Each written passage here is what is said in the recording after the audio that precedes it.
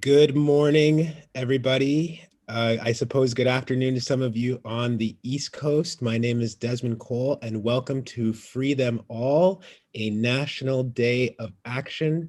We are so pleased to be with you this morning. We are marking 1 year in Canada since the outbreak, the disaster of COVID-19, and the cries from then until now and preceding then from prisoners across this country demanding respect, dignity, and freedom. I am joined this morning and afternoon by my co-hosts, Al Jones and Justin Pichet. Good afternoon, good morning to both of you. It's afternoon here in Halifax, but good morning/afternoon to everybody. We are coast to coast to coast today for the National Day of Action, Free Them All. We're going to be visiting some live events and protests that are taking place across the country.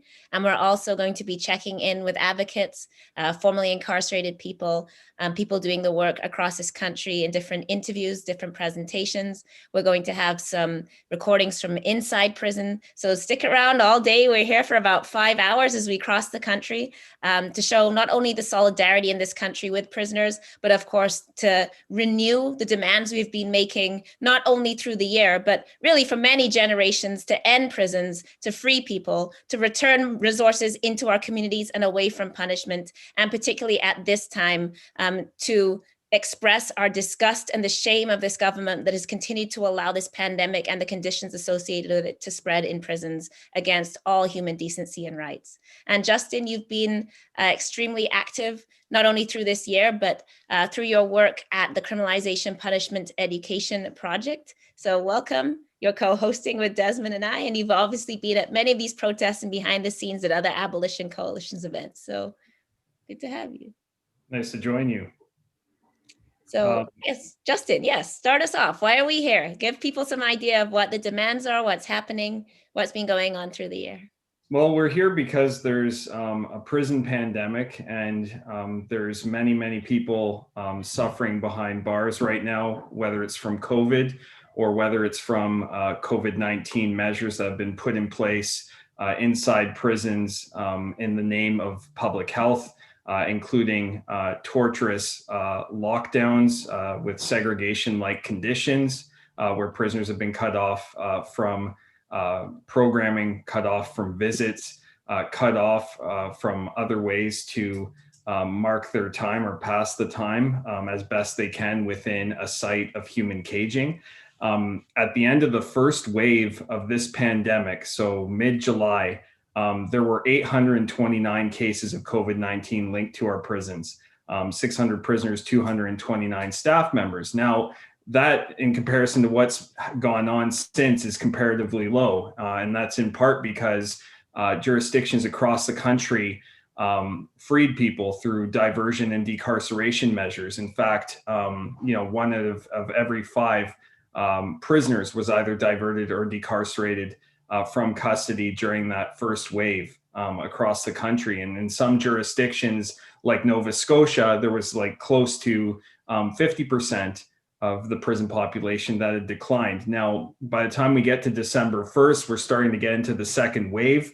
1,424 prisoners had contracted COVID-19, 439 prison staff, for a total of 1,863 people. Now we get to January 8th, the CCLA put out a report that showed that there were over 3,000 prisoners that had contracted COVID-19 at that point, 760 prison staff members, for a total of over 3,800 cases. So, within 5 weeks, the COVID cases linked to our prisons went up by 2,000 cases. I'm part of a group of folks with the CCLA, Center for Access to Information and Justice, and CPEP, that just put out a report yesterday that showed we're now over 7,000 cases of COVID-19 linked to sites of human caging or to prisons in this country. So, we're on the precipice of a third wave here. We know that there's COVID variants circulating. There was a report from Alicia Asham from the Toronto Star the other day that showed that in an outbreak of 70 folks at the Toronto South Detention Center, more than half were variant cases. So we're talking about matters of potential life and death for some folks. There have only been 6 prisoners that have been killed to date from COVID-19 that we know of. Other people who have died from state neglect and these torturous conditions that folks are facing. The overdose crisis continues behind the walls and beyond them. So, you know, we have serious public health crises, I should say, going on behind the walls, and of course in our communities where there are reverberations. So things are accelerating, and governments during the second wave and now in the third wave have increased the number of people that they're caging inside provincial jails and prisons. And you know, we need change. We need to recommit to depopulation measures. And I'm not talking about depopulation through body bags coming out of the prisons, depopulation into the community with community supports like housing where folks need it. We need, immediate public health measures inside for the folks that the state won't free. So PPE, which many prisoners have reported to us, they don't have adequate access to, like getting like 2 masks for a fucking week. They need, cleaning and hygiene supplies, not to be subjected to solitary confinement, where they're only out of their cell for half an hour a day and deciding whether or not they're going to phone a loved one or take a shower. We need, vaccines available to prisoners and prison staff to contain COVID for folks. And that has to be provided on a voluntary basis, and no reprisals for folks who don't take them for different reasons. And we need immediate action to address the overdose crisis. We're having overdoses here at the Ottawa Carleton Detention Center. People have died, this is serious. We need to end the war on drugs, full stop, no more excuses. Bill C-22 is not enough, not good enough. So that's a bit of a snapshot of the situation. Of course, in terms of vaccinations, we know that Nunavut and the Northwest Territories have made vaccines available to everyone, including prisoners. Prince Edward Island is rolling out their vaccination amongst prisoners, and then everyone else is lagging behind. And COVID eventually comes out of prison walls when it's in there. Prison staff are going in and out of there every day, so it's pretty serious. It affects all of us, and that's why we're saying today, free them all. And if you're not going to let folks go, put in place necessary protections for people, and stop treating them with such I don't even know how to describe it. I'm lost for words. Disdain and inhumanity come to mind, Justin. I mean, it's just disdain and disregard for human life, and a deprioritizing of lives of people who are behind these walls and in these cages. And your work with CPEP has been and continues to be so critical to this. And I'm glad that you brought up the context of so many people being released during the first wave of COVID-19, because I think back to a conversation I had recently with Robin Maynard, who rightly points out that a year ago, they were telling us that it wasn't possible to be able to release people from prison, and that when we were making these demands to decarcerate, that won't be possible, that won't be safe, we don't have the resources, we don't have the know-how to do that. And then suddenly, in the midst of COVID-19, we saw that actually the thing that the state kept telling us was not possible was completely possible, and that there was an opportunity to make plans to release and to decarcerate and to integrate people back in the community, to find people adequate housing who had been in jail rather than just release them to their own devices. That all of these things that the government said were unsafe and not possible were suddenly being done. I want to specifically state the demands. This is you can find this on the Toronto Prisoners' Rights Project website, but the demands that are being repeated and that have been being stated that are we want to emphasize today: prisoners, their loved ones, frontline workers, and community members have continued to demand the things that I am about to read back to you. And they are: we demand immediate releases with adequate support to ensure housing, food, and income supports, immediate public health measures implemented to improve conditions inside and address prisoners' well-documented concerns, equitable access to healthcare for all prisoners, immediate action to address and respond to the numerous accounts of human rights abuses in our jails and prisons, including punishment tests and excessive lockdowns, and immediate access to address the overdose crisis, as Justin, you were just speaking about, an overdose crisis that predates COVID-19 and that we are seeing not just in our jails and in our prisons, but in our communities in general, and is something from coast to coast that governments simply refuse to treat as a health crisis and that are treating as a law enforcement crisis. And so with our ongoing demands to defund the police, we have to think about what this overdose crisis is doing and our failure to treat it as a health crisis and to instead try to enforce our way out of drug issues. And Justin mentions the drug war. We absolutely have to end the drug war. We're starting to get some pictures already. Yes, we're about a minute away from joining Toronto Prisoners' Rights Project and their rally outside of Maplehurst. And today our tech support is from Toronto Prisoners' Rights Project. So thank you to Kate and Elaine who are on this with us in the background as we scramble all day to get interviews in place to play footage. But we're just about to head there. So this is in Milton, outside of Maplehurst, where the prisoners for the past year have been engaged upon many actions, including hunger strikes, including making demands, releasing manifestos. Are we getting some images back there now? Are we ready to go over? If not, I'm going to share from a letter of Workworth. I just dropped my phone. Sorry, we're juggling a lot. We have to look at the agenda, look at the schedule. So when you see me looking down, it's because we're trying to manage. So this is a letter from a prisoner who wrote me who said, I'm just going to give you an excerpt. Now I will talk about COVID-19 and how it entered Workworth Institution. On Wednesday, December 16th, 2020, inmates at Workworth Institution were put into their cells and isolated in a 6x12 cell, not allowed to have showers for a couple of days, all because Joyceville Medium Institution, who had 80-something confirmed cases of COVID-19. With inmate and staff related that were confirmed cases, Joyceville started transferring inmates to different institutions that were coming in from provincial institutions. They sent 3 inmates to Workworth that had COVID-19, but they refused to admit that they knew that inmates had COVID-19. The problem is why they didn't know that at least one of the cases showed any signs of symptoms, including staff at Joyceville. Also, Workworth already had staff that tested positive for COVID, but they let 3 inmates come into a zone that already had COVID in it.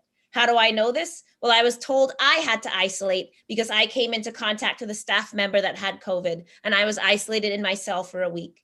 One day after I got out of isolation, the majority of the population, including myself, were locked down for 14 and a half days and showered every second day. We were allowed to use the phone, but we had to spray it once we hung up the phone with the COVID cleaner. Workworth Institution lied to the population by telling them in the first few days of the isolation that if they came back negative on a COVID test, they would be let out of their cells. Then they came back after the first test and said if 4 out of 6 units did another COVID test, they would be let out once the test came back. And that was another lie. 4 days later, they did the test again. And when they got the results back, they let most of the population out.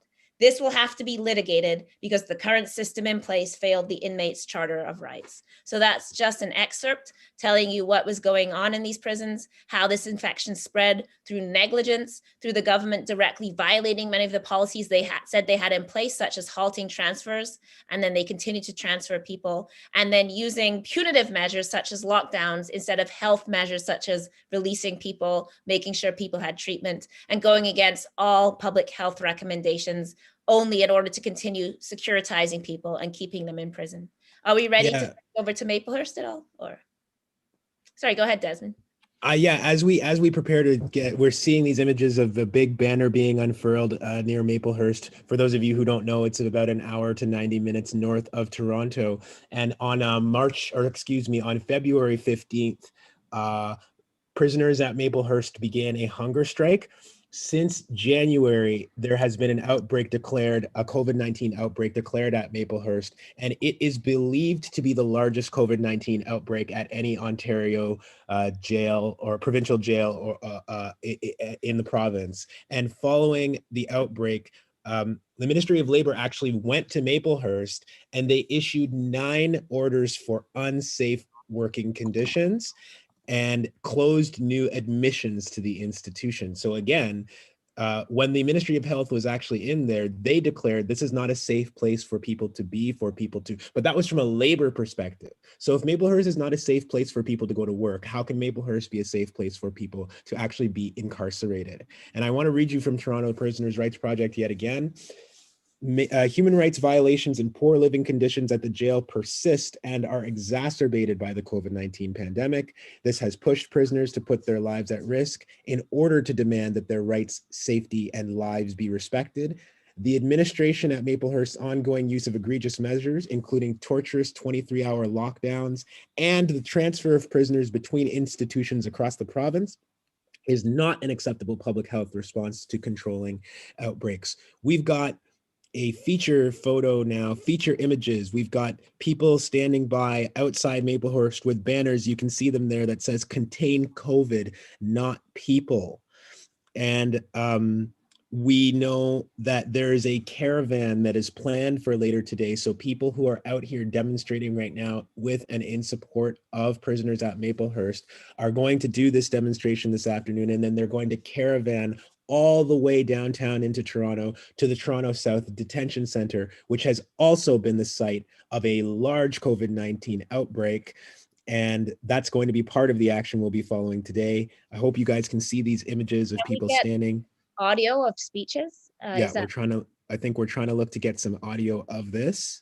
And Justin, do you want to maybe give us some background about some of the actions that have been going on at Maplehurst as we wait to get audio so we can hear what's happening outside?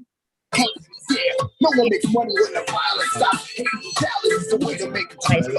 But it ain't. I don't wish what it ain't running to the top. That's why this is what happens when you call the cops. This is what happens when you call the cops. This is what happens when you call the cops. All right, we're getting a nice panorama of all the banners and the beautiful people out here fighting for rights. Justin, give us a bit of background of what has been happening at Maple. We're just getting started here.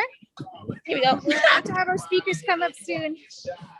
Thank you very much. We appreciate you guys out there. We see you. We see all the images. We see the banners. You guys are looking great. Okay, so far, if you can hear me in Ontario, there's been over 1,000 prisoners who've contracted COVID-19, over 300 staff members. There's been nearly 1,400 cases of COVID-19 linked to Ontario's provincial prisons and jails. The largest outbreak, as Desmond mentioned, was at the Maplehurst Correctional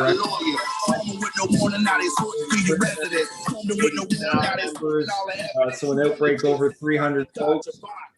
So here that there's a action going on the lawn outside of the Maplehurst Correctional Complex.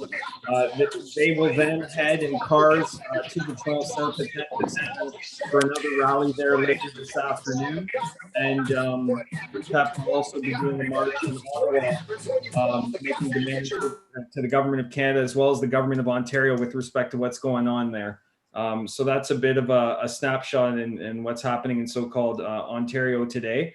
And of course, there's the ongoing resistance that's happening at the Hamilton Wentworth Detention Center. The folks that are incarcerated there are dealing with a pretty serious outbreak there as well. And,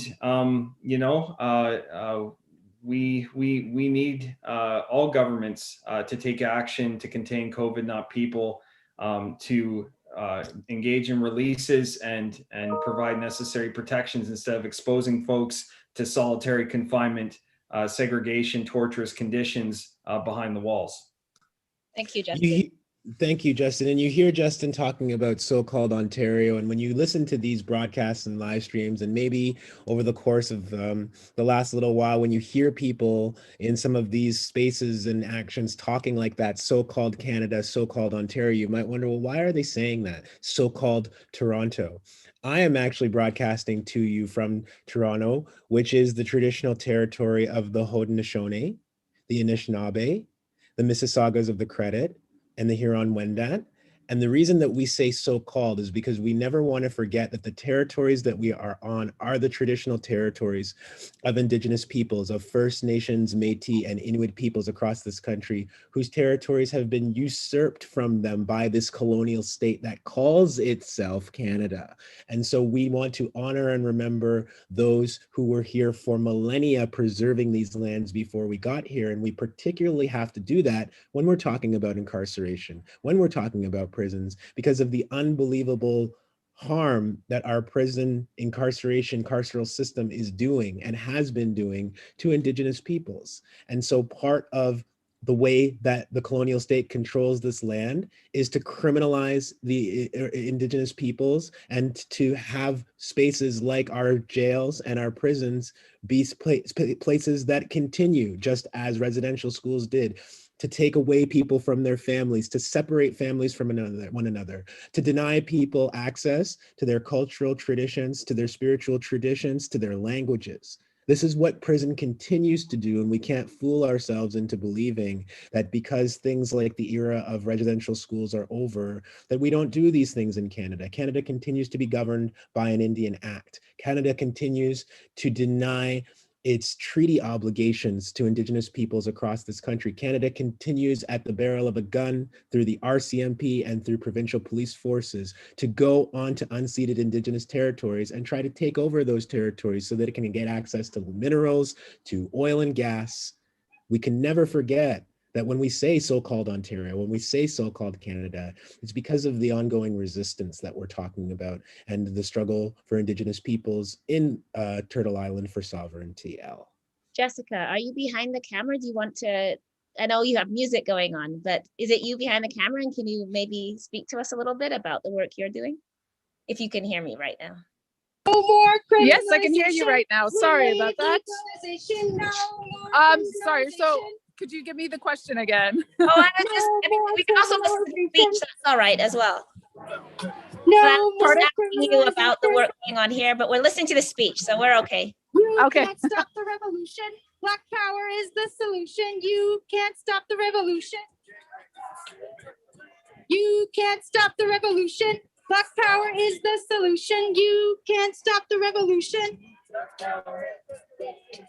So we have When Black lives are under attack, what do we do? You want to maybe turn around the When camera? Black lives are under attack, what If do we you can do? get somewhere where it's a bit When quieter. Black lives are under attack. Y'all, what do we do?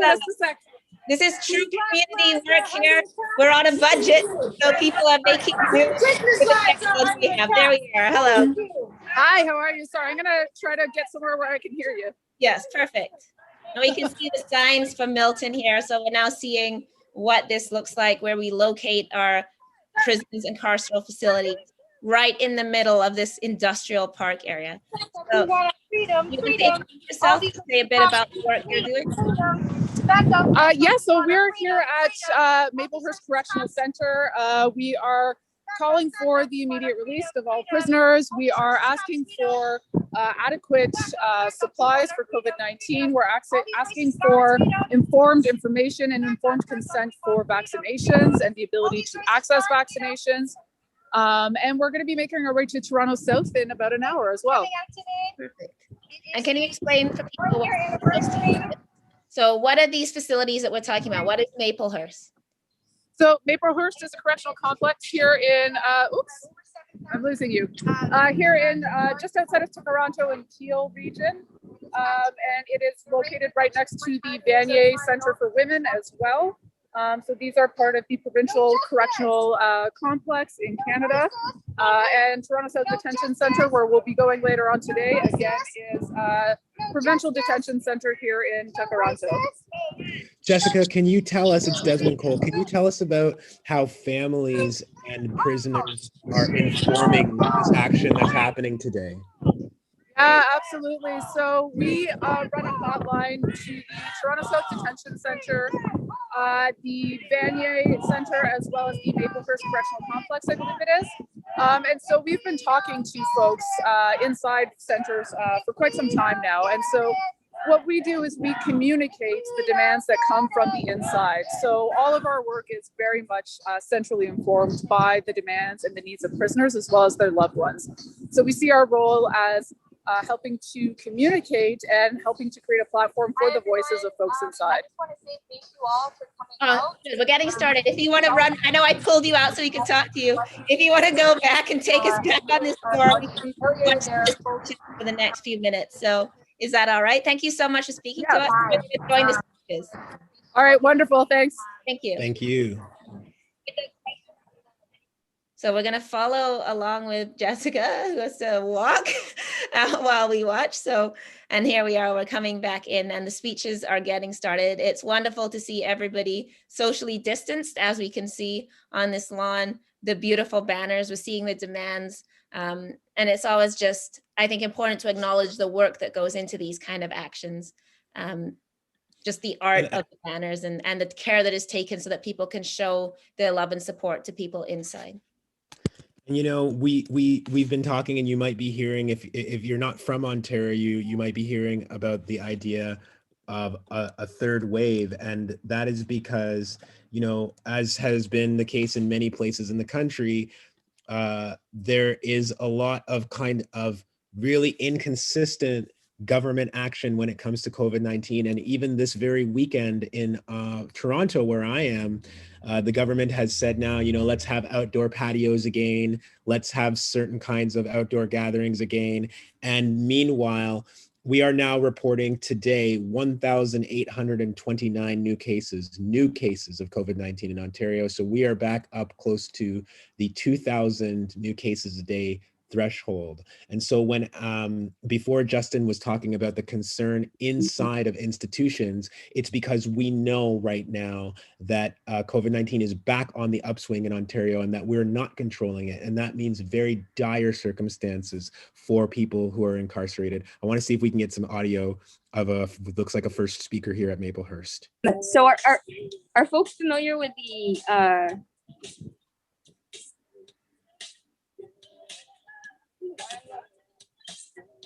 yeah, sure. Here we go. Sorry, folks, I am a bit flustered. So maybe we'll start or go back to prisoners' lives, they matter here. Okay, we're doing dance. Prisoners' lives, they matter here. Black prisoners, they matter here. Black prisoners, they matter here. Indigenous prisoners, they matter here. Indigenous prisoners, they matter here. What do we want? What do we want? When do we want it? If we don't get it. If we don't get it. If we don't get it. What do we want? So we continue to hear those rallying cries outside of Maplehurst Correctional Center in Milton. Sorry, Desmond. We also know that the people inside, if your window faces the right way, there are prisoners that will be able to see this. And from having done noise demonstrations and other things outside jails, we know how uplifting and important that is to people incarcerated when the community comes to them. Because of course, jails are created, even when they're in the center of cities, even when they're amid human life, they are created in order to separate people from society and to create that idea that you are not to be in relationship with people on the outside, you are to be locked away. So when people come outside a jail, you see people will bang on their walls, they will flash their lights on and off. It's a very, as I've heard from people in jail when these demonstrations take place, it's extremely meaningful to them. So having people outside right now, you can imagine that those who are lucky enough to have windows on this lawn are with us in solidarity too, even if we can't see them on this broadcast. I'm glad you mentioned that, Elle, because I remember being at a demonstration outside of the Lindsay Super Jail several years ago. And this was while prisoners there were hunger striking. And there's a lot of immigration detainees that are often kept at the Lindsay Super Jail in the kind of Lindsay Peterborough area. And we did a noise demonstration outside of the jail that day. And I actually remember that we had somebody on the phone with us while the demonstration was going on. And they said, we want you guys outside to quiet down because we want you to hear us now. And everybody outside got quiet. It was like February, we were standing in the snow. And when we quieted down, we could actually hear pans and pots banging. We could hear people banging on the wall. We could actually see a couple of people jumping up and down inside of windows. It probably was one of the more powerful experiences that I've ever had at a demonstration, to have that connection with people inside who knew why we were there, who knew that we were with them, and who were making their own noise from the inside. It was truly, truly powerful. We're continuing to get images from Maplehurst, and And Jessica, we can cut back to you when speeches start. Peggy, are you joining us to speak with us? Yep. Okay, hello. Is it okay if I just stick around and just get ready and come right back? Perfect. Yeah, All right. Yeah, we're you going are to a talk bit to you for early. about at 11:50, Peggy, but we'll be waiting for you. Stand by. I'm listening. Great to have you here. Cheers. Nice to see you both. You too. Peggy, everybody is going to talk to us about her work, including with the Termite Collective, and they have released a timeline of the outbreak at the Federal Training Center in Laval, Quebec, where over 162 prisoners contracted COVID-19 during an outbreak during the first wave. So we're very happy to have Peggy with us, and we'll be going back to her shortly. Continue to see these images outside of Maplehurst Correctional Facility where this demonstration is happening. And there are demonstrations like this one happening across the country today. So we're lucky to have these images of groups like the Toronto Prisoners' Rights Project, who are helping to organize and to make sure that we can see, to make sure that the prisoners know that this is being broadcast and that their messages are getting out across the country today. And Justin, you do a bit of work with the Toronto Prisoners' Rights Project as well. Do you want to maybe give us some history of this collective? And or Jessica as well, if you're, I know you have to control the audio, Jessica, so that we're all hearing the chants, but what does Toronto Prisoners' Rights Project do? How did this group get started? What do we want? Sorry, you wanted me to speak to what Toronto's Prisoner Rights Project does? Perfect, yes, perfect. Yeah, absolutely. So Toronto Prisoners' Rights Project is a mutual aid and public education advocacy organization. So we engage in a number of things, including raising mutual aid funds to support prisoners, their families, and their loved ones. We also have a long-running webinar series that is a public education series to inform the public about a lot of the myths and misconceptions around imprisonment in Canada. And then we also, again, do advocacy on behalf and with prisoners. So we take our direction from prisoners when we talk to them, either through the phone system or through sometimes snail mail. We take their concerns communicated to us through family members as well. And we try to draw media attention to the concerns about what's going on inside. Prisons are intentionally kind of placed at the margins of our society, often in secrecy. And so we want to be shedding light on those things that are often kind of hidden from the public kind of discourse. Thank you. You know how long this collective has been around? Yeah, so Toronto Prisoners' Rights Project was formed in 2019, so spring of 2019. We got together, we kind of tried to figure out whether or not there was a need for this in Toronto. And after kind of collaborating with a number of community organizers, we found that there was that need. So we've been around since 2019. We had our first action though in 2020, and that was with the Bell Let's Talk media campaign. And then COVID-19 hit, and so we all kind of got running very quickly in collaboration with CPEP and all of the other wonderful folks in the Abolition Coalition.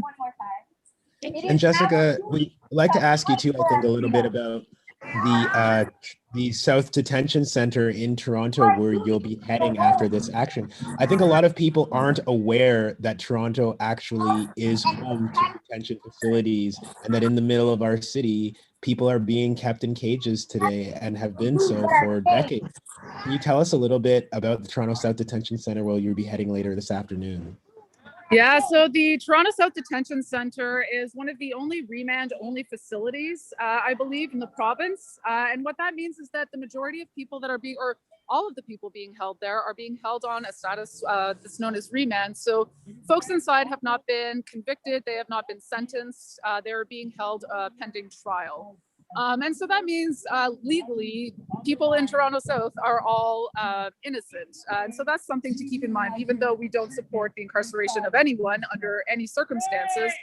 In Toronto South, we are dealing with a massive population that has not been convicted or sentenced to a crime. Now, Toronto South Detention Centre is also famously a hellhole, and part of that is owing to its recent emergence when it was replacing the former jail there. It was built through a public-private partnership, and that has led to a number of problems in the actual institutional operation as well. So Toronto South has been the host of many, many, many lockdowns. Pieces are always breaking. Prisoners are being held on lockdown through no fault of their own, but because of the faulty infrastructure itself. Toronto South has been notoriously named kind of the hellhole of Ontario's carceral infrastructure. Yeah, we've been hearing about 70 new cases of COVID-19 at the Toronto South Detention Centre. And of course, the big concern there is that just as we're seeing these COVID-19 variants take over as the kind of new outbreak in Ontario, and that these variants seem to be spreading more quickly and being more deadly, at least half of the cases in the Toronto South Detention Centre are of this new variant. So we're definitely very concerned for all those who. Yeah, absolutely. And again, because of the status of Toronto South as a remand facility, what we're dealing with then is a population that is constantly in and out of that space. And so people are not there, or they're not meant to be there for long term. And so the health infrastructure in that space as well is not set up to deal with something like COVID-19. Yeah, it was never meant to be a place to keep people, and it is therefore kind of in perpetual disrepair, perpetual lockdown. You hear people in the Toronto South Detention Centre being on 23-hour lockdown as if that is the standard, as if that is something normal, unable to take showers, unable to make phone calls, unable to have access to legal counsel from the normal. Yeah, absolutely. It work for us, having to walk back and forth, get where it's quiet, and I'm going to ask you to walk towards Mika again. Thank you so much for the work you're doing to cover this in our Abolition Coalition community life. So we're going to join this. Thank you so much. Sorry, did you want me to walk towards the speakers now? Yes, please. Yes, please. Okay, sorry. Just doing incredible work for us this morning. Every single day, they face dehumanizing conditions every single day. And what is their response? They put their bodies on the line and say, we're not eating until somebody pays attention to what the fuck is going on in here. The demands haven't been for like wild things. It's actually like depressing how basic demands have been. Thank you for watching. John and to lockdowns. The government's response to this pandemic has not been, let's release the people who don't need to be here. There's 70% of people in these provincial institutions are on remand. They haven't even been sentenced. Not let's release them, let them social distance at their damn house with their friends and family. No, it's let's lock people down for 2 weeks at a time. Let's see if they can get out one day, and if their mental health will be okay, or if tensions will be fine. That has been the response from this government. Adequate food, not good food, not tasty shit, adequate food. People are living sometimes on frozen meals that come down to them. We're going to hear some folks at Toronto South Detention Centre, but we know that meals are getting like half cooked here and then driven down to the Toronto South Detention Centre, and people are being served the same garbage here that they're being served over there. They're not asking for good food, they're just asking for adequate food. For their dietary restrictions to be respected, to be able to ensure that they have enough nutrition to live. Clean clothes, not fancy clothes, not warm clothes, not comfortable clothes, clean clothes. Because amidst the pandemic, when we're being told to wash our hands every single day and keep clean and keep tidy spaces, people are being given dirty clothes. What the hell? Proper air ventilation. We have a disease that may or may not be airborne, and we're not addressing air ventilation concerns inside. Access to cleaning supplies.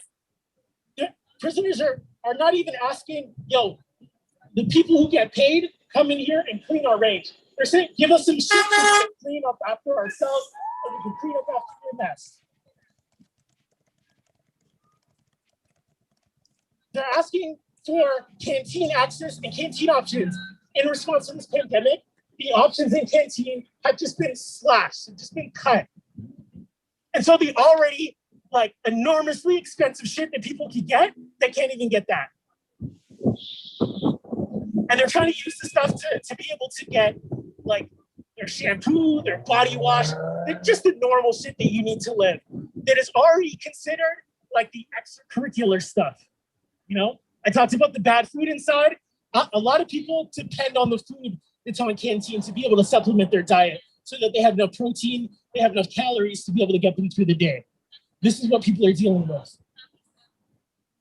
We've been asking for free phone calls and additional phones, and the folks inside are just saying, yo, just some additional phones. Like there's 2 phones working sometimes, maybe 3 phones. Sometimes on some ranges we're hearing there's just 1 phone left. And for people who are getting out of their cell for 2 hours a day or an hour a day or here or there, you know, that 1 phone call with your loved one might be the thing to get you through the next 2 weeks of lockdown. And you can't because you got to compete for the phone. And so that is resulting in higher tensions and people being stressed out and people being left out in the cold. Yo, these are demands that we've been making. These demands came out in July 22nd, 2020. And every single month, the same shit. There's been several hunger strikes since then. And what response have we received from the government that runs this institution? Not a damn thing. And so 1 year later, as we are sitting out here with you, we are saying, we are not giving up this fight. We are not slowing down. We've sent you emails. We've sent you letters. We've made our phone calls. We've talked to the media. We've put out what we think you should be doing. We shared the demands and nothing. And so we're tired. We are done waiting. We are not waiting. We are here on your doorstep. And if you should fuck around some more, we will escalate.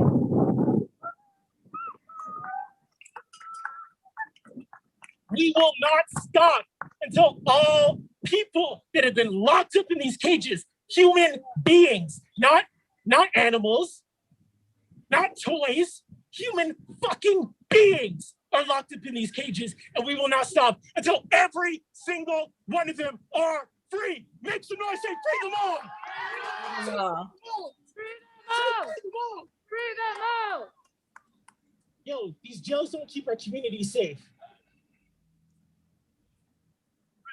They go into our communities, particularly the ones that are Black, particularly Indigenous communities, and then anybody else who's close to those identities. They surveillance you, they make sure that your life is a living hell. They show up to our kids when they're playing in the park, arrest them on drug offenses, and then make millions of dollars, billions of dollars on selling weed.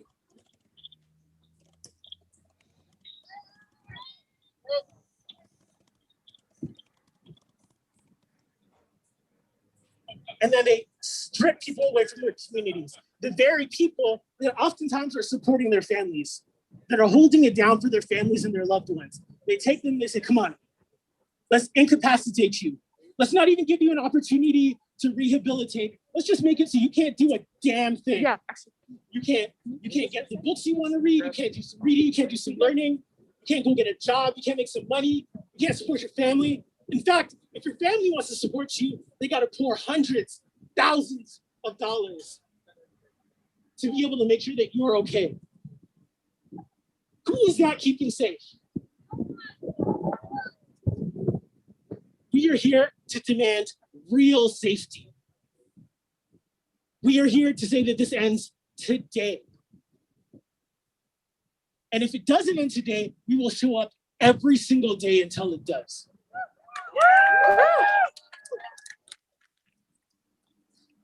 We're gonna go through what the rest of today will look like. I really So- appreciate all of you showing up here. We're gonna turn We want to Jessica talk a and little maybe bit pull the audio about what is down a little happening bit. with the overdose Jessica's going to give us pregnancies some of the inside. background information about what we heard in that speech. So you've been giving us some information as Rajan has been talking about some of the private contracts, the money, the prison industrial complex. So could you give us some more background on some of the information that we've been hearing throughout this amazing talk by Rajan?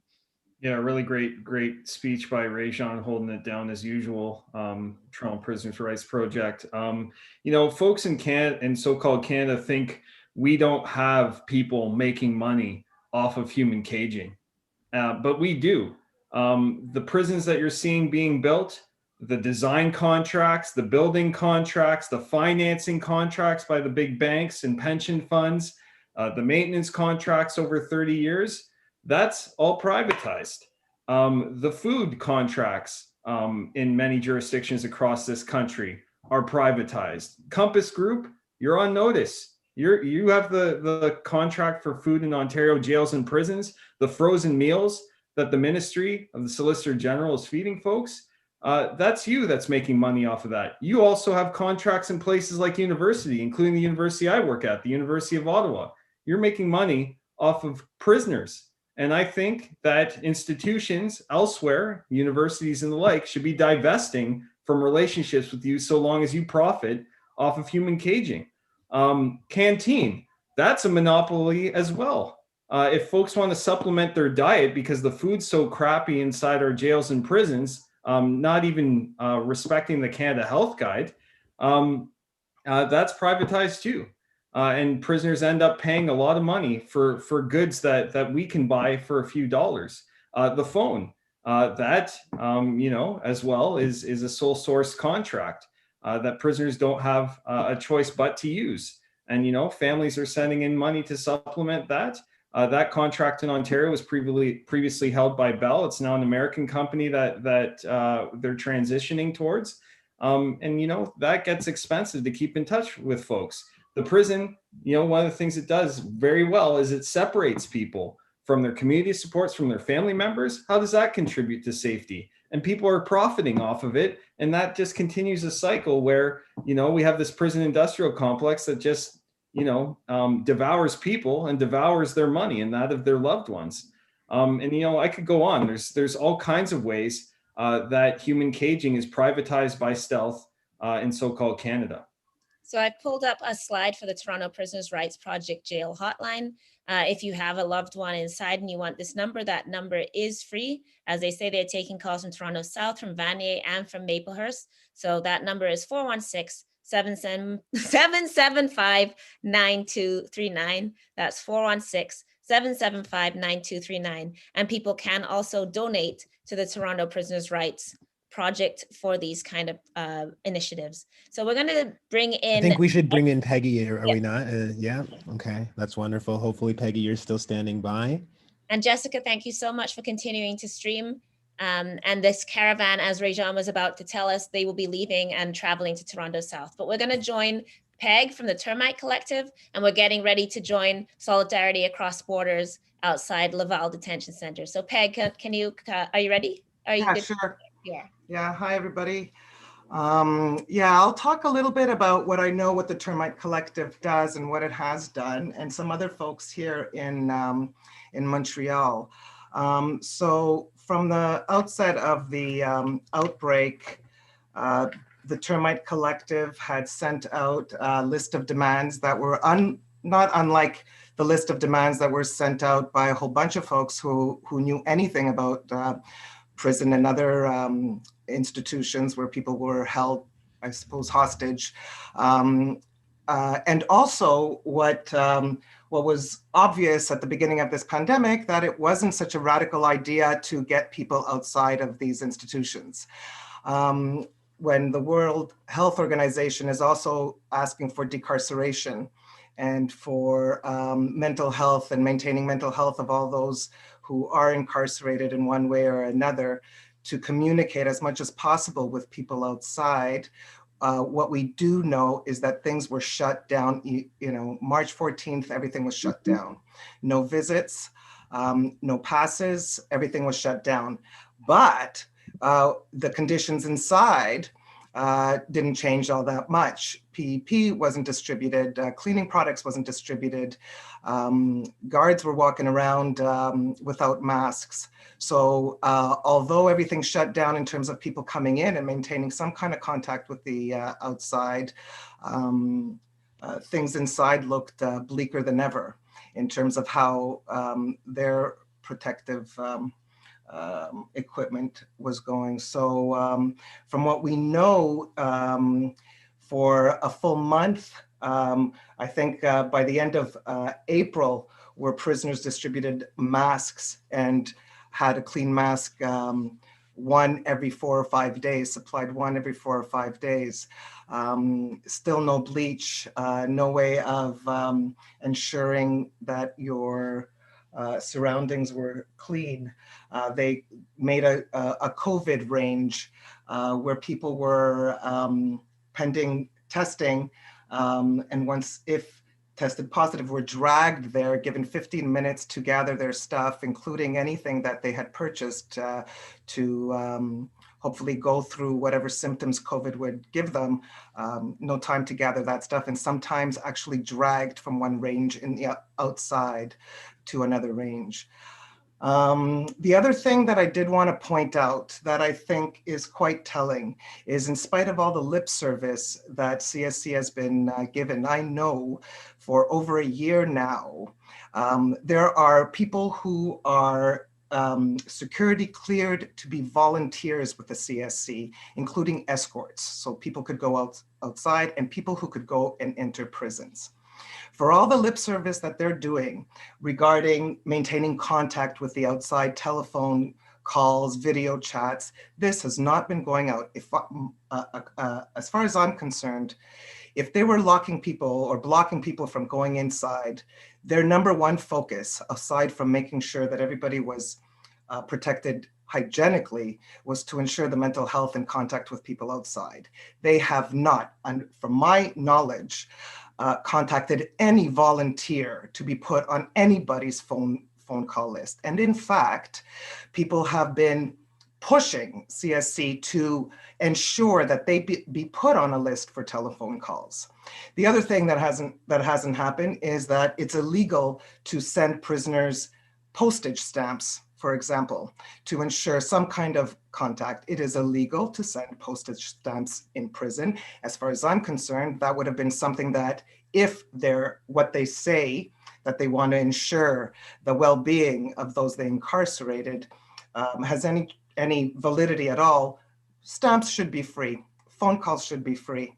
Contacting anybody who had ever been a volunteer with CSC should be free, and contacted and actually encouraged to engage in that. Everybody's home anyway. People were locked down in their home anyway. Should it not have been the volunteer coordinators inside this huge complex, shouldn't it have been their job to contact everybody who had ever been a volunteer? For example, I'm not even talking about families. Anybody who had been ever a volunteer, whether they'd be willing to re-volunteer and just take phone calls, for example. So obviously that's not their priority. It's over a year now, things are locked down. I don't foresee, and from people's experiences that have been doing this kind of work, we don't foresee being able to go back inside, or anybody to be able to go back inside for another year minimum. And in terms of sorry, should I stop and maybe? This information that you're giving us, go ahead. is just like so valuable, especially this idea of people being able to have minimal kind of human contact, minimal kind of support just for mental health, and having human conversations with other people. This is vital. Yeah, we talk about it all the time. It's on the news all the time. We're talking about people suffering this while we're outside and being able to go shopping and going by and getting a pint of milk when we can, or whatever. So we know this is a huge issue. And basically, it's virtual lockdown across at every institution. I did have another thought, but it just kind of escaped me right now. And Peg, I have brought up your website, so I'm just showing people, and I know that you're not going to have a chance to read it as we're talking, but please, everybody, do go to noprisons.ca. You can see the tab here, COVID-19, that has this information. So you can see demands, including release all prisoners, all vulnerable prisoners, take immediate sanitary preventative action, no more punishment, access to the community, medical services for all. And there are information, if you go on this site, you will find information. Sorry to be scrolling. I know it's annoying when someone scrolls, but you can see information where you can send some graphics or tweets. So please go to noprisons.ca and you can see more about the demands of the Termite Collective. Yeah, Peggy, we've got to get to another interview for noon, but if you just wanted to close off with any final thoughts, the floor is yours. I think just to keep in mind what's going on, for everybody to keep in mind, I'm pretty sure everybody who's streaming this already knows. So I think it's important to keep going and be beside people who are getting out of those situations and make sure that we're maintaining some kind of connection as much as possible with folks inside. Cheers. Thanks for all your work. Thank you so much, Peggy. Thank you very, very much, Peggy. We really appreciate you. That's noprisons.ca, everybody, so that you can get more information about that. We're getting ready to go to the Solidarity Across Borders event in Laval. And I think we're starting to get the images out there. There have been a number of actions going on in Laval, particularly at the detention center for migrants there, where there have been numerous hunger strikes. This is another situation where they said it wasn't possible, where they said, well, even though we're under COVID-19 lockdown, we can't just release people who are in immigration detention. And lo and behold, after 6 people there went on hunger strike, they actually were released. But of course, the conditions inside Laval and many other detention centers has not changed or has worsened.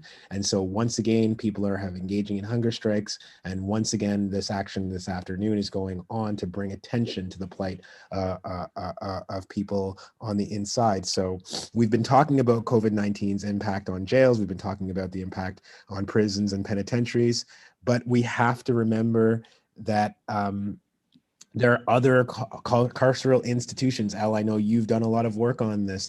There are places like long-term care centers where over 16,000 people have died. Al, you've talked about places for people that are serving somewhat as like mental health facilities, but that are essentially carceral facilities where people can't leave. We want to honor the work of people like Nora Loretta, whose independent journalism over the last year has been spectacular. Nora has been following all of the deaths in the long-term care facilities across this country. We want to honor the works of people like Sarah Jama and Megan Linton from the Disability Justice Support Network in Ontario. Other institutions are sites of COVID-19 outbreak and are places where people, for one reason or another, either can't leave, don't have the means to leave, and these facilities are being just as neglected as our prisons and our jails. And so that's what we want to have you keep in mind as we see these pictures for Solidarity Across Borders here in Laval. I think we're going to try and get Billy Bob is ready to speak to us. Yeah, let's try to get to Billy Bob Williams here and bring you in. Welcome. Good to have you on. That is actually Skylar Williams.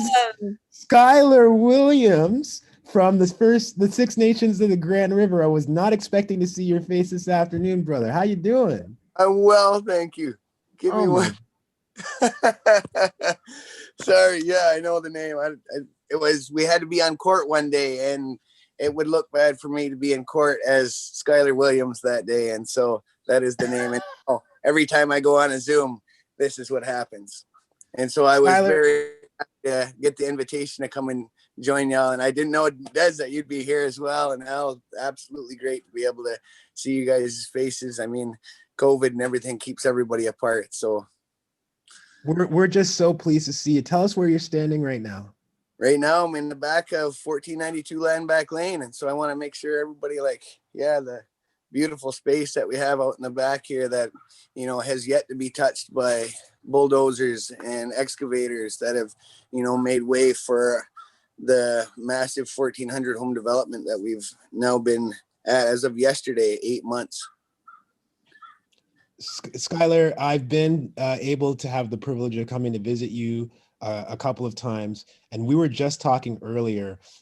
When we talk about these issues, we say so-called Ontario, we say so-called Canada. And I want you to talk about the resistance of the Six Nations of the Grand River and how it relates to this ongoing struggle against colonial rule. Well, you know what? Like, there's a huge tie there between, the Indigenous land defense, not just here, but across the country, that continues to be over policed and over criminalized to such a degree that sees these massive police incursions coming. Like, this is too many cops with too much time and too much money on their hands, that they're able to pull 200 cops from all over Southern Ontario as paid duty officers to come and sit there and watch a peaceful occupation of people. So over the last 8 months, we've seen over and over and over again that these cops come in with their heavy-handed tactics of, guns and taserings and dragging our people off our lands. It's been quite the thing to see what happens when a community is able to stand up and be together, to be able to say absolutely no to development, to say absolutely no to that over-criminalization, to say absolutely no to their guns and their jails and their courts with their injunctions and any other court actions that they want to take against us. That this is much bigger than than just my freedom or my life or my well-being.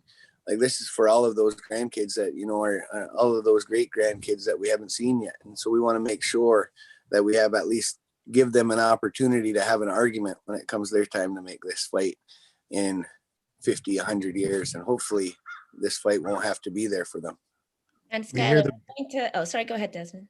I was just going to say, we hear the birds there behind you. And I don't know, Elle, if we have to wrap up, but I had one more question. Yes, very quickly. And then we're going to join Solidarity Across Borders, who are ready to get started. And of course, we draw this connection between the policing of borders and the colonization and settler colonialism that exists in this country, the artificial borders that exist in this so-called country that divide up Indigenous territories as well. So it will be a nice segue into Solidarity Across Borders and their action. But finish with Skylar. Yeah, most definitely. I just wanted to ask you, Skylar, on this National Day of Action for prisoners who are calling for safety, who are prisoners who are saying we don't even have access to PPE in jail, we don't have access to phones, we don't have access to showers, we don't have access to adequate testing.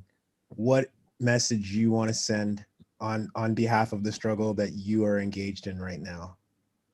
You know what, we definitely want to issue those words of solidarity with all of those folks that are going through all of that, this colonial ways of dealing with our people, whether it's Indigenous people, Black people, people of color of all kinds. We really need to be able to stand together and stand united in this front.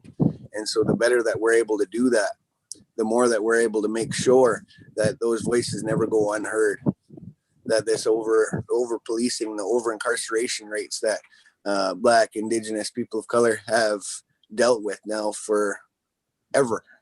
And so we need to be able to stand together and make sure that no matter what, those voices will never go unheard. Everybody support the legal fund for 1492 Land Back Lane. Follow them at 1492 LBL on Twitter. Skylar Williams, spokesperson for the Six Nations of the Grand River and 1492 Land Back Lane. We love you. We send you our support and solidarity. We'll see you again soon. And if you want to stick around and come back during this broadcast, you're welcome to do so. We can check back in, but we are going to move outside Laval, where they are in position. So here I'm now seeing, today is like an art display of revolutionary banners. You saw the banners outside of Maplehurst, and we're now seeing these amazing banners here, and it looks like they're ready to go. Hi, everybody. Welcome to today's rally to demand freedom for all prisoners. Bonjour tout le monde et bienvenue à ce rassemblement aujourd'hui pour revendiquer la libération de tous les prisonniers et prisonnières. Nous sommes ici aujourd'hui dans le cadre d'une journée nationale d'action pour dénoncer les prisons. Des actions ont lieu aujourd'hui à Toronto, à Ottawa et d'un océan à l'autre. Aujourd'hui marque l'anniversaire du premier cas de COVID-19 en prison. Depuis, il y a eu plus de 6 700 cas de COVID-19 liés aux prisons, dont 4 791 prisonniers. So we're here today as part of a National Day of Action to denounce prisons. Actions are taking place today in Toronto, in Ottawa, and from coast to coast. Today marks the anniversary of the first COVID-19 case in prison. Since then, there's been more than 6,700 COVID-19 cases linked to prisons, among them 4,791 prisoners. On a local level, just down the street from here, the FTC Multi has been the site of the largest COVID-19 outbreak during the first wave, and also the first prisoner death here in Canada. Detainees in Leclerc, which is a provincial women's prison located just next to the site of the new migrant prison, have also been calling attention to the horrendous conditions that they've been facing. At Bordeaux prison on the island of Montreal, last month, the entire prison faced lockdowns after 125 prisoners contracted COVID-19, with prisoners confined to their cells for 23 to 24 hours a day. Au niveau local, juste à l'autre coin de la rue, la prison FTC Multi a été le lieu de la plus grande éclosion de COVID-19 lors de la première vague, avec le premier décès des détenus au Canada. Les détenus de Leclerc, une prison provinciale pour femmes située aux côtés du site de la nouvelle prison pour migrants, ont également attiré l'attention sur leurs conditions horribles.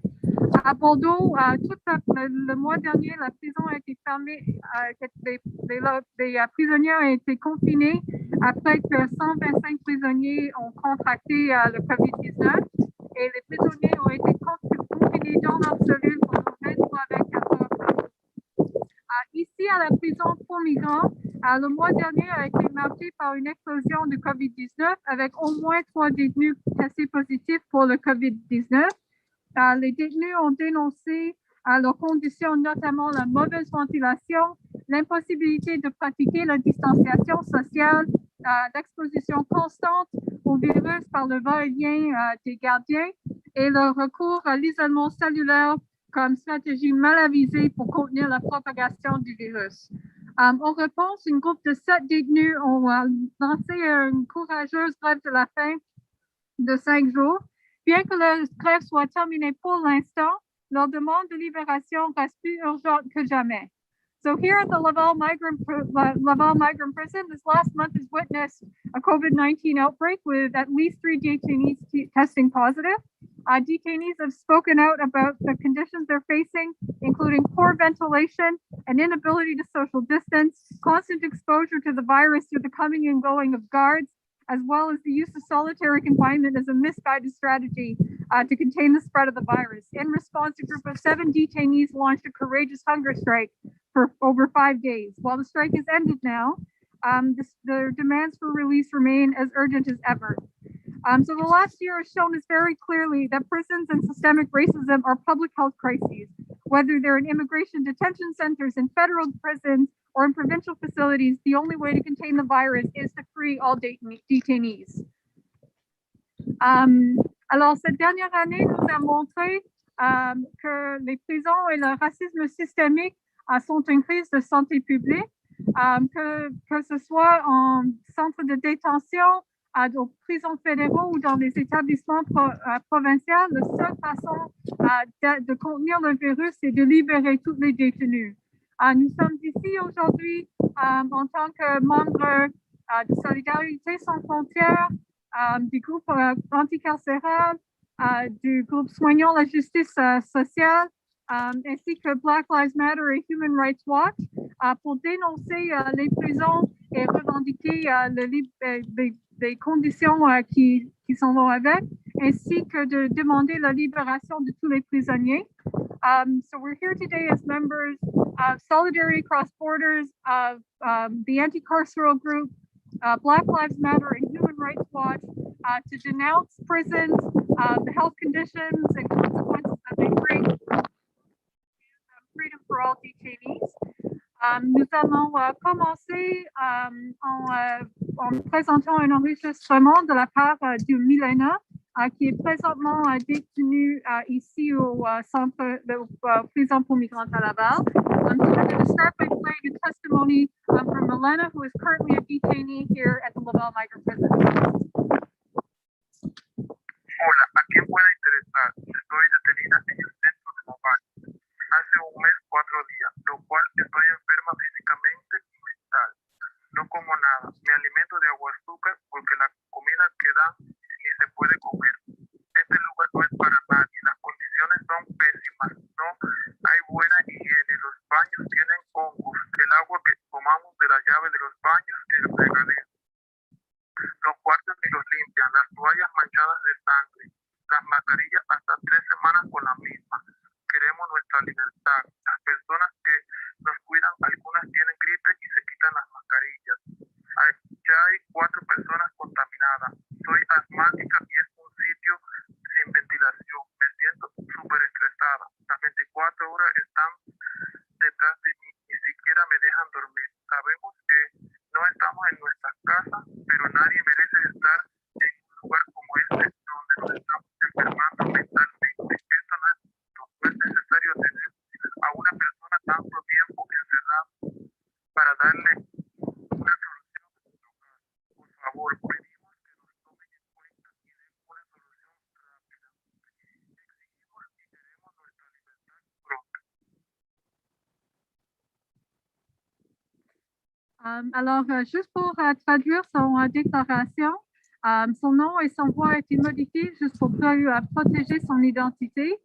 Bonjour, qui m'entendra? Je suis détenue au centre de Laval depuis 1 mois et 4 jours. Et pour cette raison, je suis malade physiquement et mentalement. Je ne mange rien, je m'alimente seulement avec de l'eau sucrée parce que la nourriture qu'on nous donne ici est immangeable. Personne ne devrait rester ici. Les conditions de vie sont terribles. Il n'y a pas de bonne hygiène. Il y a des moisissures dans les salles de bain. L'eau qu'on boit vient du lavabo, des toilettes ou des éviers. Les chambres ne sont même pas nettoyées. Les serviettes sont tachées de sang. Nous portons les mêmes masques pendant 3 semaines. Nous voulons notre liberté. Parmi les personnes qui nous surveillent, certaines ont des symptômes grippaux et retirent leur masque. Il y a déjà 4 personnes contaminées. Je suis asthmatique, c'est un lieu non aéré. Je suis vraiment très stressée. On me surveille 24 heures sur 24 heures et on ne me laisse même pas dormir. Nous savons bien que nous ne sommes pas chez nous, mais personne ne mérite de se trouver dans un lieu comme celui-ci où nous devenons malades mentalement.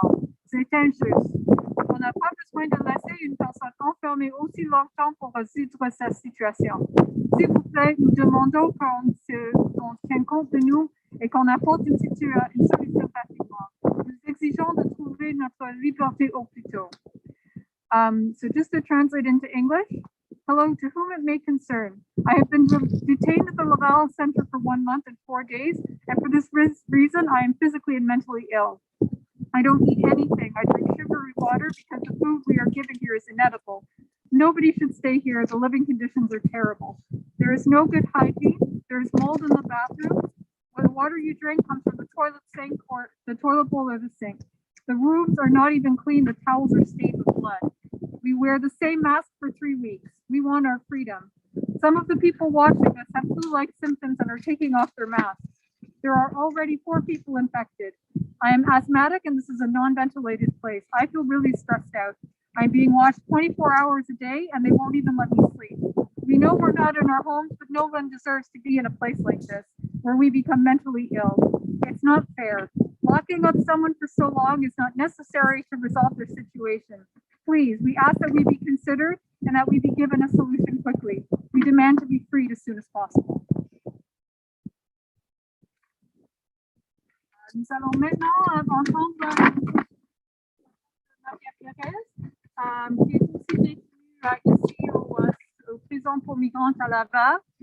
So next we're going to hear from Maria Perez, who is also a detainee here at the Laval Migrant Prison.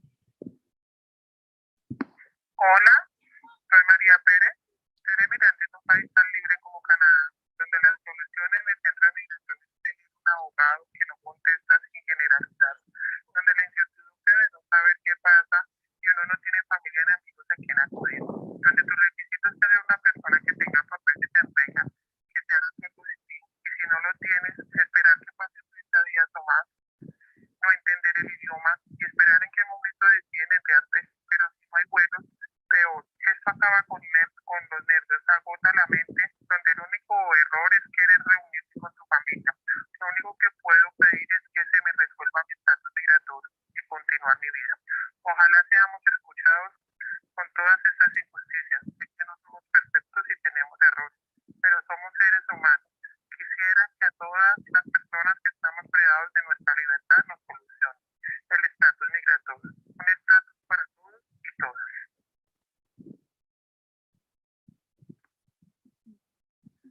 So just to translate, hello, my name is Maria Perez. Being an immigrant in a country as free as Canada, where in immigration centers, the solution is to have a lawyer who does not answer your calls without wanting to generalize.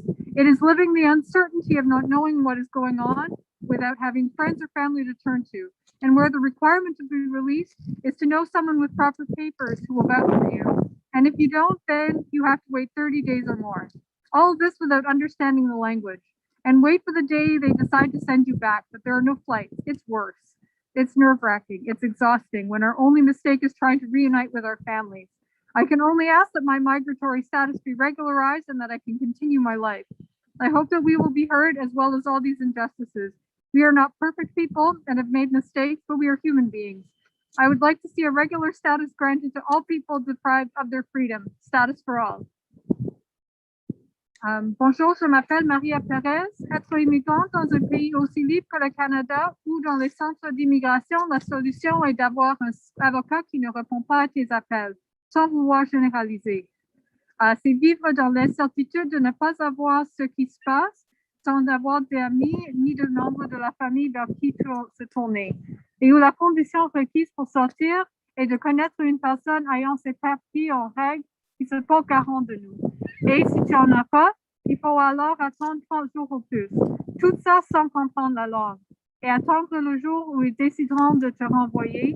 Mais s'il n'y a pas de vol, c'est pire. Ça use les nerfs, c'est épuisant. Quand notre seule erreur est de vouloir nous réunir avec nos familles. Je ne peux que demander que mon statut migratoire soit régularisé et que je puisse continuer ma vie. J'espère que nous serons entendus ainsi que toutes ces injustices. Nous ne sommes pas des personnes parfaites et nous avons commis des erreurs, mais nous sommes des êtres humains. Je voudrais que le statut de toutes les personnes privées de liberté soit régularisé. Un statut pour tous et toutes. Nous allons maintenant céder la parole à Wendy Joanne Barito, who's a member of the Anti-Carceral Group. Please welcome Wendy Joanne Barito, who's a member of the Anti-Carceral Group.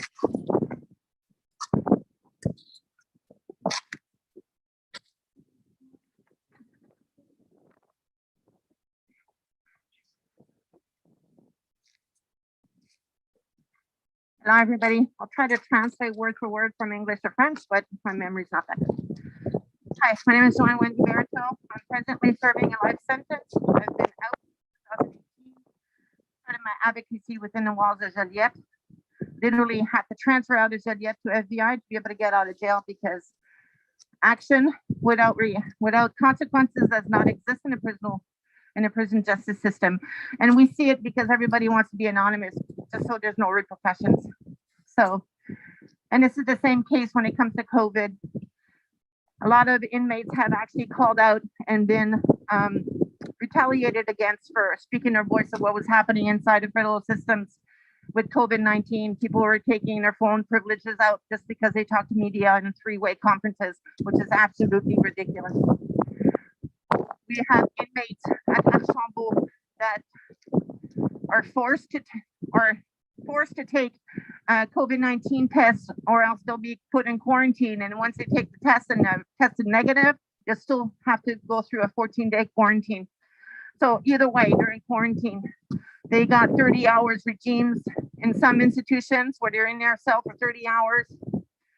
Once one person is suspected of having COVID tests, they're automatically, the whole sector is put into quarantine indeterminately. Visits in some institutions do not exist. Phone call privileges has been reduced. So just trying to get in contact with your lawyer or family member, it's complicated. They have time slots. It's no longer a privilege. It's no longer a right now. It's practically a privilege. Disinfectant products are sometimes non-existent. Areas are not disinfected or clean. It is up to the inmates to do that, and sometimes they don't even have the products to do that. So already being incarcerated is hard. You're taken away from your nation, you're taken away from your community, you're taken away from your family, and put into an area to serve a sentence, which is your punishment, if you will, if I can use that word. And then once you're inside, you keep on being punished.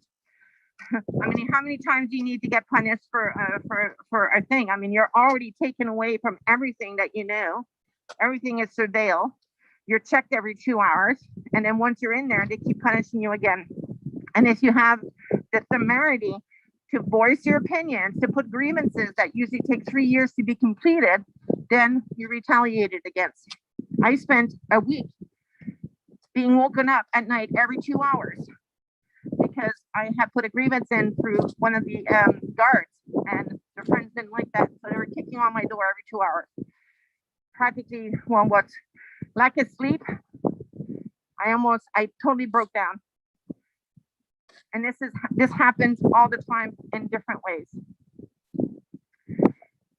Bonjour, mon nom c'est Wendy Joanne Barito. Je suis présentement en train de servir une sentence vie. Je suis à l'extérieur, mais je vais être en surveillance pour le restant de mes jours, même si je contribue à la société de façon bien. Le gouvernement a décidé que je n'étais plus un danger pour la société. Ils m'ont laissé sortir, mais ils me donnent presque pas de liberté. Les institutions présentement, les détenus présentement ont de la difficulté à vivre dans les conditions de COVID. Il y a des endroits où ils passent 30 heures dans leur cellule, et puis ils sortent une couple d'heures et ils retournent 30 heures dans leur cellule. Des secteurs qui sont fermés complètement. Presque aucune visite. Les privilèges de téléphone sont réduits.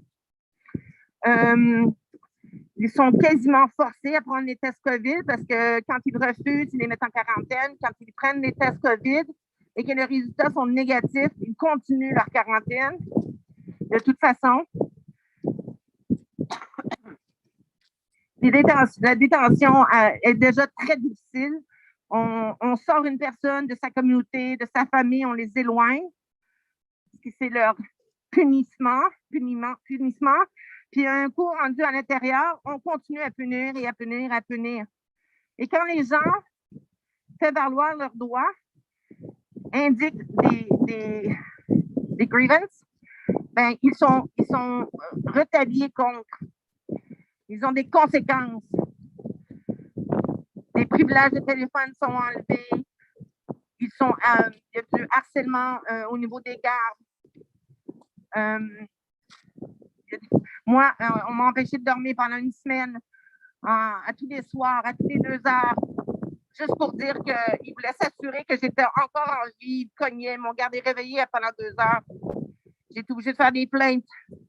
Mais tu parles, tu veux faire valoir tes droits et il y a des rétributions comme ça. On le voit tous les jours. C'est pour ça que les gens, habituellement, quand ils décident de parler, ils ne veulent pas être identifiés. Si les gens ont peur, ben, habituellement, quand il y a de la peur, c'est pas pour aucune raison. C'est parce qu'on a de l'histoire là-dessus. Les gens à l'intérieur, imaginez passer 1 an dans votre salle de bain. Prenez votre bain, là, puis votre bain, c'est votre lit. Puis vous avez votre toilette, puis vous avez un lavabo. Puis vous passez 1 année dans votre salle de bain. On trouve déjà que le COVID, pour nous, est enfermé dans la maison. Faire du télétravail, avoir du Zoom, c'est compliqué. Mais imaginez dans votre salle de bain, pas de télétravail, pas de Zoom, presque pas de téléphone, contact humain, rare. Mais c'est ça la vie d'un détenu présentement dans la situation COVID. C'est déjà difficile dans le temps normal, mais c'est inacceptable en ces temps-ci présentement. So imagine spending a year in your bathroom, Take the tub away, replace your tub by bed. You got your counter, and you got your toilet, and that's your life for a year. You rarely get out of there. You don't get any human contact or hardly any, no, I don't like to generalize. You hardly get any human contact. You don't get out of there. You can't phone as you will. You're not getting visits. We outside, we find it hard being in our houses, with some human contact, with Zoom meetings, with our phones, with our televisions, right? Imagine that not taking it away. Bathroom, TV, that's it. Try doing it for 2 days. I challenge you to stay in your bathroom for 2 days. Not talking to anybody, and see how you feel about that. So this is how we're treating our inmates right now. I'm going to I always end by this. I do lectures in university, and this is what I say. I said, every inmate eventually is going to leave the prison system, right? And eventually, they're going to go out. They're going to be somebody's neighbor, right? So who do you want as your neighbor? Do you want somebody that's been treated humanely, that's been shown compassion, that's been shown the good side of humanity, that is not angry? Or do you want somebody that's been treated almost like an animal, no respect as your neighbor? Just think about it. Je vais vous laisser en disant ça. Je dis, chaque personne détenue, éventuellement, va sortir. Éventuellement, cette personne-là va être le voisin de quelqu'un d'autre. Qu'est-ce que vous voulez comme un voisin? Est-ce que vous voulez un voisin qui a été traité de façon humaine, avec compassion, avec un sens d'être agrandi, avec un sens de soi agrandi, ou vous voulez quelqu'un qui a été opprimé, violenté, traité comme moins qu'un humain? Pensez-y. Quand vous allez rencontrer votre voisin, on ne sait jamais, hein? When you meet your neighbor, you never know who they're going to be. Thank you. So we're going to continue watching this footage in the background. We can see the speeches are still taking place from this amazing rally. And we've heard some wonderful speeches in 3 different languages we've been hearing, as well as recordings from inside. Nous allons, merci beaucoup, Wendy. Nous allons maintenant céder la parole à mon conducteur. Elle est une militante noire trans et combattante pour la liberté. Here we go. Thank you. So we're going to keep seeing it. And for the people streaming, if something, really exciting happens, you want us to jump back in, we can certainly come back in. But Desmond, you were going to pick up on something said in the speeches that we just heard. Oh, you're on mute. I'm surprised it took that long for that to happen. It's just really powerful listening to the voices of people inside this center speaking for themselves about their conditions. And one of the comments that just really reflected and struck me, it seems like it's so simple, it seems like it's so obvious, but there is no social distancing. We call it social distancing. I don't like that term. It's about physical distancing.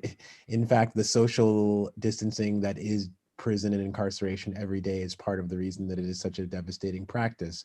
But you can't physically distance in an incarcerated space either, and that's by design. And so what are the 2 things that all of us have been told and preached for the last year? 2 things: wash your hands and keep your physical distance from other people whenever possible.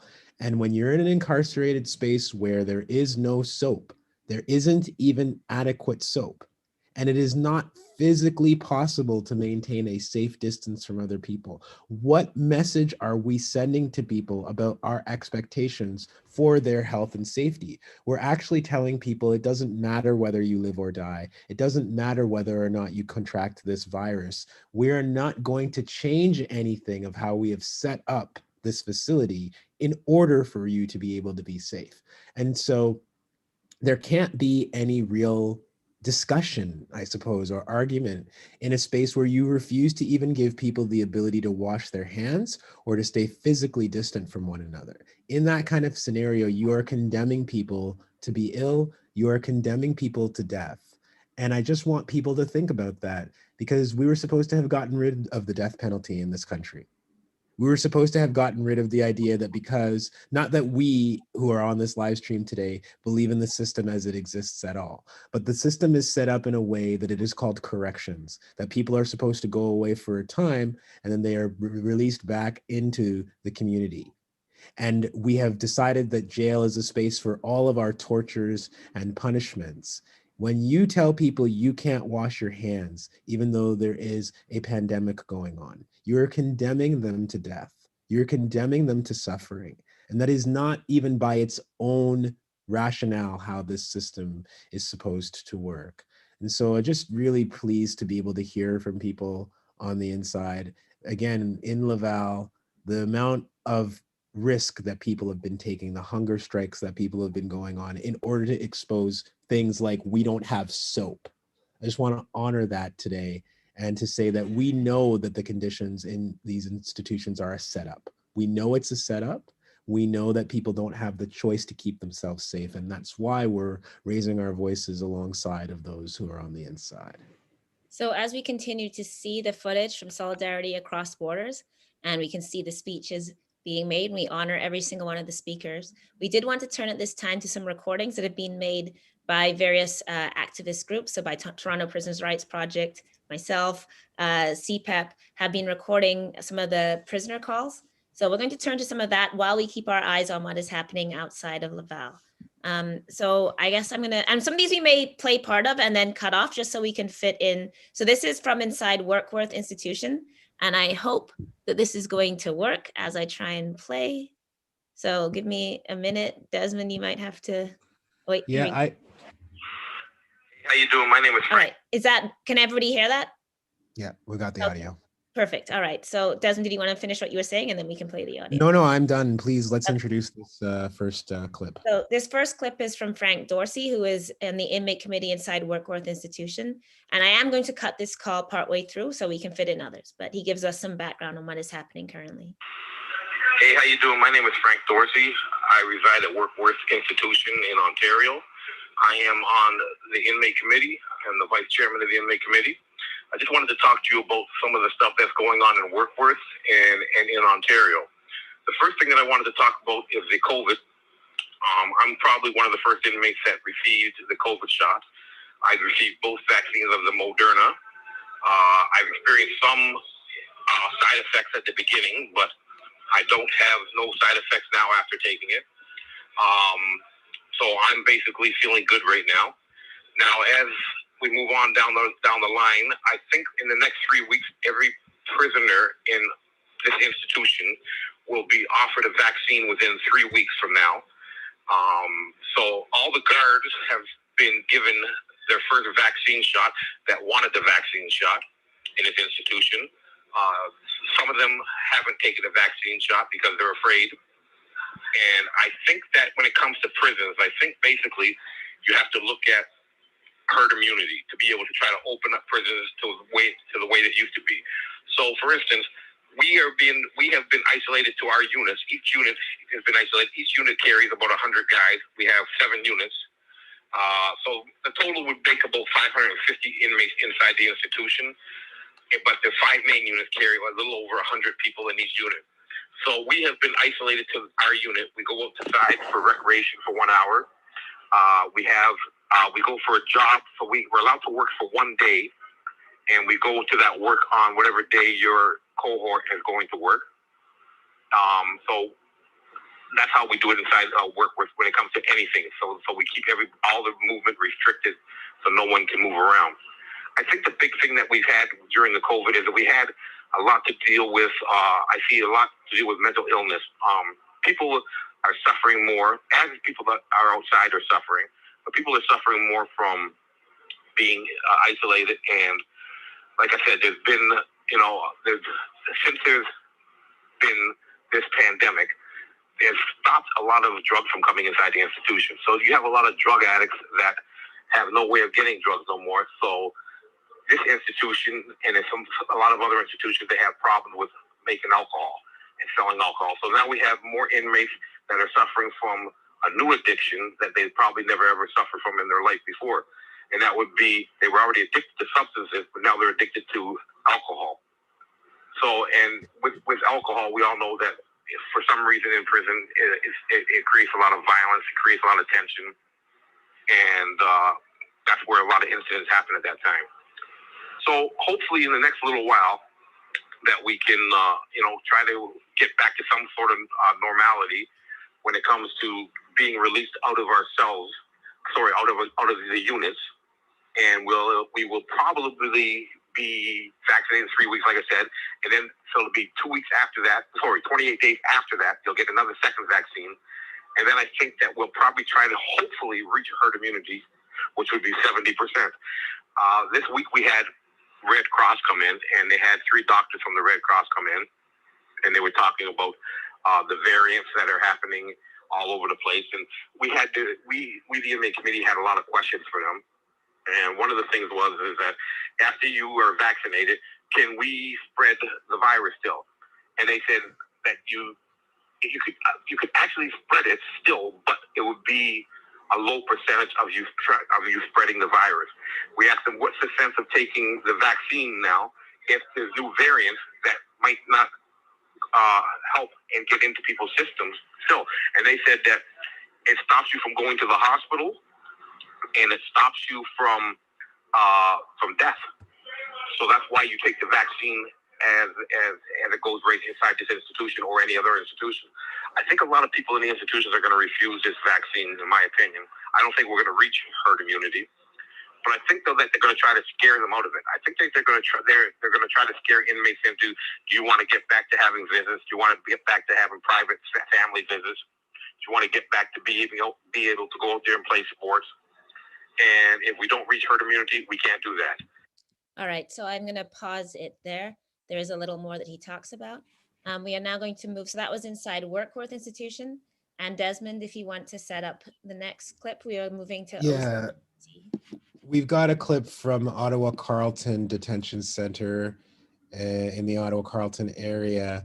And I want to preface this interview with an inmate there by saying that a couple of days ago, it was reported that a fellow by the name of David Rafter, who had just turned 30 years old, was found unconscious in his cell at Ottawa Carleton Detention Center, and he died.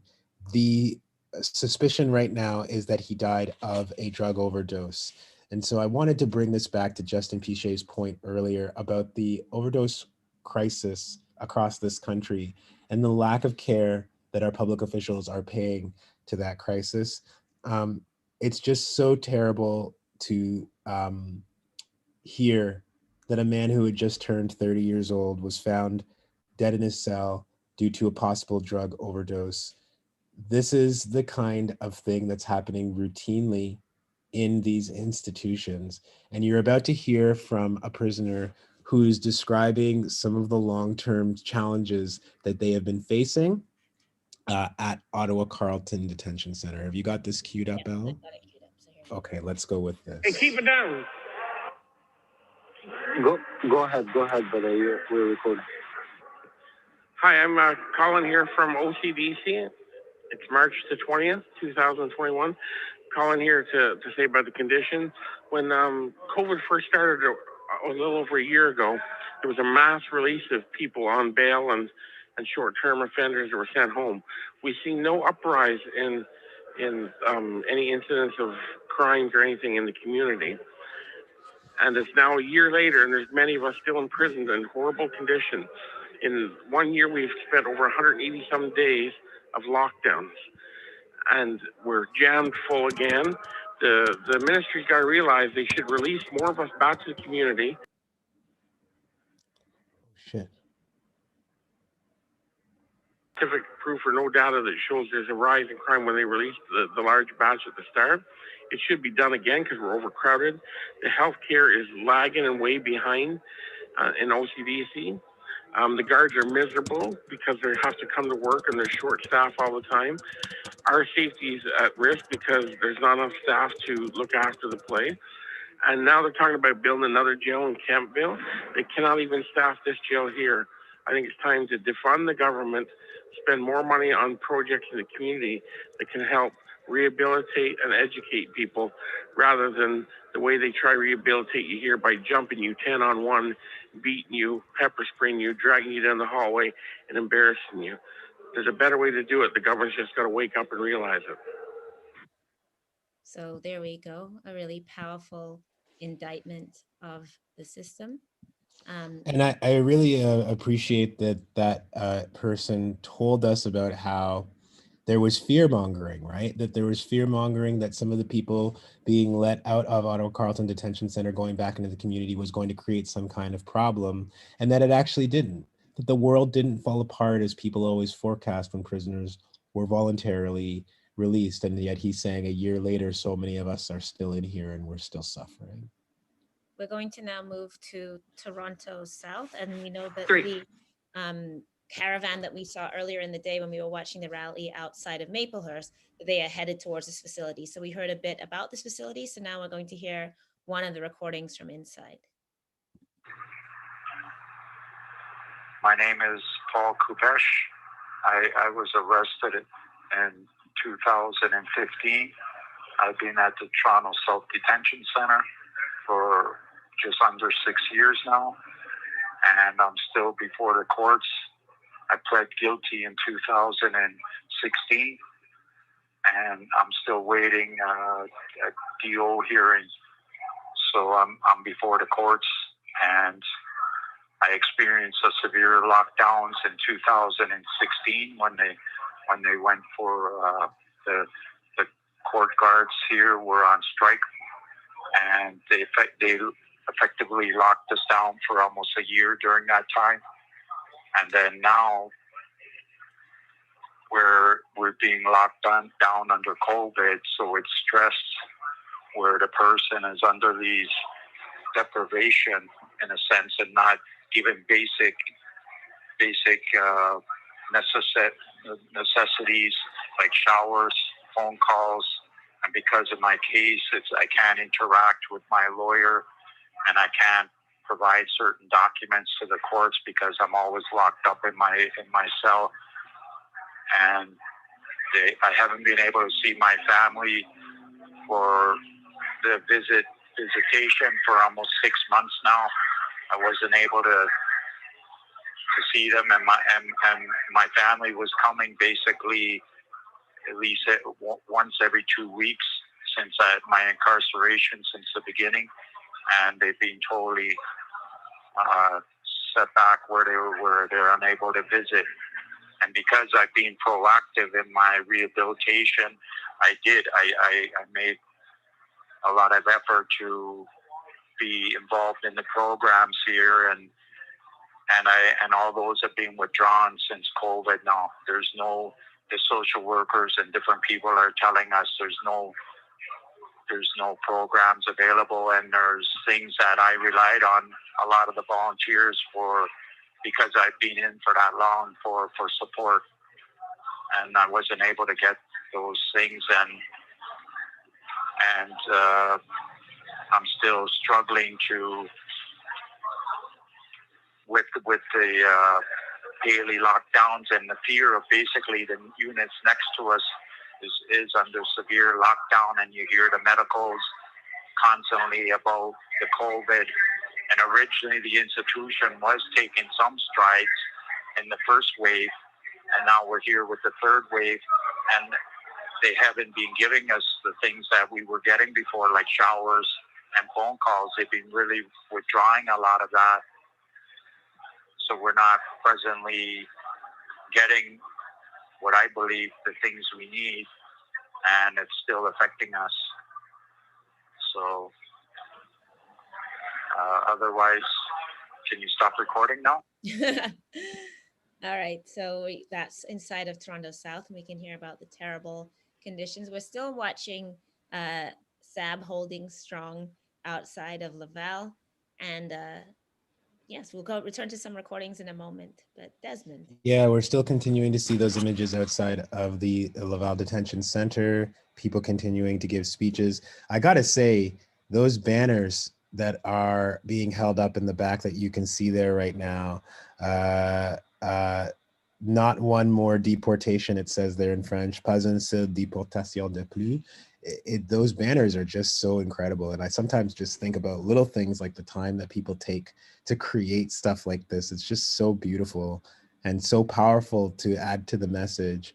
And certainly the message of status for all in the context of what's happening in Laval right now is so critical, that we have people coming into this country who end up in detention because the government refuses to regularize their status. And the only way for us to really push back against that is to fight for status for all. We've been hearing a lot of voices of men inside of our institutions, Al. I just wanted to ask you a little bit, because I know that for the last year, you've been working with women in Nova Scotia on release plans, on housing. And I just wanted to know, maybe you could give us a little bit of a sense of what women have been saying in Nova Scotia about the conditions inside jail and how people have been working with them to try and secure better conditions and in some cases even release. So we will be hearing from Martha Painter from Wellness Within later, but yes, many of the voices we had on those calls were from men's prisons, and we know that COVID also has a gendered impact. As Martha will talk about, women in prison, many of them have their babies with them, for example. So there are actually children living in institutions where there is COVID. We also, of course, know that inside institutions that are designated as women's prisons, which of course don't only hold people who identify as women, they also hold trans and non-binary prisoners as well. And we want to make that clear. That particular forms of separation and violence particularly impact people in those institutions, such as being a parent, a primary parent and caregiver for children. And there is not really any attention paid to what happens to families during this time when the primary caregiver is behind bars. We also, of course, know that while the numbers went down during the releases in this province, and at one point were extremely low because of the work done by organizations such as Elizabeth Fry Mainland and such as Coverdale Courtwork Society, those numbers have, of course, begun creeping up. So we are seeing women being returned into carceral situations, into provincial jails, into federal prisons, when the resources do exist in our communities for housing. I want to highlight the work here of Coverdale and Elizabeth Fry in Nova Scotia to really work to build community housing, to create housing plans, to give us the resources in our communities, to remove the idea that we need to sentence people to custodial sentences when we have the ability for people to live in community, in supported housing, in all kinds of ways that are not only much more rehabilitative, as we say, that not only are more effective in reducing things like people returning to prison, getting people the help they need, but are in fact much cheaper. So in Nova Scotia, it costs $271 a day to keep somebody incarcerated in provincial jail, and it costs less than $125 a day to keep people in fully supported housing, of course, including access to groceries, including social work on site. So it really shows us the myth of the prison, the fact that we continue to not only believe that punishment has a social value, but that it has some kind of economic value as well, when in fact we can do all the things that people imagine prisons do that they don't do, because they are not social work, shelter, they are not mental health care, they are not medical care, they are not a job program, they are not an education program, and all those things are in fact done much cheaper. So we will hear more from Martha Painter. I don't want to step on her interview, but we will hear more from her in a minute. Yeah, not at all. I see that we have Paul Taylor sitting in the wings with us, and I know you can hear us, Paul. We're going to come to you in just a moment. But meanwhile, Justin Pichet is supplementing what you're saying here, Al, by providing us with some statistics. I just want to share really quickly in regards to some of the correctional facilities for women across the country. Joliet Institution for Women. Right now, the numbers are telling us that there are 54 prisoners and 49 staff members who have contracted COVID-19, for a total of 103 people within that one institution in Joliet. That's one institution, 103 cases of COVID-19. In the Edmonton Institution for Women, there are 7 prisoners and 1 staff member with COVID-19, for a total of 8. Fraser Valley Institution for Women, 4 prisoners and 1 staff member, for a total of 5. Leclerc Provincial, 2 prisoners and 11 staff members who have contracted COVID-19. The Vanier Center for Women in Ontario, 37 prisoners, 3 staff, and a contractor, for a total of 41 people who have contracted COVID-19.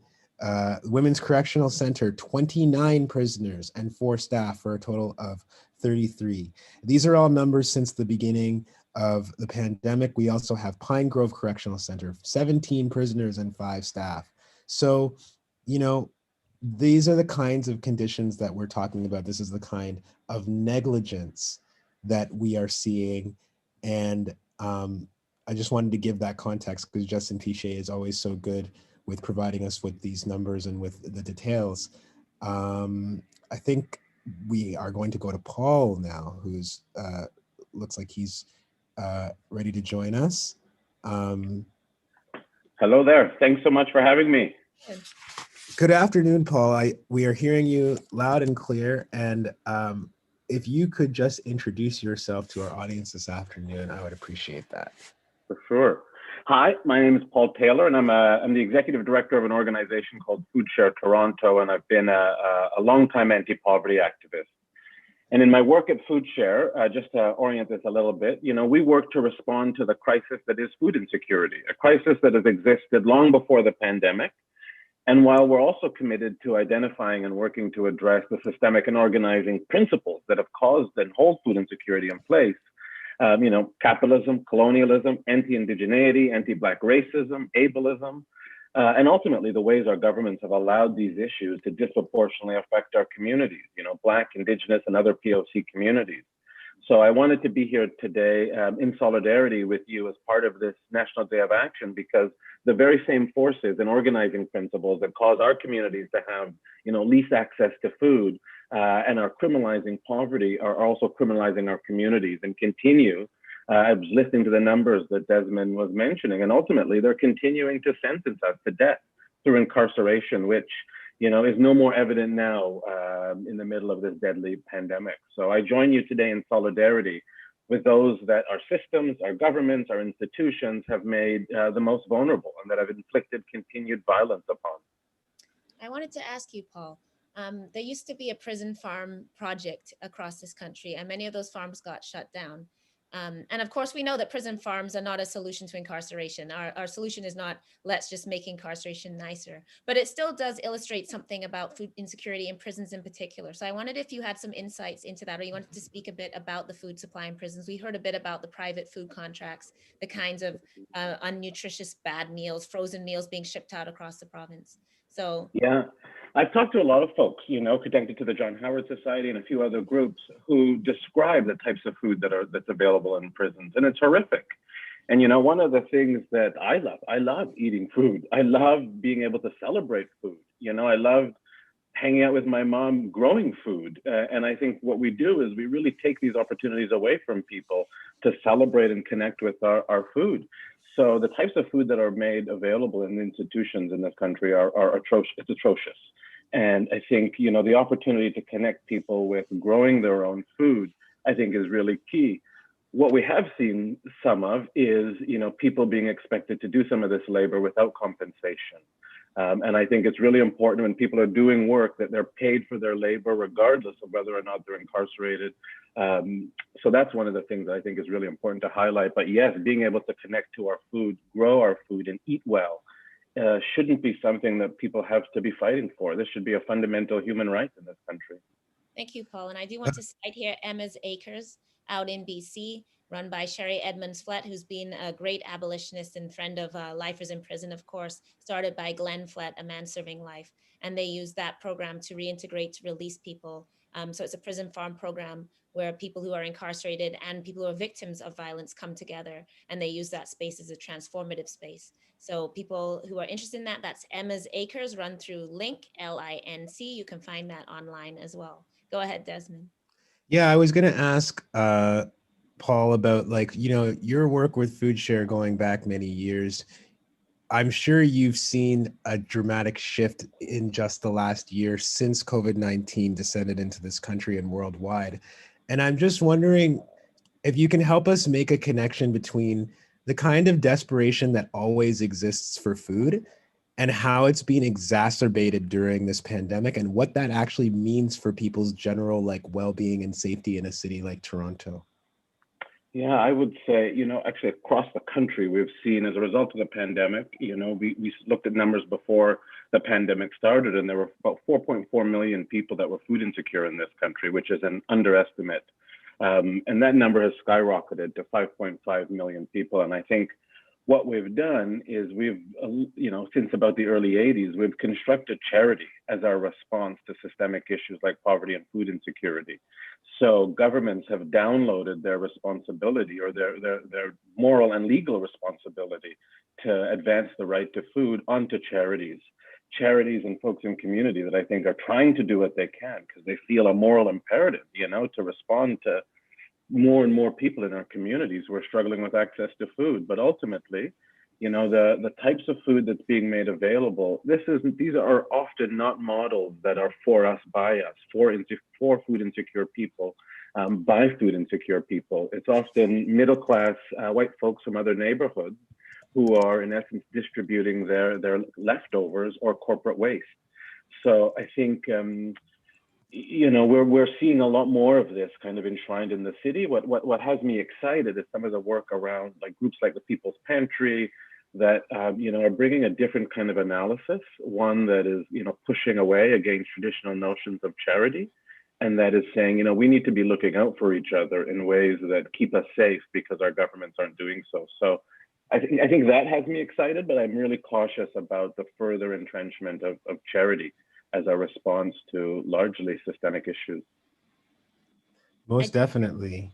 Oh, sorry, go ahead, Desmond. I think Desmond has one final question, but I also do want to point people towards the Stop Prison Farms movement in Kingston, Ontario, and point out that the government, where they had the opportunity to restore a healthy prison farm operation that would have put people in care of animals, put people in relationship to the land, has instead chosen to create basically a commercial operation that will be taking goat's milk and shipping it to China through the same factories and corporations that actually were involved in poison baby formula. So rather than creating a healthy food operation, though they claim they are not doing corporate food production, it's very clear that the production they will be doing is very unhealthy and will be using it in the corporate food supply. And we also do want to point here to that animal justice and prison justice is connected. Now, I don't mean in the way that people say people in prison are animals, which is why people get sometimes uncomfortable with that comparison. The comparison we are making is that when we hold animals in captivity, in the dark, without access to freedom, we understand that those kind of carceral attitudes of exploitation of nature, exploitation of the land are part of capitalism as well. And the brutality and violence that can be done to animals in a prison farm situation does not promote caring, does not promote any kind of healthy relationship. It promotes more violence upon now the bodies of animals, in this case goats,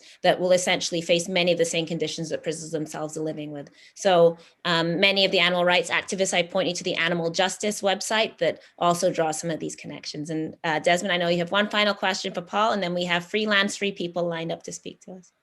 Yes, thank you. And I think I just wanted to ask Paul, as you talk about being in solidarity in terms of this decolonial struggle, what does this country look like if we begin to shift our resources, the tremendous resources that we're putting into incarceration, and start devoting more of those resources to making sure that our people are fed?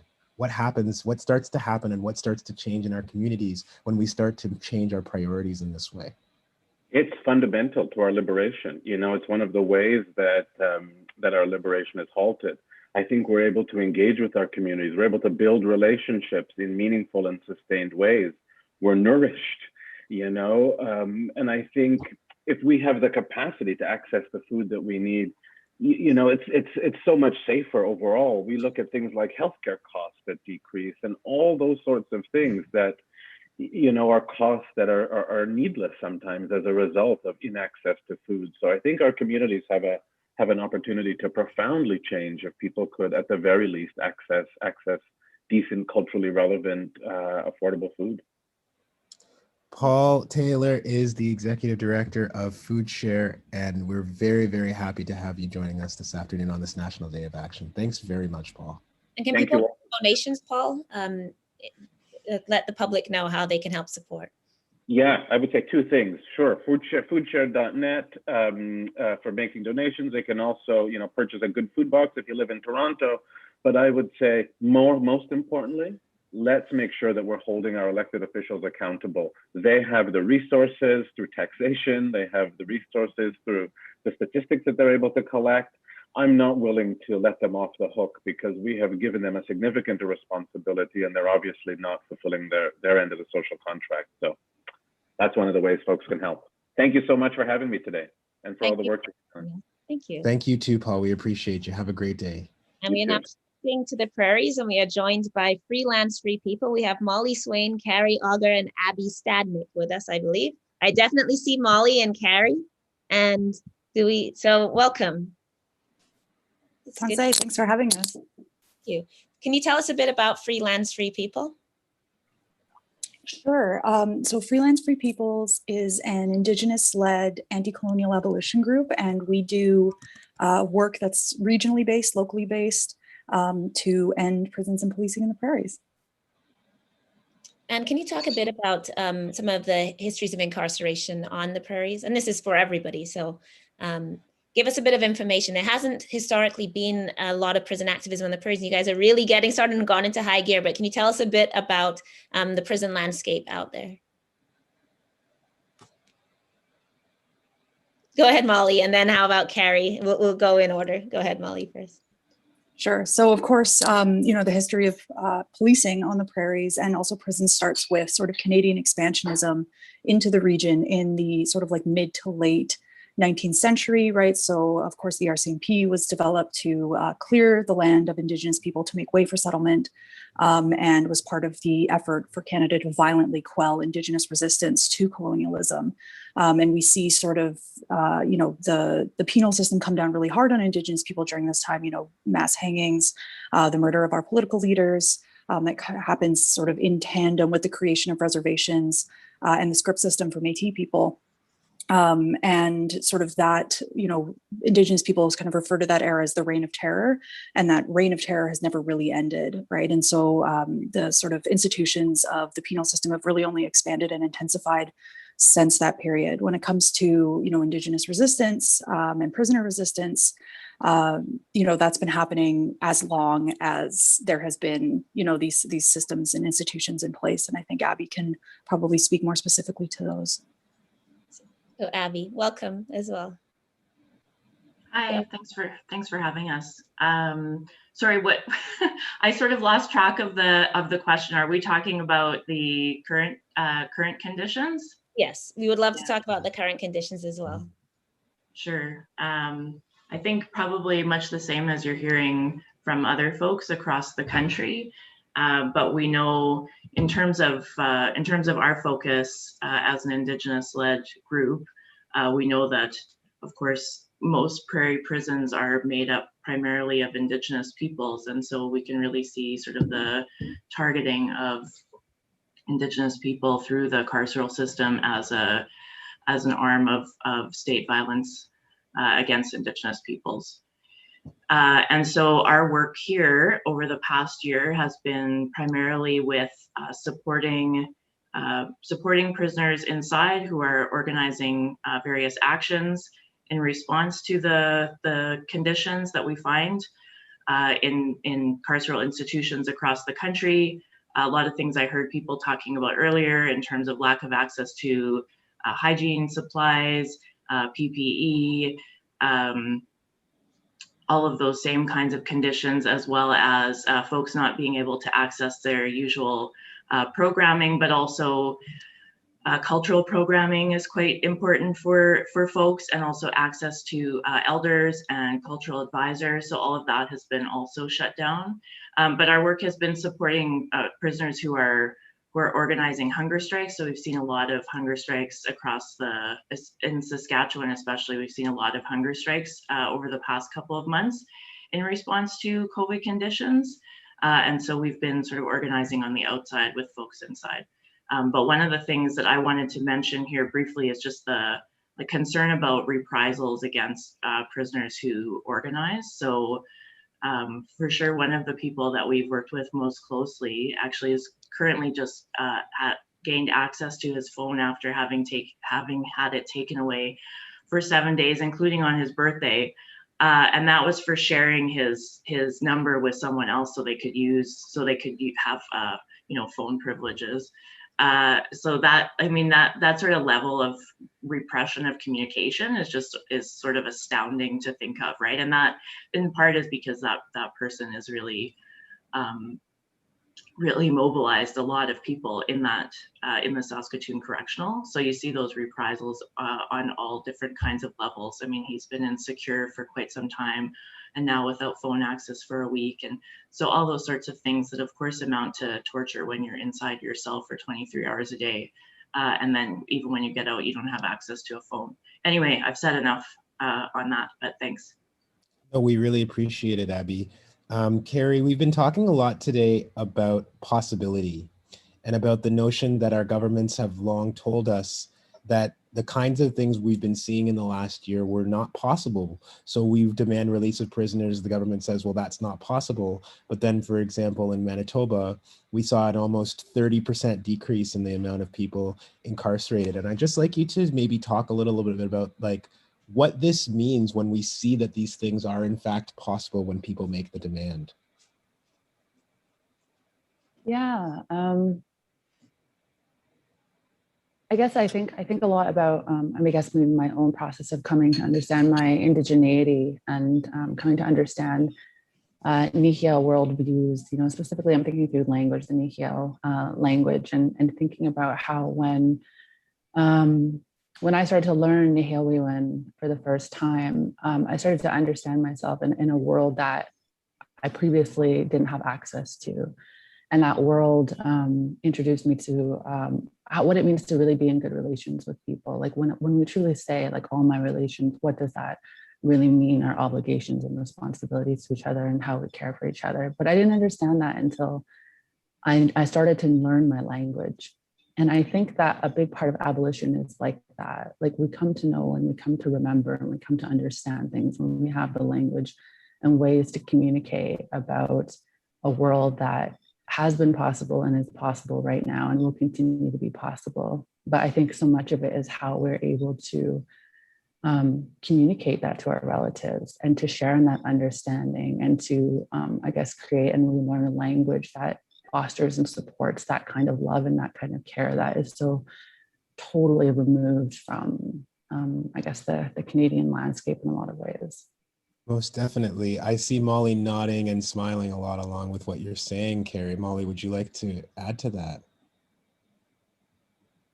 Yeah, I think, you know, Carrie is absolutely right. And, you know, I think Indigenous traditions, you know, no matter where they're from, but especially peoples who, you know, have the privilege to live on their lands, right? You can access that land-based, culturally based, and historical knowledge, and you know the knowledge that we still use in the justice traditions, the non-carceral justice traditions that we continue to use and activate all of the time, right? And a big part of what the state does, you know, as part of colonialism, as part of white supremacy, et cetera, is to shut down possibilities of change, right?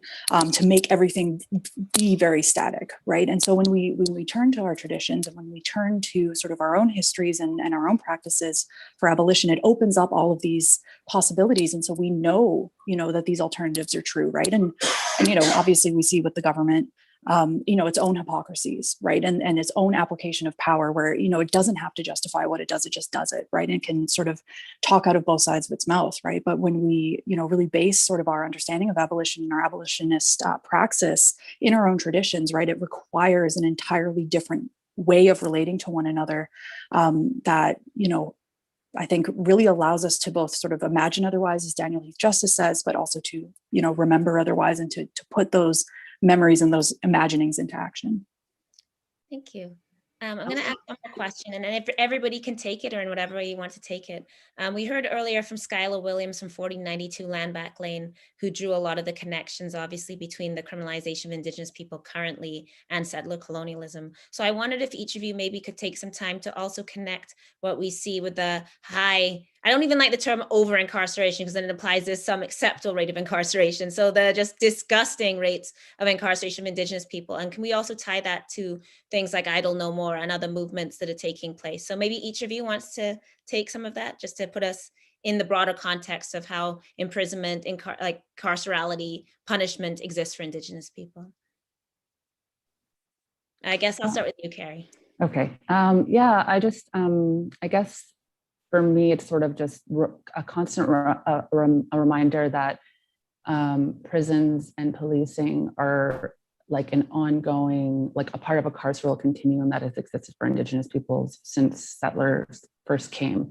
And if we think about the ways that Indigenous peoples were controlled, you know, prior to the prison system, and Molly did a lot of sort of research beautifully on this, but I'll speak a bit to it. Just that when the Indian pass system exists and Indigenous peoples were legally forced to stay on the reserves and had to get permission from an Indian agent to leave, like we had a system, settler colonialism had a system to contain Indigenous peoples. Similarly, after that, and alongside with the residential school system, we see another form of containment and dispossession of Indigenous peoples. And when that came to close, then we see Indigenous incarceration rates continue to move up, and continue to move up. So you can see it on this continuum of ways that the settler colonial state has continues to develop mechanisms to control and dispossess Indigenous peoples from their land and their culture. Thank you, Carrie. Abby, if you want to add.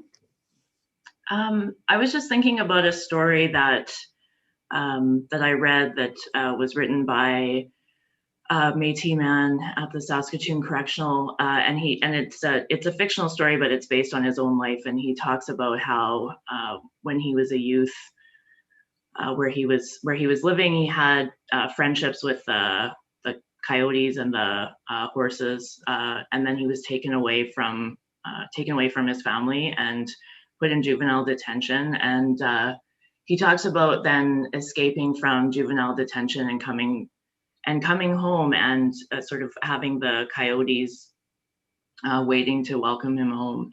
And for me, I mean, if you read the story, it's much more beautiful than how I can express it here. But what I love about that story is that it really sort of emphasizes that idea of relationality between people and the larger, more than human world, which is really important within Indigenous epistemologies. But it also emphasizes the way that the carceral system breaks that connection, or works to break that connection. I mean, it also emphasizes the way that people resist the system and find ways to subvert it. So that's the story that comes to mind when you talk about land and the relationship between incarceration and land and Indigenous communities. I don't know, Molly, if you had anything to add. Yeah, I think I would just, add that there is a really strong connection, sort of, as Carrie and Abby have both spoken to, right, between sort of the state's need, it's not just a desire, but it's an actual need in order to continue the state to break the connections between Indigenous people and the land, and between Indigenous nations, sort of both within our nations with one another, but then also between nations. And so, movements like Land Back, whether that be 1492 Land Back Lane or the Unistoten Camp, or, the Solidarity movements, or even Oka, right, going back, all of these things require the mobilization on the part of the state of, prisons, of policing, of criminalization, of incarceration, in order to sort of maintain the fiction that is Canada, to allow Canada to access the land for settlement, for resource extraction. And so I think it's really important that, and I'm sure folks have spoken to this, that we really recognize that, land back movements and land back projects are, part of an abolitionist future, and they're part of abolitionist resistance. And, when Indigenous peoples and, our accomplices are taking up, land back and doing land back work, not only is that sort of resisting sort of colonialism as a project of land theft, but it's also resisting colonialism as sort of a penal project as well, I believe. Thank you so much, Molly. Thank you to all three of you, Molly Swain, Abby Stadnick, and Carrie Auger. Free lands, free peoples. Is there anything that you would like to promote before we let you go today? I think, oh, no, do you want to go? No, go ahead, Molly. I was just going to say, hunger strikes and prisoner resistance on the prairies are ongoing. If you'd like to learn more, we are part of a coalition called the Saskatchewan Manitoba Alberta Abolition Coalition, or SMAC, SMAAC. You can find us at smac.org. There's also an amazing sort of prisoner-led advocacy group called Inmates for Humane Conditions. You can find them on Facebook. They're doing some amazing work. Abby, would you like to add anything, or Carrie? I was just going to say that Inmates for Humane Conditions, which is prisoner-led, is raising money right now, and that raising money, which you can find on GoFundMe, or perhaps we can post the link later. But that initiative comes out of, in part, comes out of the death of Kimberly Squirrel, which people may have heard about, but basically an Indigenous woman who was released from Pine Grove Correctional and then froze to death. And in part, that's because of the lack of resources, or maybe completely because of the lack of resources for people who are being released from prison. And so when we talk about calls for decarceration, we obviously also have to really think about providing adequate supports. Yeah, that's great, thank you. Providing adequate, and there's Corey who's organizing it. Sorry, I'm checking my link. Yeah. So adequate supports for people who are being released. We can't call for release without also calling for those robust community and social supports that are community-led, and in this case, prisoner-led, which is really amazing. And Corey's been able to do amazing work in terms of mobilizing and trying to help and support his own community.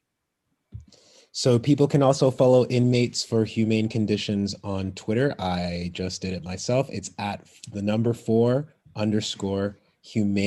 and that's Inmates for Humane Conditions, and you can learn more about the fundraising efforts. So to our guests from Freelands, Free Peoples, we just want to say thank you very much, Molly, Abby, Carrie, for contributing to today's National Day of Action. We hope to hear more from you in the future. Thank you for all the work that you're doing, and we'll speak with you again soon. Thank you so much. We're going to turn now to my area, Mi'kma'ki, Jabuktuk, and I do apologize for this video because the internet dropped halfway through, so it's in two parts. But this is with Martha Painter from Wellness Within. We talked a little bit before about the conditions particularly affecting women, non-binary, and trans people. So we'll start, but it's in two parts, so it'll be a bit complicated, but here we go. We're here with Martha Painter from Wellness Within here in Halifax. So Martha, can you tell us a bit about the work Wellness Within has been doing through the pandemic and also more broadly? So Wellness Within is an organization in Nova Scotia that started with a doula program, so bearing witness to people who are experiencing pregnancy and postpartum while incarcerated or criminalized in the community. And on March 17th, a year ago, we were supposed to go in and do a visit with a client, and that was canceled right before. And that, since then, we've been locked out. So we have been unable to do that in-person solidarity.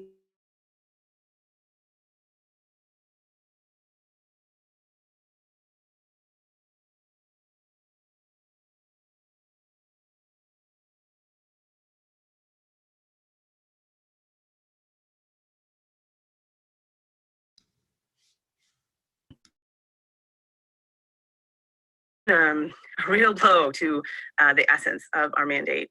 Beyond our doula work, we have really become an organization that, because we have complete independence, no core funding, we can do advocacy that maybe other organizations for women, trans, and non-binary people can't necessarily do. And so we've advocated very loudly for decarceration.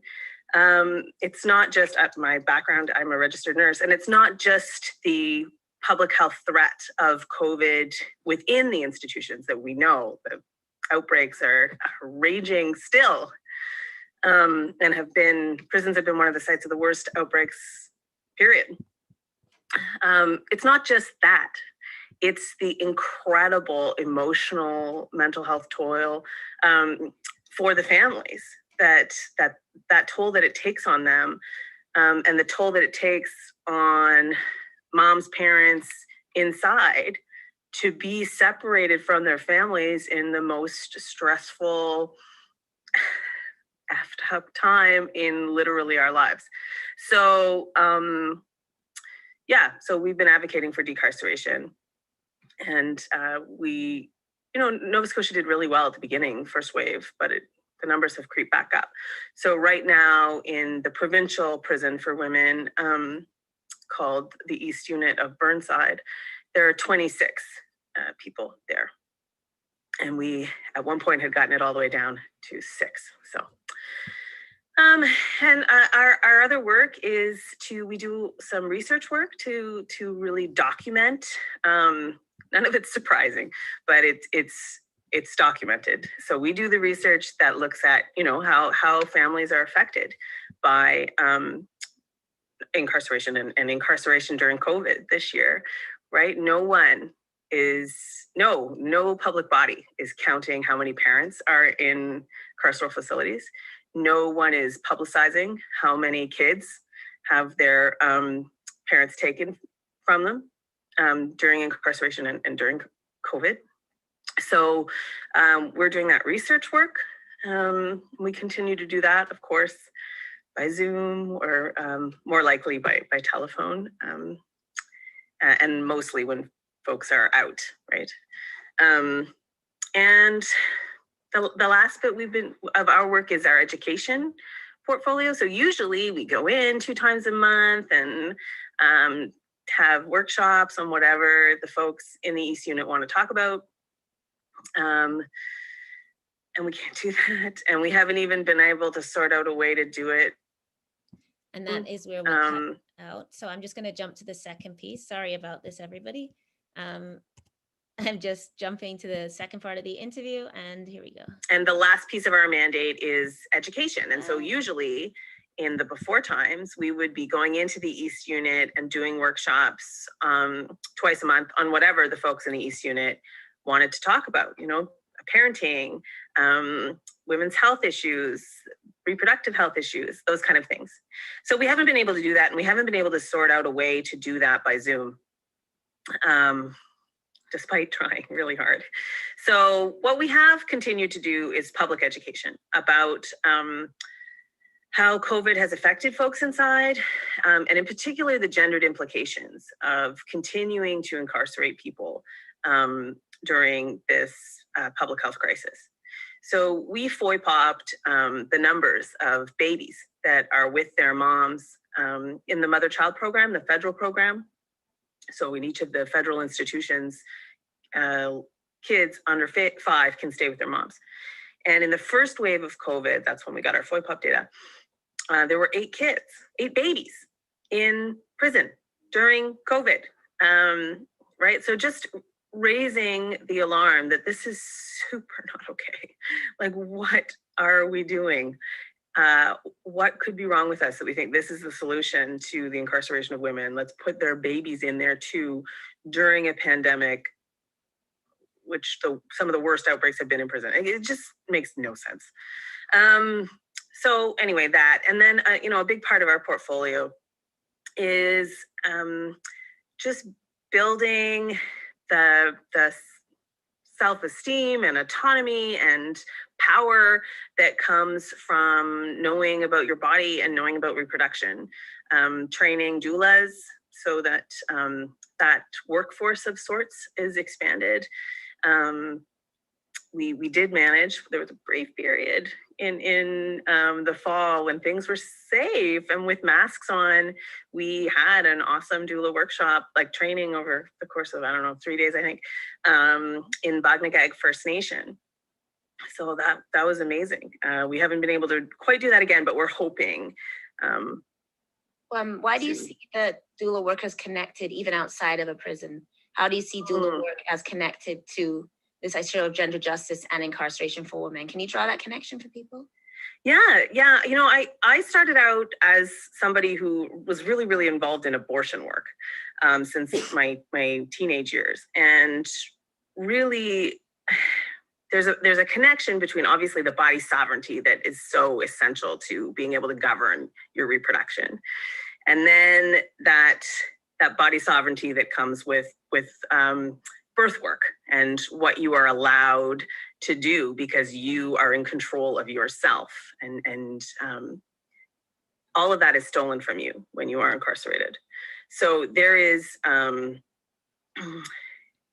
just don't feel that you can be working in reproductive justice, in reproductive rights, in reproductive health without drawing the link that there is no reproductive justice in prisons.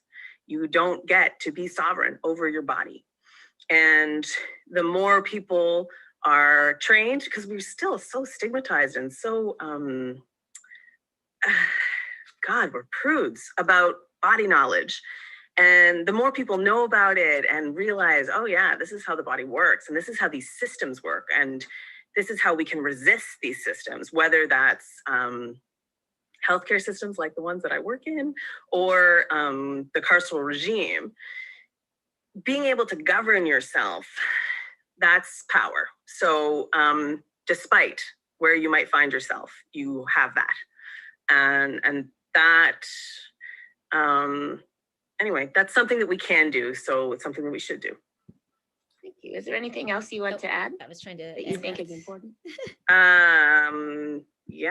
So there we are. I'm going to stop the share. Sorry, I'm doing like 5 things at once and it's very difficult. But I also wanted to add, of course, that bodily sovereignty also extends to trans people, non-binary people, people who are not identified as women. And also, we do not exclude that, obviously, from our discussions of what happens inside institutions that are designated for women. But we understand that that very binary system that underlies the prison system is itself a colonial system, is itself about policing of bodies, and itself part of a violent system that decides who conforms with, ideas of womanhood, who conforms with ideas of manhood, and that is also at the root of much policing and violence as well. So I just wanted to end by saying that. Appreciate it. We're looking forward to an interview with Vicky Chartrand of the Center for Justice Exchange. I don't see that she's with us just yet. We're also looking forward to catching up with the caravan that we told you about, because as you would have seen earlier, we were in Milton broadcasting images outside of Maplehurst Detention Facility, and the people who were demonstrating outside of Maplehurst were planning to do a caravan where they were driving down into downtown Toronto and arriving at the Toronto South Detention Center, which we've also been hearing about today, and we've even heard of some testimony from a prisoner inside the Toronto South. So we're looking forward, as well as talking to Vicky, to catching up with the caravan and seeing what's going on in downtown Toronto right now. So I think right now, while we're waiting to be able to connect with Vicky, we do have some other videos. This effort of this National Day is across so-called Canada. And we know we have had messages from people from coast to coast. And we are now going to play for you a message from Harsha Walia, the Executive Director of the BC Civil Liberties Association, an incredible fighter for justice, the author of a new book about border imperialism, somebody whose work you really should know if you don't know the work of Harsha Walia. And so we're going to play a little bit of an interview with her right now. And I will be bringing up a copy of her book when she's finished. And I do want to say that Harsha's donated copies of her books to organizations that are able to sell them and take the proceeds into our justice work. So we very much appreciate that. And here is Harsha. I'm here on the territories of the Coast Salish people, the lands of the Musqueam, the Tsleil-Waututh, and the Squamish nations, who continue to steward these lands, whose laws continue to exist on these lands, whose jurisdiction is alive on these lands. And I think, particularly in this context where we are talking about dismantling and rebuilding, such a key part of dismantling and rebuilding is the affirmation of Indigenous laws and Indigenous jurisdiction. And recognizing that, as Raven said, so much of what we learn about abolition is from Indigenous and Black feminists, is from the histories of what it means to be alive on these lands and lands across these worlds before criminalizing systems, to understand what it means to take care of the land, to take care of each other, and knowing that carceral systems on these lands are very much in the long arc of anti-Indigenous and anti-Black genocide, that these are rooted in histories of enslavement and histories of colonization, and that, you know, the very foundation of reserves on these lands was a carceral regime to contain Indigenous peoples on lands. And of course, we are just a few days out from the February 14th annual Women's Memorial March, which here in the downtown East Side community in Vancouver has been going on for 30 years. For 30 years, Indigenous women, Indigenous elders, Indigenous trans and two-spirit people have been marching in the streets of the downtown East Side of Vancouver to memorialize and remember the many Indigenous women and trans and two-spirit people and girls who have been missing or who have been murdered for 30 long years. And they have made very clear that the underprotection and the over-criminalizing of Indigenous women and girls are two sides of the same coin, right? The fact that Indigenous women are missing and murdered is precisely because the police continue to perpetuate neglect while over-criminalizing. And that really is the context and the foundation where I'm speaking from today, 2 days after the 30th annual Women's Memorial March here on these territories. The BCCLA, the BC Civil Liberties Organization, BC Civil Liberties Association, is very proud and humbled and honored to support the historic declaration to divest from policing in prisons and to build safer communities for all of us, a declaration that has been signed by over 250 organizations and 3,000 people. And for far too long, we know that here in this country, successive governments have been managing and controlling and criminalizing racial segregation, racial genocide, and mass inequality through structures of criminalization, including punitive laws and more police and more prisons and more detention centers. Every year, we see the budgets of these kinds of agencies grow and grow. The founding of the Northwest Mounted Police here in these lands was precisely to protect settler and colonial interests against Indigenous and Black communities. That was the cause, that was the reason of the foundation of the police, and that continues today. The BC Civil Liberties Association is a legal organization. We're a fairly mainstream legal organization that has spent decades using the law as a tool against the violence of police and prisons and immigration detention centers. For decades, we have tried to fight for police accountability and oversight bodies, only to see more resources going into false techno solutions like police-borne body cameras, or ineffective police oversight bodies that are stacked with former police officers, even though these bodies are supposed to be civilian. Today in Canada, over 60% of all independent police investigative bodies are former police officers. So when people are filing complaints thinking that they are going to get an impartial, independent, civilian oversight body, 67% of those investigative officers that are supposed to be civilian are actually former cops and overwhelmingly white. Every attempt at police reform has only meant more money into policing. We now see police officers using deadly force, conducting fatal wellness checks against Chantal Moore, Ijaz Ahmed, Regis Korchinski-Paquette, and countless others. We see the criminalization day in and day out of Indigenous land defenders through militarized raids, for example, in Wet'suwet'en territories or Mi'kma'ki territories, or in 1492 land back. We see the police conducting mass illegal surveillance against protesters and environmentalists and labor organizers. We see the police inappropriately embedding themselves in every sector and section of our society and community. They are embedded in our healthcare system. They are embedded in social services. They are embedded in child services. They are embedded in immigration enforcement. They are embedded in the school system. Every single one of our public services has become a pipeline for criminalization. And we see the police arresting and criminalizing people every day on our streets who use drugs, who do sex work, or who live in public space. This is the reality of criminalization across this country. The BCCLA has also spent years taking Canada to court for its continued and illegal and immoral use of solitary confinement and other acts of prison warfare, which is a form of torture. Even according to the United Nations, solitary confinement is a form of torture.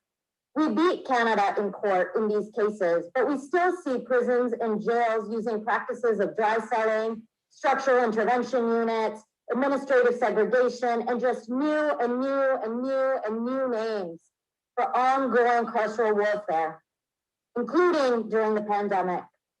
We know that prisons are full of survivors, people surviving the violence of poverty, the violence of homelessness, the violence of gendered and racial violence. We know that prisons are not about creating safety, they're actually about creating conditions of unsafety, lack of safety, and harm.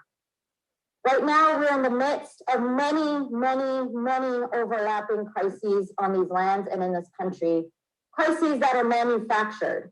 The COVID pandemic is real, but the inequalities and the disproportionate impacts and fault lines of who experiences COVID pandemic in the most acute ways is manufactured. The opioid crisis and the crisis of lack of safe supply, the long arc of anti-Black and anti-Indigenous genocide. These are all overlapping crises. And on top of that, we have the ongoing carceral crisis. So calling for dismantling and defunding is fundamentally a call for care and safety. We absolutely must de-link carceral systems and criminalizing systems from safety. These systems do not keep us safe. They do not keep our comrades and our community members safe.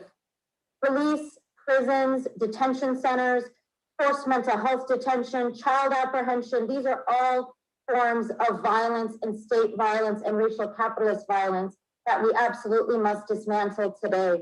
And so I encourage everyone, as others have said before, to read the declaration, to sign on to the declaration, and most importantly, to act on the declaration so that we can truly build communities of care, communities of safety, and communities of liberation where we can all live and we are all deserving of safety. Thank you.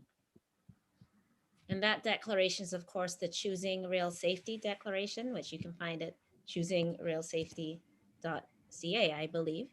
And Desmond, we'll go back to you. It looks like we're getting Toronto South. We're starting to get images from the Toronto South. It's always nice to hear from Harsha, such a powerful and a knowledgeable speaker. The caravan has made its way all the way from Milton down to the Toronto South Detention Center. We're starting to see these images right now. And choosingrealsafety.com, my apologies. So yeah, disconnection is by no mistake. And that disconnection, that division continues inside those walls. And so we're here today to demand that those walls come down. When prison lives are under attack, what do we do? When prison lives are under attack, what do we do? When prison lives are under attack, what do we do? What do we want? Freedom all. When do we want it? Now. What do we want? Freedom all. When do we want it? Now. What do we want? Freedom all. When do we want it? Now. If we don't get it, shut it down. If we don't get it, shut it down. Woo! Very obvious to see that the spirits have not waned across the hours since we saw these folks. My family is originally from the Philippines, which means I'm a settler on these lands, on these stolen Indigenous lands. I am thankful to these lands for holding my family, my loved ones together. I'm thankful to these lands for sustaining me. But I also occupy the lands of the first inhabitants. I occupy the lands of people who have been dispossessed, continue to be dispossessed, continue to experience ongoing colonialism. I benefit from that as a settler. And so part of what abolition is, part of why we're here, is also about making that recognition. It's also abolishing the nation-state borders that have been created on stolen lands. And so we cannot have abolition without supporting land back, without supporting Indigenous sovereignty, without supporting Indigenous self-determination. And it is also no mistake that prisons and carceral institutions disproportionately harm Indigenous communities. Shame! Fucking shame! There are people who are criminalized for protecting their homelands from the colonial state, which continues to destroy their communities or attempts to destroy their communities and the lands that hold them, and the lands that hold us. And so again, I just want to reiterate, it's so important that we include Indigenous sovereignty, self-determination, and land back in all our movements.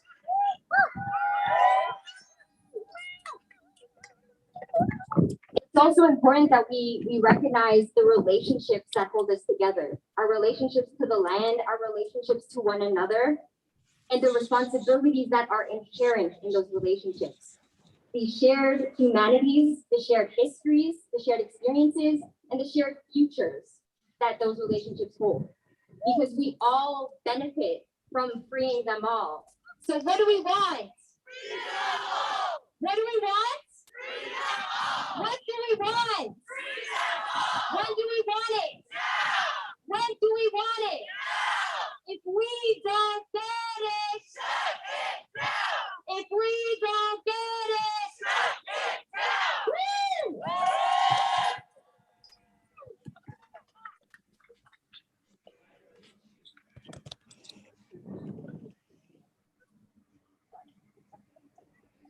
Prisoners lives they matter here. Yo, I don't think they can hear you inside. You think they can hear you? No.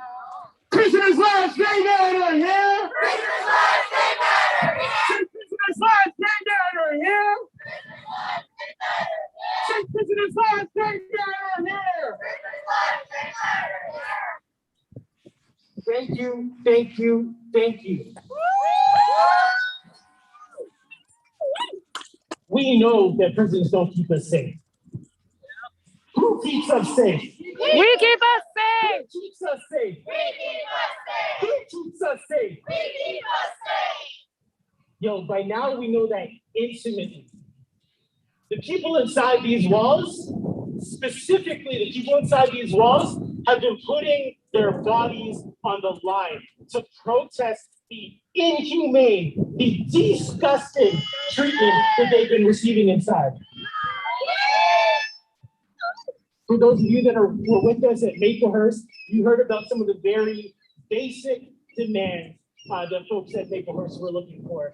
A lot of those demands are echoed right here at the Toronto South. And we're going to hear directly from folks that called us from the Toronto South Detention Center to welcome us here today, to tell us that what we're doing is important, and to tell us that we need to be here every single time they try to put another one of us on the line like this.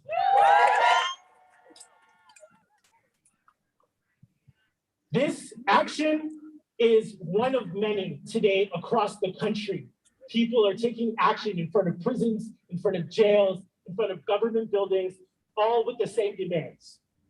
Demanding that we see an immediate release of people inside. We saw during the first wave of the pandemic that it was totally possible to release 30% of prisoners inside this institution.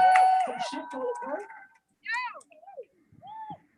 It is disgusting that we've seen the government renege, pull back on the plan that they know works. Now we're seeing new variants. We're seeing more outbreaks every week. For those of us that pick up the phone and listen to folks that are calling us from inside, you know this shit is relentless. Every week, we're hearing about new cases inside, people being put in cells with other people. And so it is so important that we be here, that when they attempt to invisibilize us, when they attempt to disappear us, and when I say us, I'm being very specific. I'm talking about Black people, about Indigenous people, about people who use drugs, about people who live without homes, about people who are ripped from capitalism. These are the people that they're locking up in these institutions. It's not one size fits all for everybody. Some of our communities are being devastated by what's happening behind these walls. So I would definitely love to talk, but there are some really important stories. So first, we're going to hear from the folks inside here at Toronto South Detention Center. Then we're going to hear from some folks that do work every single day, that this is their shit, that they're here every single day, making sure that prisoners inside have the support that they need. So we're going to hear from some of our friends over at Keep 6.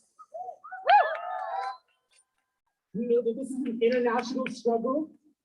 The world's largest prison, Gaza, is up. We're talking about freedom all, we mean free all prisoners. Prisoners here in Toronto, prisoners everywhere in the world, and including Palestine. And so we're going to hear about how this struggle connects to struggles all across the world. So without further ado, we're going to get to our first. Okay, you're hearing and seeing the images from the Toronto South Detention Center, where that caravan that came from Maplehurst Detention Center has made its way now all the way down to downtown Toronto, and people are actively demonstrating, raising their voices loud enough that the people inside the Toronto South, the remand-only center in Toronto, can hear and can know that people outside are supporting them on this day of action. We're gonna keep the pictures up, and we're going to come back to that demonstration. But as we keep the pictures on there, we would very much at this time like to go to our good friend Cyrus Marcus Ware, who is standing by. And as you will probably know, Cyrus Marcus Ware is a Vanier scholar, visual artist, community activist, researcher, youth advocate, educator, and I must add, long-time prison abolition advocate. He's been organizing in prisons for literally a couple of decades now. Cyrus, it's a pleasure to have you here. How are you doing? Thanks so much for having me. I'm just so moved by these images. Really so thankful. I just want to say I'm coming to you from the unceded part of Toronto, the part that was underwater at the time of the Toronto Purchase, the unceded territory of the Mississaugas of the Credit. What a day, you know, to have this National Day of Action of people coming out and organizing from their homes and from their beds too, disability justice. You know, that there's so much organizing happening today in support of prisoners. You know, it's so crucial. I was really interested in talking with you today a little bit about disabled, deaf, and mad prisoners inside, because of course, as we know, we're calling for decarceration right now, immediate decarceration of all prisons, you know, because of everything, but also because of COVID and because of the rampant outbreaks that are spreading all across the prisons in this country. But what this means is that this is, you know, the very population that we say we're supposed to be trying to keep safe from COVID, disabled, deaf, and mad folks, immunocompromised people. These are the folks who are in prison, right? You know, we know that disabled and mad people are overrepresented in the prison system. We're targeted, we're criminalized. Mad people's lives are criminalized. Just the very nature of being mad in public space can, you know, garner us an arrest and a long detention. You know, so there are all of these ways that disabled and mad and deaf communities get swept up and brought into the prison system through active criminalization, but also prisons are disabling places. They create disabilities because of their conditions, right? So we know that there already was a crisis of healthcare in prisons long before the pandemic. Long before the pandemic, people were really being affected by the crap healthcare in our current prison system. Prisons are failing disabled, mad, and deaf people. You know, the Don Jail, when it was in Toronto, you know, it housed the majority of the HIV positive and trans prisoners who were on remand or who were doing, you know, that was a huge population, so much so that people would do targeted programs at the Dawn because they knew they could reach so many HIV positive prisoners because everybody was being funneled through the Dawn. Well, that population gets moved to South Detention Center. South Detention Center is the very same place that didn't have an active healthcare setup until 18 months after those prisoners were transferred, right? So this is like a complete outrageous situation where we know the health of prisoners is not being considered in any way, right? So we know that there are a lot of HIV HIV positive prisoners at South Detention Center right now, a lot of trans prisoners at South, and we know that these are vulnerable populations. These are the populations that we know are being disproportionately affected by COVID. So when there is an outbreak and a spread, these folks are at particular risk and particular danger. And this is why we're saying, this is a system that needs to be abolished. I'm wearing my Abolish Police and Prisons shirt today in solidarity, but this is a system that needs to be abolished because it is creating all of these horrific effects in our communities. And if we say that we care about disabled people and mad people, if we say that we actually care about these populations,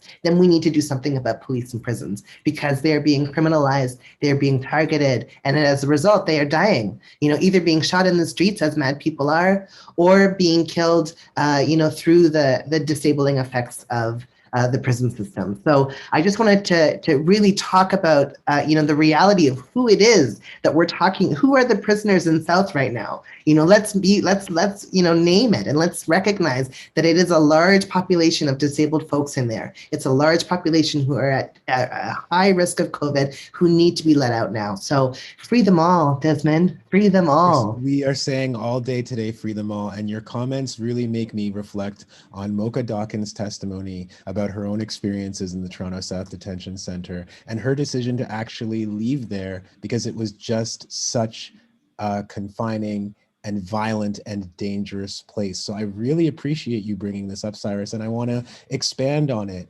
because as COVID-19 continues to really just shut down and harm all of our communities and exacerbate inequalities that already existed, we see encampments popping up in our city. We see encampments that were already existing growing. We see the visibility of homeless and suffering and people struggling with their mental health more vividly now. And what I think about in terms of that is that we used to use spaces like CAMH. We used to use spaces where we were saying we were supporting people with mental health issues as essentially their own form of carceral space in a lot more ways. And in the Harris years, for example, in the 90s, this is what we were doing. And there's been a big complaint from conservatives over the last couple of decades. Well, you can't essentially put people in the institution anymore. You have people out on the streets and you can't lock them up as easily now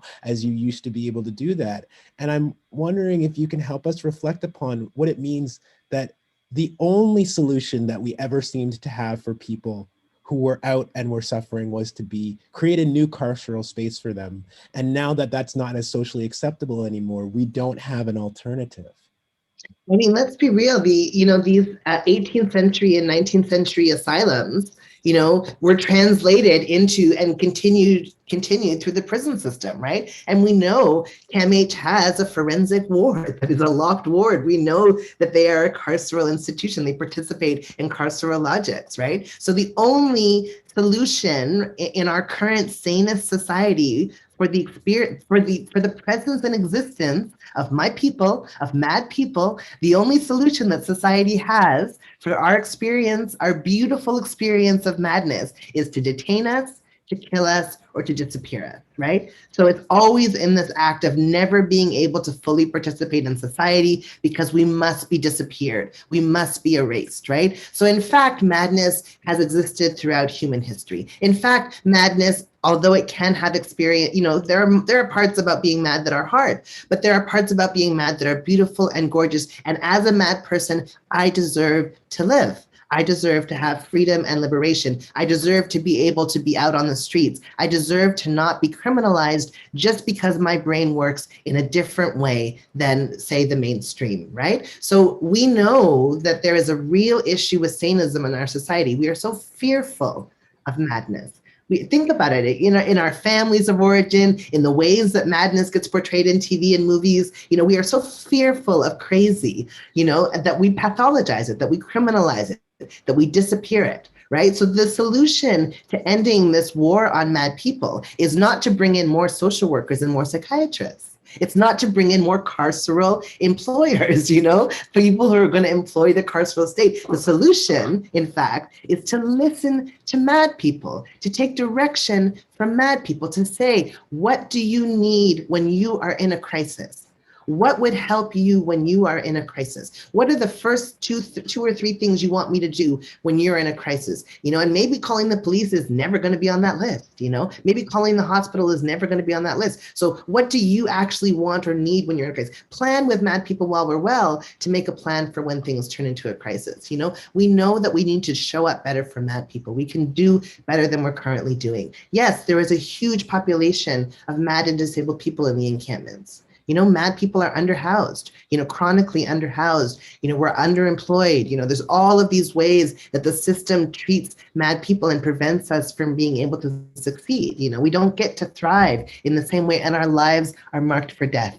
Right? And so this is what we're seeing, over and over again. And so I have to say, justice for Mad people. The time has come for us to end this war on madness. The time has come to say, neurodivergence is a thing, and we could desire it, we could accept it, we could love it, and it would radically change our world. So for all the Mad prisoners who are inside, let's not forget there are psychiatric prisons in Alberta, right? There's a psychiatric prison, that detains us, focuses on psychiatric detention. We can do better than this for Mad people.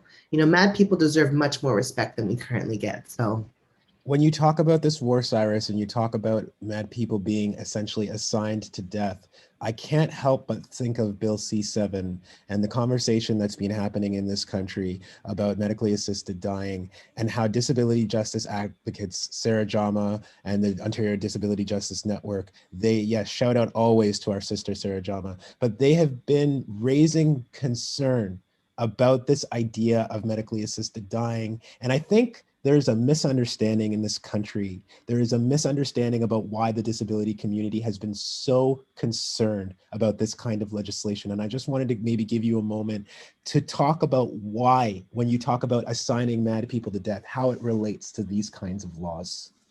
Bill C-7 and laws like MAID, give the message to disabled people that rather than providing the supports that we would need in order to thrive in life, we would rather be offered death.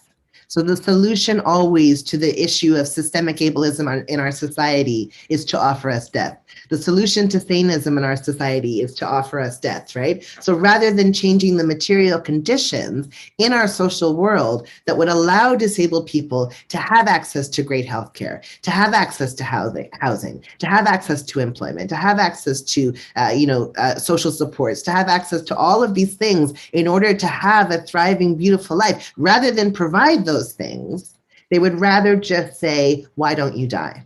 Right? So the message to disabled people is never that of support. It is always either the offer of death or the threat of death, right? And so this Medical Assistance in Dying Act, came through just on the heels, like literally just 6 days after the Disability Day of Mourning, where we recognize the disabled people who have been killed by their caregivers because we are always already seen as a problem. Right? So what we need is, it's for disability, as Eliza Chandler talks about, to be desirable, disability to be considered inherently valuable in our society. If we consider disabled people's lives and Mad people's lives to be inherently valuable, we would do what we needed to do in order to support those people to have what they needed to thrive. We wouldn't be saying, well, why don't you just die? It is just easy. Right? So this is the issue. It's not to say that everybody should be able to have free choice. What we're saying right now, whether they live or die, as a Mad person, I'm a big advocate for that. Everybody should have a choice about whether they get to live or die. What we're saying right now is that the conditions facing disabled people, the ableism in our society facing disabled people, are taking away our ability to have an informed choice. We are not getting to choose with all of the options on the table.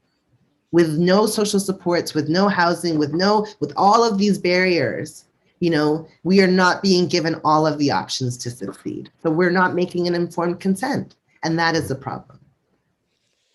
Cyrus, we could continue this all day, I'm sure, but we want to get to some other coverage and some other interviews. I want to thank you for sharing your knowledge. Thank you for sharing your experience with us today. And as we continue to bite on this National Day of Action, thank you for all the work that you continue to do. Thank you so much, Desmond, and thanks for this coverage. And I just got to say, those banners are gorgeous. The banners, I'm telling you, People take time. We were saying that earlier today. You can see the love and you can see the effort put into them. So Yeah. thank you once again, and you take care. Thank you. Bye for now. Cyrus Marcus Ware, Vanier scholar, community activist, prison abolitionist. Very, very lucky to be joined by him today. And as we see, the demonstration outside the South Detention Center in Toronto continues. Let's see if there's some audio that we can pick up here.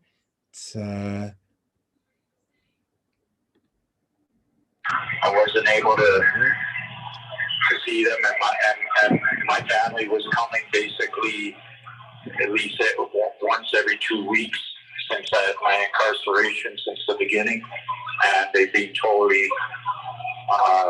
set back where they're unable to visit. And because I've been proactive in my rehabilitation, I made a lot of effort to be involved in the programs here, and all those have been withdrawn since COVID now. The social workers and different people are telling us there's no programs available, and there's things that I relied on a lot of the volunteers for, because I've been in for that long for support, and I wasn't able to get those things, and I'm still struggling with the daily lockdowns, and the fear of basically the units next to us is under severe lockdown, and you hear the medicals constantly about the COVID. And originally the institution was taking some strides in the first wave, and now we're here with the third wave, and they haven't been giving us the things that we were getting before, like showers and phone calls. They've been really withdrawing a lot of that. So we're not presently getting what I believe the things we need, and it's still affecting us. So otherwise, can you stop recording now?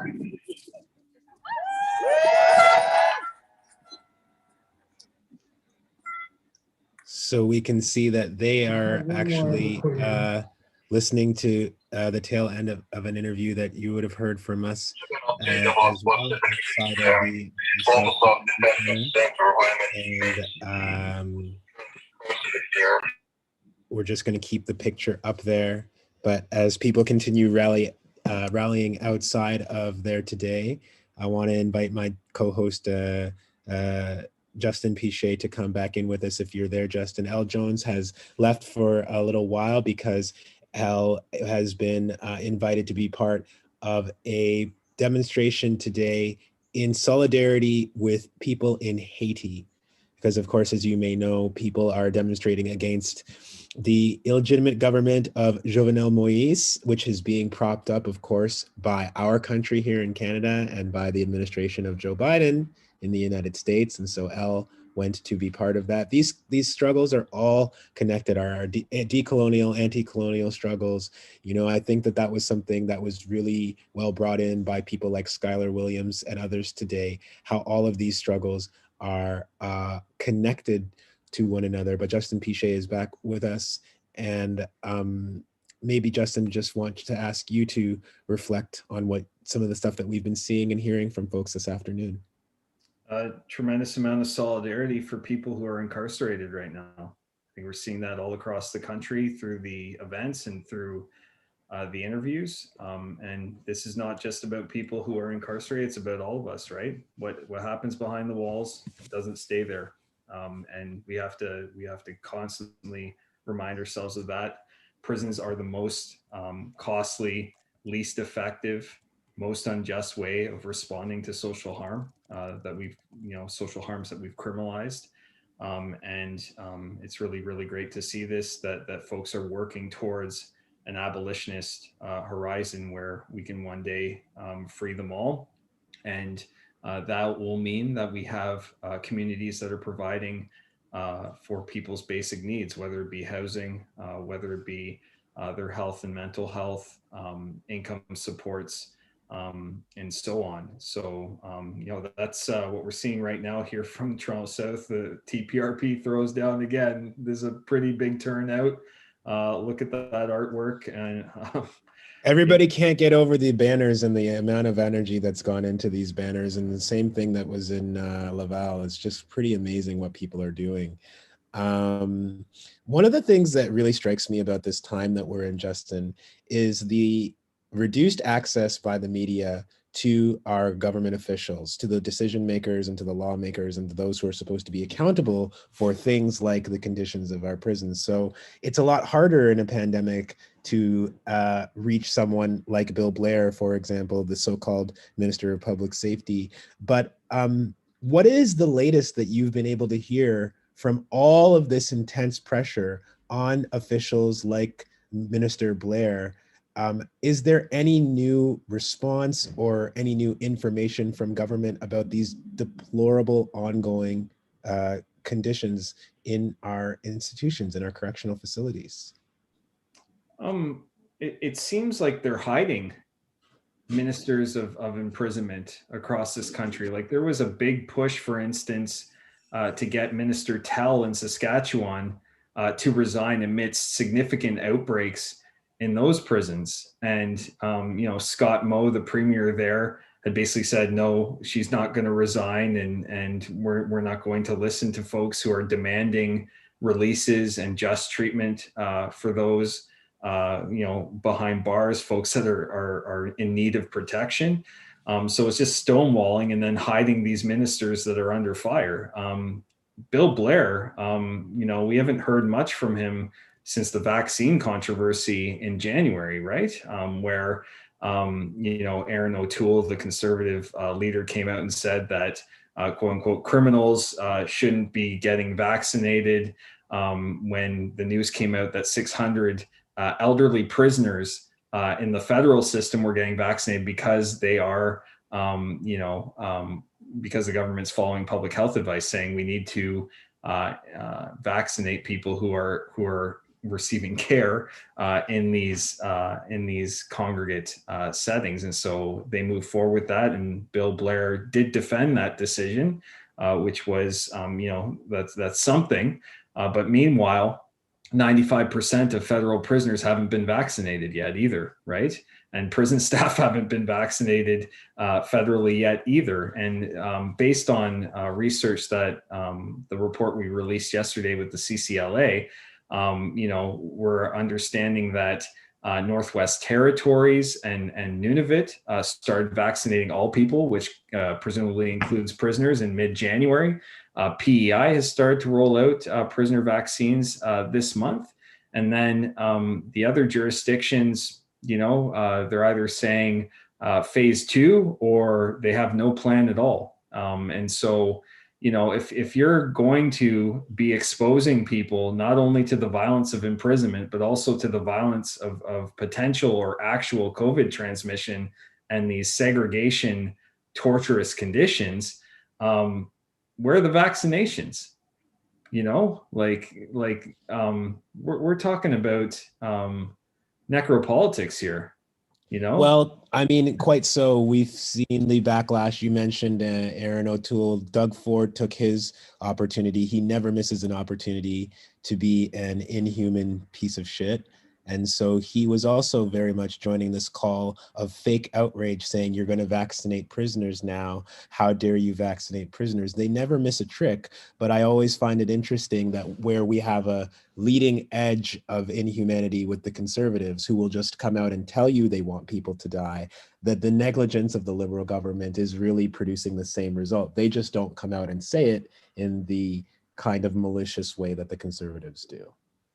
Yeah, it's different shades, but the same violence. And it's pretty disappointing in all senses of the word that we can even put this up for debate. If public health folks are saying, hey, here are the order we should be prioritizing folks for the vaccines as they roll out, we have to, I think, follow that advice. And if prisoners are at least 5 times more likely to get COVID-19 than anyone else in the general population, then they need to be prioritized sooner than later, right? And of course, what's happening in long-term care centers, that obviously has the highest rate of transmission, the highest mortality rate. So of course, that needs to be prioritized.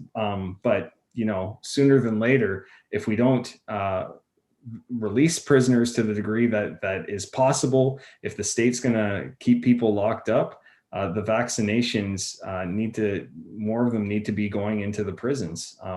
And if they don't, we're setting people up to get COVID with long-term ramifications for many, and in some cases deaths, and that's unacceptable.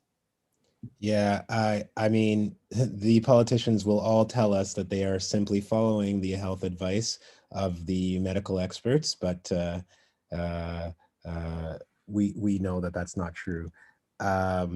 Release the documents. Show us what that advice is. I'm sure it's not what we're hearing come out of Doug Ford's mouth. Not at all. And Doug Ford has already been reported as explicitly not following the advice of the health professionals in the province of Ontario. And so we're going to actually try to get back to Jessica, who is still following this demonstration outside the South. Look at the number of people out there. Let's get the audio back in for the South Detention Center demonstration. People are actually taking up the road here. Being denied PPE, having their life literally, a couple of times people said on those recordings, I feel like I've been sentenced to death. The last time I checked, we don't have a death sentence here in Canada. But the negligence, I think saying it's negligence is giving the jail too much credit, is giving the government too much credit. The abuse that people are subject to inside. Can you hear them?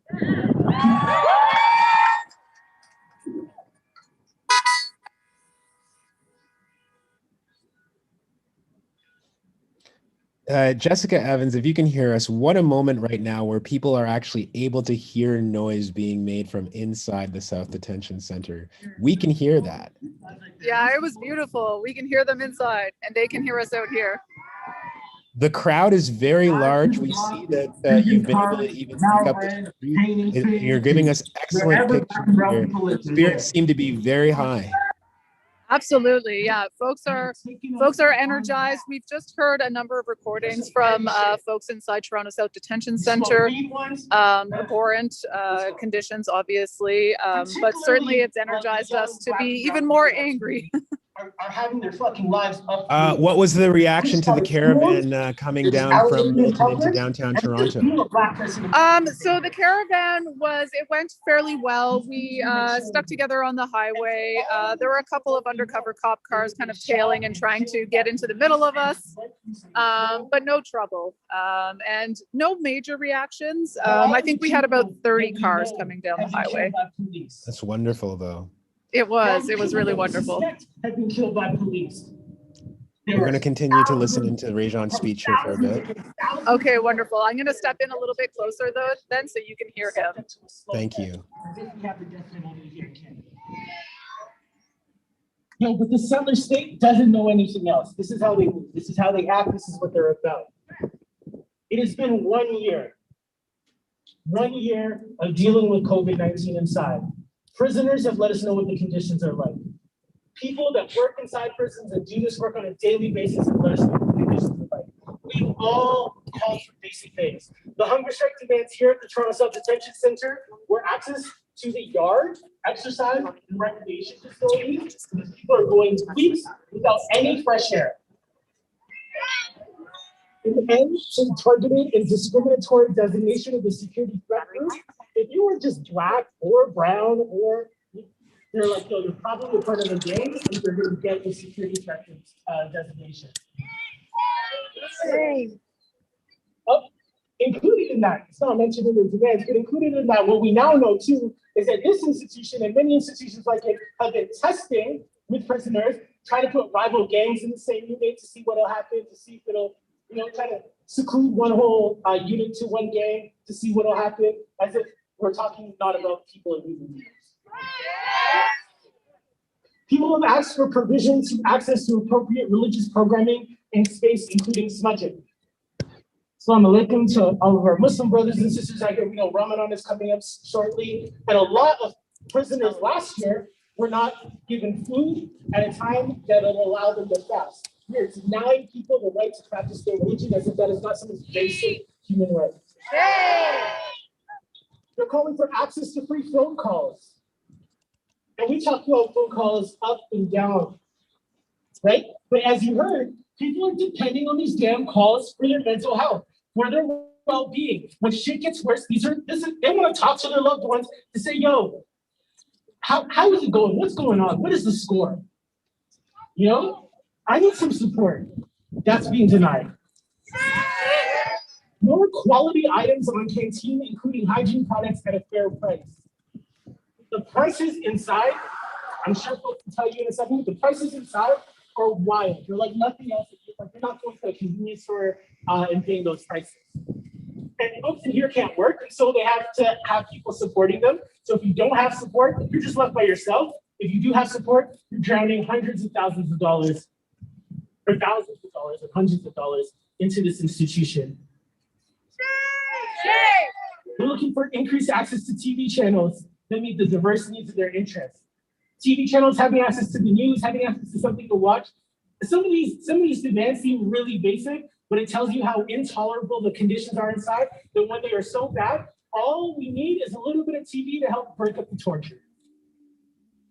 Access to education, programming, and rehabilitation, access to the radio and music, and an end to strip search procedures. These are the very basic demands that folks have been making. What have we heard from this government? Not a damn thing. What have we got from the Toronto South Detention Center? Just some template letters. No changes, no action, no nothing. As of March 11, 2021, there have been more than 7,000 COVID cases related to prisons and jails in Canada. What the fuck?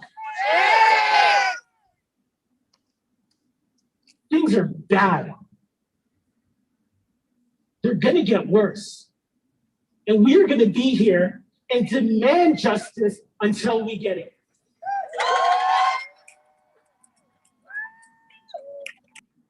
That is live footage from the Toronto South Detention Center, where a really, really impressive crowd of people are gathered outside, and speeches, and this rally is ongoing. Want to let you know, for everybody who's watching, that we were hoping as part of today's broadcast to have ASL interpretation.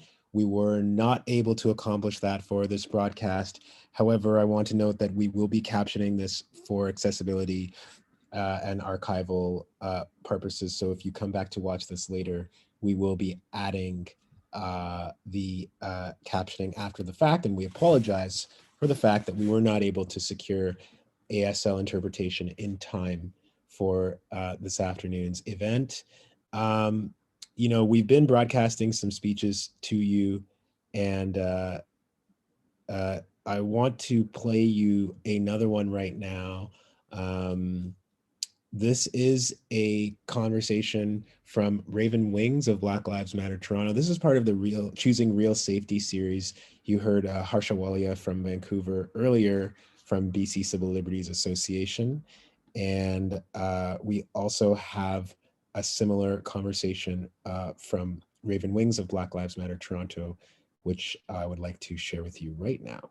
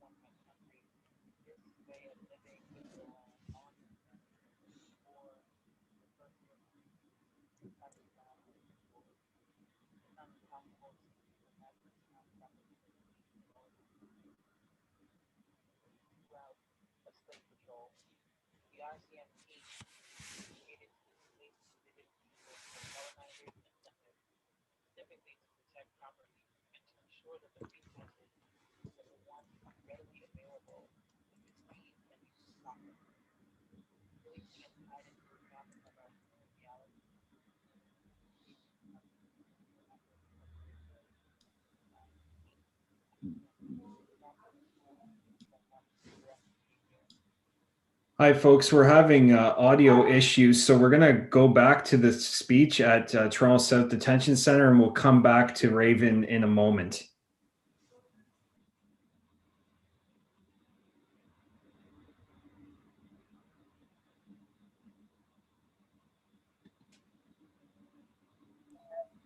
We worked, or a particular individual by the name of Jeff Martin, who's a community leader, worked to attain 1,000 Black books for individuals because we saw that there was a shortage of that in the library. Another community leader worked to get hygiene products, Black shea butter, Black soap for our Black brothers within the Toronto South.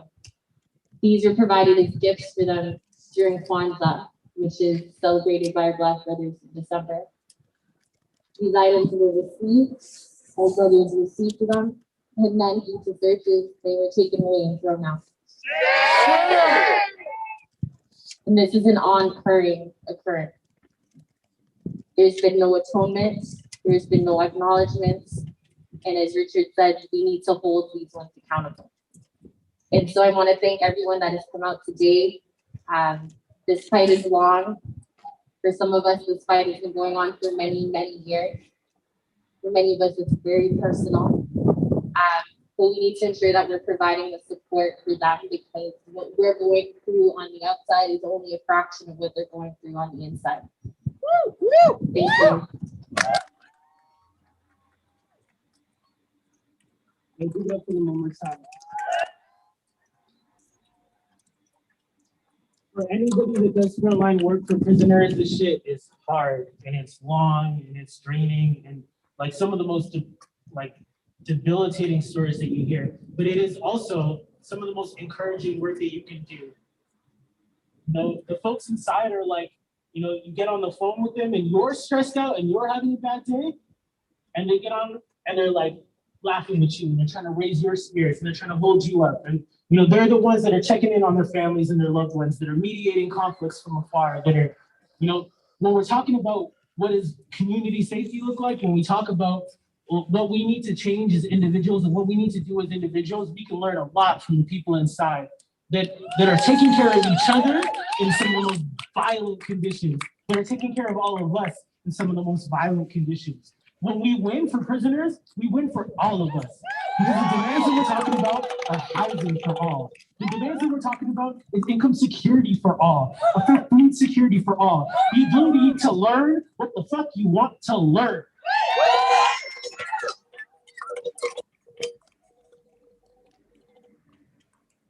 So that is why it is important that you are here, that you are with us. And I'm telling you, this fight is long. Woo! So we're gonna need you. So you're not gonna come today and not show up tomorrow. We gotta be here every single day, every time that they talk about it. Wherever you're working, you're doing stuff in labor, you're doing stuff in the student movement, you're doing stuff in the climate justice movement, because we have all of those people with us today. Prison abolition is your issue. I talked about how this is an international struggle, and it is an international struggle because prisons don't just exist here, because this settler state takes notes from all of the other settler states. This settler state makes sure it passes out notes to all of the settler states. And so now we're going to hear from our comrades of the Palestinian youth movement that have been doing work to liberate Palestine. Because when we say freedom all, we really mean every single person.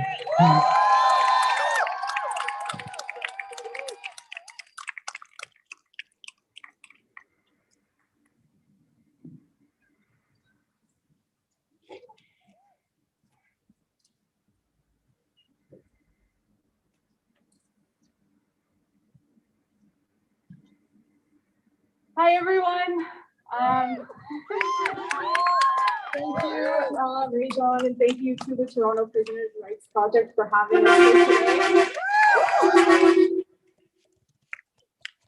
My name is Maisam. I'm a settler here on these lands. I was born and raised in Toronto to Palestinian refugees. It is really important for us to understand how our settler colonial states are interconnected, right?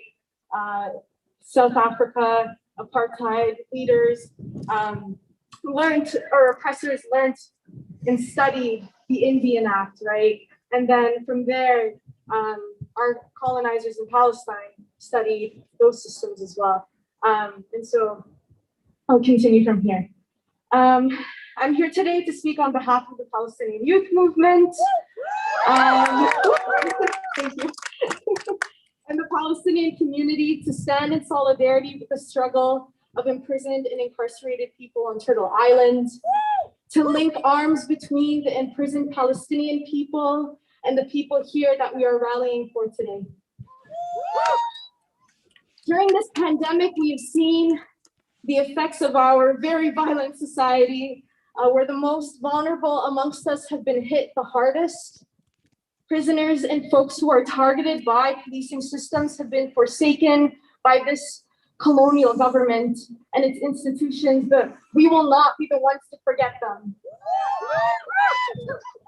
We live by the words and the principles of revolutionary figures like the words of Angela Davis, who told us that Palestine under occupation is the best example of a carceral society. The words of Angela Davis extend to us here on Turtle Island as a society and a nation that is built on and by a colonial endeavor. Only such a society could be treating marginalized peoples by social isolation and solitary confinement. You know, if we couldn't even be able to bear the effects of social isolation for months during this pandemic, why should we expect other people to go through them as punishment for years and even for life? People who are imprisoned are treated with the most inhumane and abusive structures.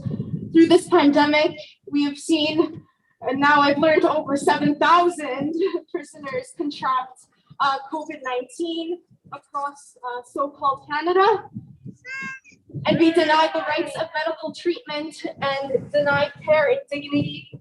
Similarly, Palestinians and Israeli prisons have seen a surge of COVID cases. Over hundreds of cases occur as Palestinians suffer under carceral state conditions every single day, which exemplifies how Palestine is a frontier for the global abolitionist movement. Our prisoners are on the front lines of our movements for freedom and liberation as they endure the worst of settler state violence. In Palestine, we see the ways in which no one is safe. Our youngest and eldest are taken in the midst of the night, only to be locked up on false accounts of quote-unquote terrorist activity for their political views. We see how those who fight in student movements and women's liberation movements be ambushed, detained, abused, and tortured and held without trial under administrative detention, like that of Mace Abu-Ghosh, Samah Jaradat, and Shada Hassan, and many more prisoners. Currently, there are over 5,000 political prisoners in Israeli military prisons. For us, every prisoner is a political prisoner. The struggles that vulnerable and marginalized people face today are deeply rooted in political struggles, right? The personal is political, the political is personal. And therefore, every prisoner on Turtle Island is a political prisoner. We as the PYM want to express our joint struggle with prisoners from Turtle Island to Palestine and emphasize our commitment to be united against racism and these disgusting colonial structures. We must fight for every single one of them And to reiterate the demands of today, we want immediate releases, immediate public health measures, equitable access to healthcare, immediate action to respond to human rights abuses in overdose crisis. We want to free them all. There you hear a reiteration of the demands from today coming from demonstrators outside the Toronto South Detention Center. What an incredible show of solidarity with this message relating to Palestine. And if you want to know what settler colonialism is, Israel is the leading nation in the world for vaccinating its people, except Israel doesn't consider Palestinians to be part of that its people. And so in the Palestinian territories, in the West Bank and in Gaza, rates of COVID-19 are at the highest that they have ever been during this pandemic a year later, while Israel enjoys the highest rate of vaccination generally, because those who are Palestinians are not seen to be part of the general population and are not being vaccinated, even though Israel has one of the best programs of doing so, if not the best, in the entire world. That's what settler colonialism is, and that's why the solidarity that we're seeing expressed there is just so powerful. Justin, we're looking now, I believe, to there they are. We've got images from a demonstration. There you see the streets of Ottawa, Ontario, and a banner being unfurled saying, "Contain COVID, not people." Tell us what we're about to listen to here, Justin Pichet. So we have a march planned. It's starting at the Ottawa Courthouse, and it will proceed through a few stops to be announced as we go through the downtown. And so basically, some folks are gathered. They're keeping their distance. They're double masking. They're going to be proceeding through the streets, taking up space and demanding that we contain COVID, not people. What's your name? Sorry. Oh, Barnes, could you ask Lydia if we could put up like things are coming in here. Maybe put up the. We'll just mute them because I know they're still getting ready. But you know, you talk about the safety protocols that are being taken in order to make an event like this possible. We've definitely seen the selectivity in terms of law enforcement when it comes to enforcing COVID-19 regulations. So people who are anti-maskers, people who don't believe COVID-19 is real, people who during this pandemic have been demanding that stores and businesses be reopened. We see that the police are dealing with them in a completely different way. We would have seen a couple of weeks ago, I'm sure many of you saw in Edmonton, that there were actually some men out with tiki torches in front of a legislative building who were obviously trying to express their white supremacist solidarities. They were just standing out there next to the police doing their thing. But then we see that for demonstrations like this one today in Ottawa, Justin, that people really have to be careful about their physical distancing because they know that they'll be targeted by the police. Well, hopefully we will get through this day without any police involvement. We don't need the police to keep us safe during this march. We don't want them to engage the folks that are gathered here expressing solidarity with incarcerated people and their loved ones. And we'll see what happens, but we have planned this to be as safe as possible within the context that we're living in. And you can see the distancing that's happening right now, which is important to do, and it's going to continue with the march. And our comrade Al Jones is back with us now. Welcome back, Al. Rookie mistake. I was on mute.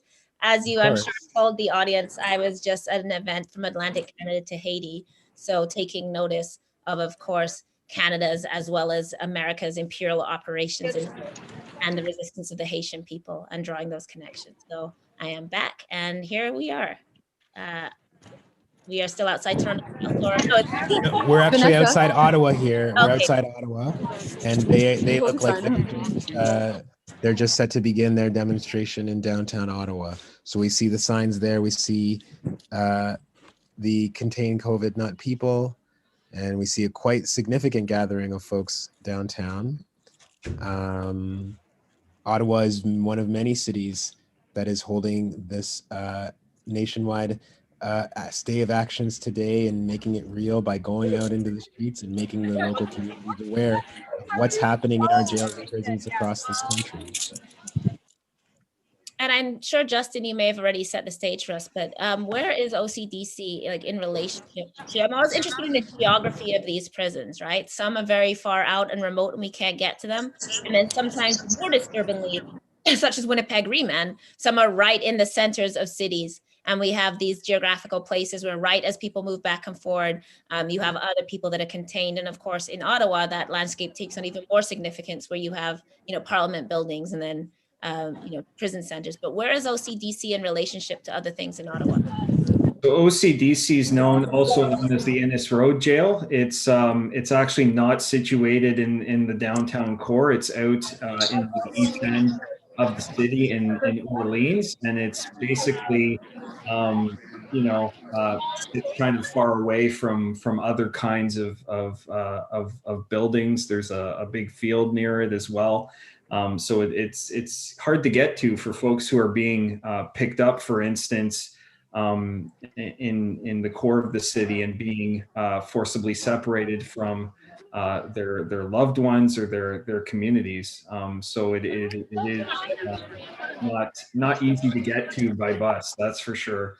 And it's something that promises to replicate itself with this new prison that the government of Ontario is proposing to build in Kemptville, which is supposed to house 235 people in a rural community about 40 minutes outside of Ottawa, if it does indeed get shovels in the ground in 2023 and opens in 2027 as planned. So we're fighting with that at the Criminalization Punishment Education Project alongside the new Kemptville Coalition Against the Proposed Prison. So you can look at that, Coalition Against the Proposed Prison .ca, I believe.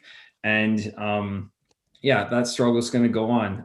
I don't understand how in the context of quote unquote reconciliation, of trying to strive towards an anti-racist future, that we can be building a new prison in a rural community well outside of Ottawa, where people, including Indigenous and Black people who are mass incarcerated, are going to be shipped out from places like Ottawa to this rural community in the stated effort to provide jobs. It's disgusting. I just thought of this, and I know we maybe should have said this earlier when we were talking about women, but we take note as well on this stream, not only the murder of Sarah in the UK, with a police officer, a cop being detected in her disappearance and murder, and then of course the shootings in Atlanta of women that worked in the massage parlors, so particularly anti-Asian, as well as targeting women in sex work, or at least perceived to be in sex work as well. And so we also recognize, as we've heard from Harsha and others, that sex workers, for example, are particularly vulnerable to criminalization and then to the notion of disposability within our society. And the criminalization of sex work has for a long time led to violence against sex workers, stigmatization of sex workers, the inability of people to work and labor to feed their families or themselves. So I just wanted to take notice of that as we proceed in this stream, that carceral violence also is part of a continuum of colonial, patriarchal, and racist violence. And our hearts are out with all. I know many people in Asian communities have been struggling all week with those deaths that occurred, and of course women across the UK, and as well as trans people who have been very much fighting against that as well. So I just wanted to take note of that. But here we are. So I don't know if we're getting started. Yeah. No, I appreciate you really appreciate you bringing that up, Elle. And I think that something that we should say in terms of that as well is that we're living in a country where Justin Trudeau has for 5 years now, for more than 5 years, failed to do anything about the failed Bill C-36 project, the idea that sex work was going to be dealt with in this country and that we were actually going to finally begin to get some movement. Justin Trudeau's government has been an abject failure when it comes to providing any protection or safety for people who are engaged in sex work in this country. And when Justin Trudeau comes out after that massacre and starts to say that he is in solidarity or that he is very sorry about what happened, we have to remember that he's not doing anything in our country to provide any safety or protection for sex workers. And I would encourage people to follow and support the Asian and Migrant Sex Workers Support Network, also known as Butterfly. And they have a solidarity letter out that you can sign right now. And they are also receiving donations. And it's a really important time for us to support the work of Butterfly and of people who have been doing work with Asian and other migrant sex workers. So please take a look into that if you'd like to support. And it looks like we have Comrade Suhail on the megaphone right now. Let's get the sound here if we can. Who care about our kin who are forcibly confined in institutions of human caging in so-called Canada. We cannot be idle no more and sit while they are being killed by the prison system and by the coronavirus. Since this pandemic started, 5,000 prisoners were infected with COVID. In any given day in so-called Canada, there is approximately 30,000 people in human cages. Here on Algonquin territory, the Ottawa Cotton Detention Center continuously confines individuals just because they exist and they want to live and thrive. I'm going to continue my introduction after, but before going further, I'm going to go through some safety and protocols, and I'm going to point to some people to identify themselves. So I'm your MC for today. My name is Suhail bin Sliman. I'm a member of the Criminalization and Punishment Education Project. There are marshals and blockers. As Suhail goes through this, and I'm speaking over him, but as he mentioned, he's the Criminalization Punishment Education Project has been active force not only in anti-prison work, but in work from migrant justice, and is of course a part of lived experience both of our carceral system and of our crimmigration system as well. So among his many other roles, jail line. So just to pay tribute to our of low risk of arrest or state-sanctioned violence. There's a police liaison who is the only person that can talk to the police. Identify yourself, please. He has an orange band on his left, or armband on his left arm. There are medics who might be able to provide us with some first aid. Thank you for identifying themselves. Look in front of me over there. They have pink bands on their arms. In case of an emergency, people must lean on their knees or sit that are around the person who was injured and yell medic. There is an accessibility team of folks. They have green armbands. They're raising their hands over there. So for folks who need any accessibility accommodations, please get in touch with them. If you are low on sugar, if you need water, if you need PPE as well. The medics have PPE, but they have PPE in their car as well. And they have chairs for folks who can't walk for a long time. They have a few things that might facilitate this march for folks who need some accessibility accommodations. There are legal observers as well. And the legal observers, please identify yourselves. They're wearing orange hats.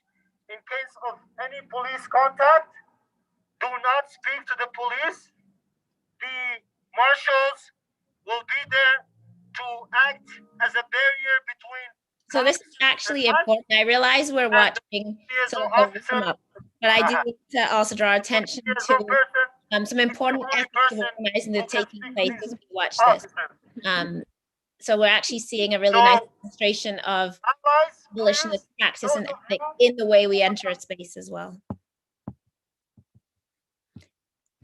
And so as Suhail is taking care of that, yes, we are going to be joined in a few minutes by Elise from Newfoundland, but we are going to continue with this live stream.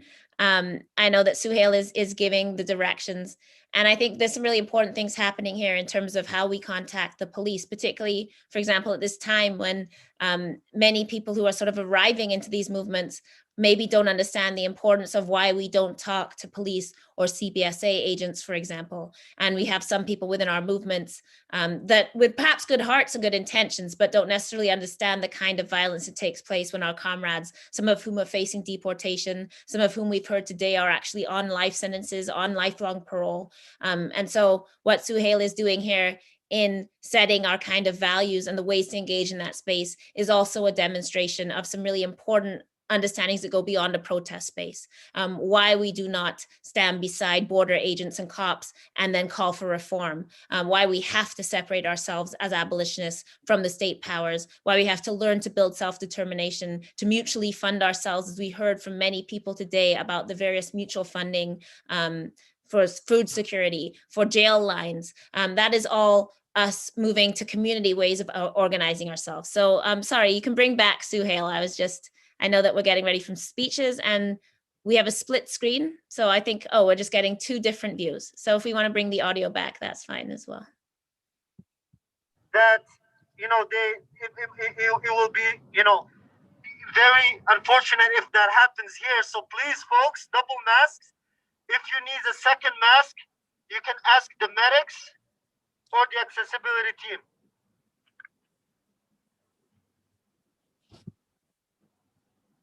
There are also a limited number of KN95 masks for folks who think they need it.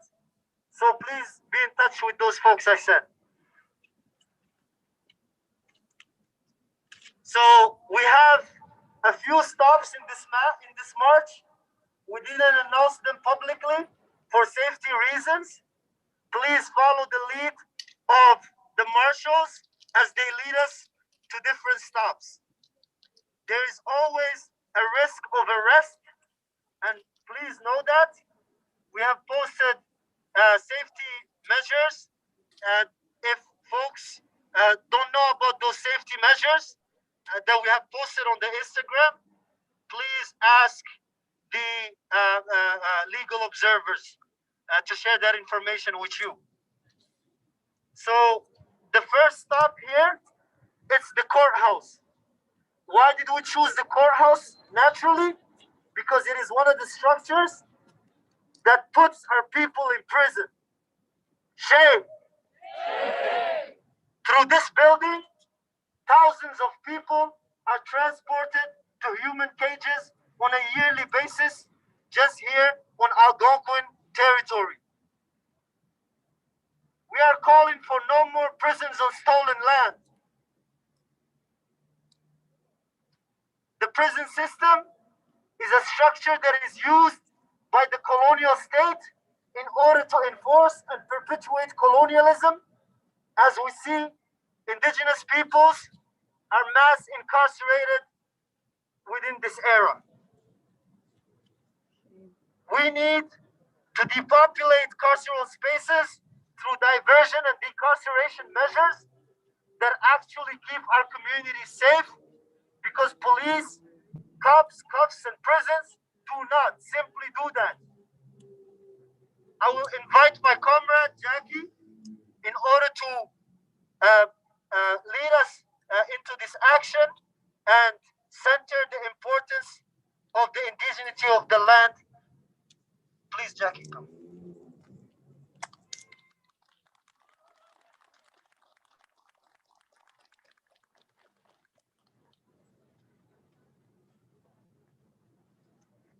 Y'all have to forgive me. I'm using the phone just so I can say everything that I want.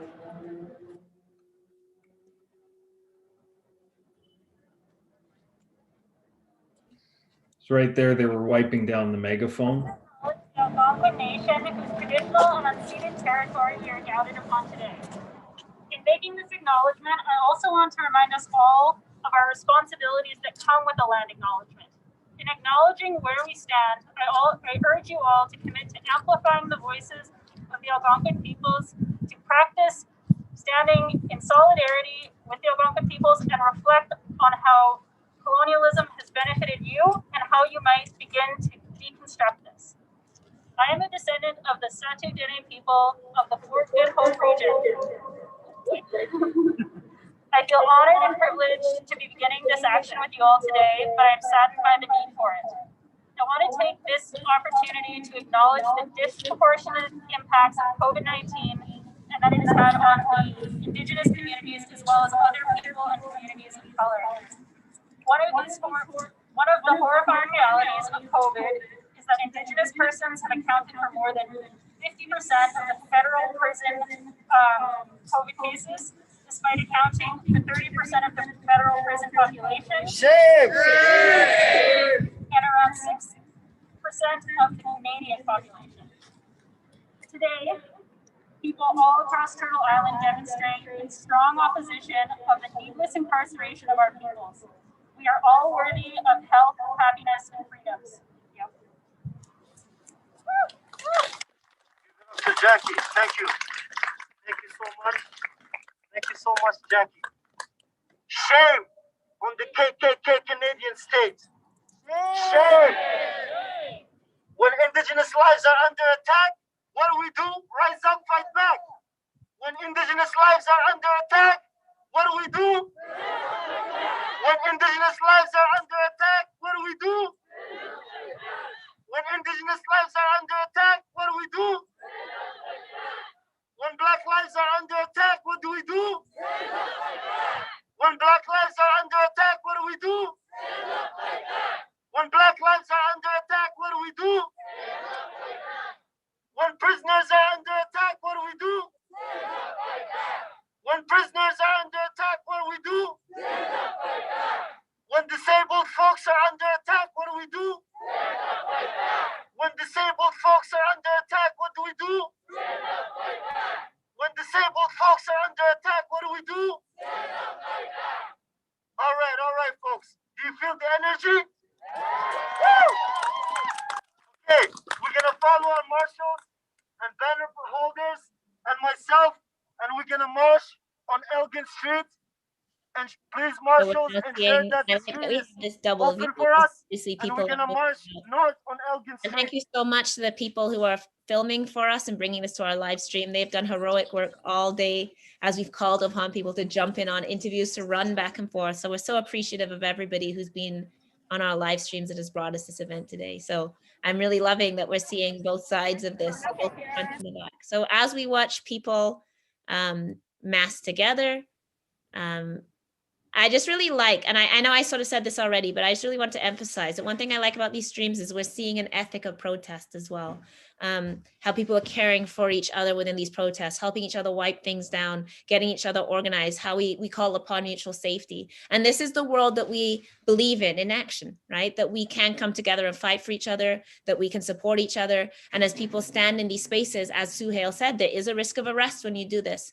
People do it anyway. And that is the ethic of care in the world that we belong to and that we believe we can all belong to and no one will be left behind in. And Desmond, I see you are back from your very short break. Yeah, you know, and I really appreciate what you're saying too, Elle, because I was part of a rally that happened in Toronto this summer with the No Pride in Policing Coalition. Bev Bain and others helped to organize a really big rally in downtown Toronto when we were calling for the defunding of the police. And, you know, we had everything set up. We tried to make sure that we could be safe and have proper physical distancing and everything like that. And some incredible things started happening when we set up in Nathan Phillips Square in downtown Toronto. And one of those things that we didn't anticipate that was going to happen that day that did happen was that somebody came and set up their own table that didn't tell us that they were coming. And they brought naloxone kits and they decided that they were going to use the space in order to do an impromptu naloxone training for anybody who had come that day and who wanted to learn about what naloxone was and how it provides life-saving support to people who might be overdosing. And so this ethic of care that you're talking about is really real, and we see it happening even spontaneously sometimes when we create these spaces. We see how people to come together, not just to demonstrate, not just to call for changes, but to actually educate each other and to say, in that spirit of keeping each other safe, we're going to teach each other things. We're going to learn how something like naloxone works. We're going to arm ourselves with kits and with information so that when we leave spaces like this, we've gained some knowledge, we've gained some ability to protect one another. It is truly transformative.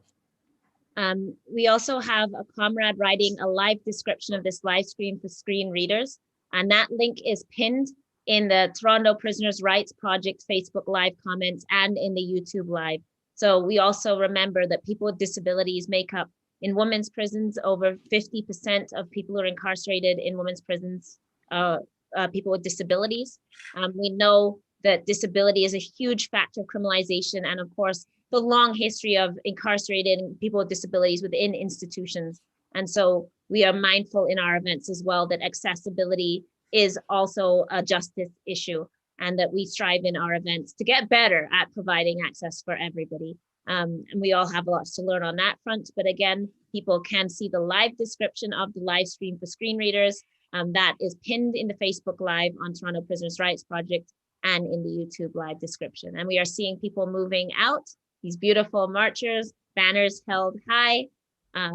Just wonderful to see, support prisoners. The different messages we've seen all day, we've repeated.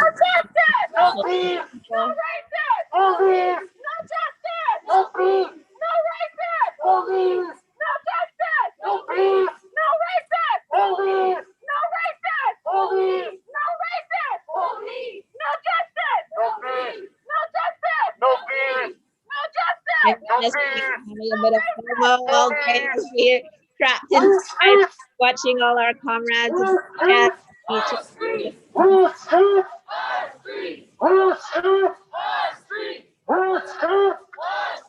And we are, Robin Maynard has joined us.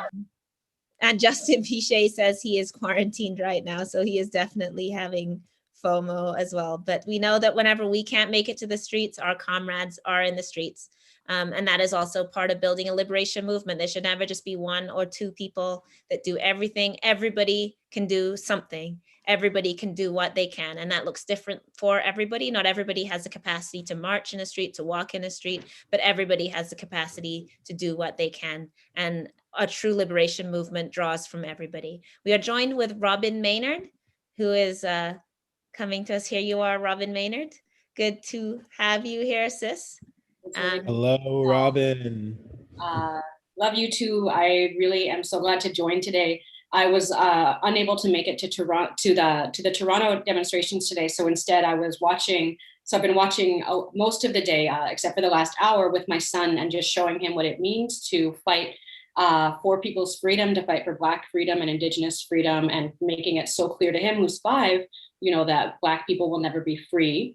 In the context where some of us are being held in cages, where some parents are being held in cages, where in some instances children are being held in cages, like in the migrant detention center, for example, where we know this continues to happen. So he's really been watching and learning from you two, learning what's happening at the streets in front of carceral sites across this country. So it's a really important day for political education, even for our little ones. So I wanted to say thank you to you two. And of course, I feel, it's just an honor to think about this beautiful cross-country mobilizing that's happening today. I think, especially given 1 year of hunger strikes, of strikes to liberate people that of course build on these much longer struggles against policing and prison and immigration detention and deportation. So I think that we're part of a really important moment. What's happening today and all around the world is historic. Right? So in terms of freedom struggle, and this is what I've been trying to impart to the little ones. So I'm feeling emotional, and thank you.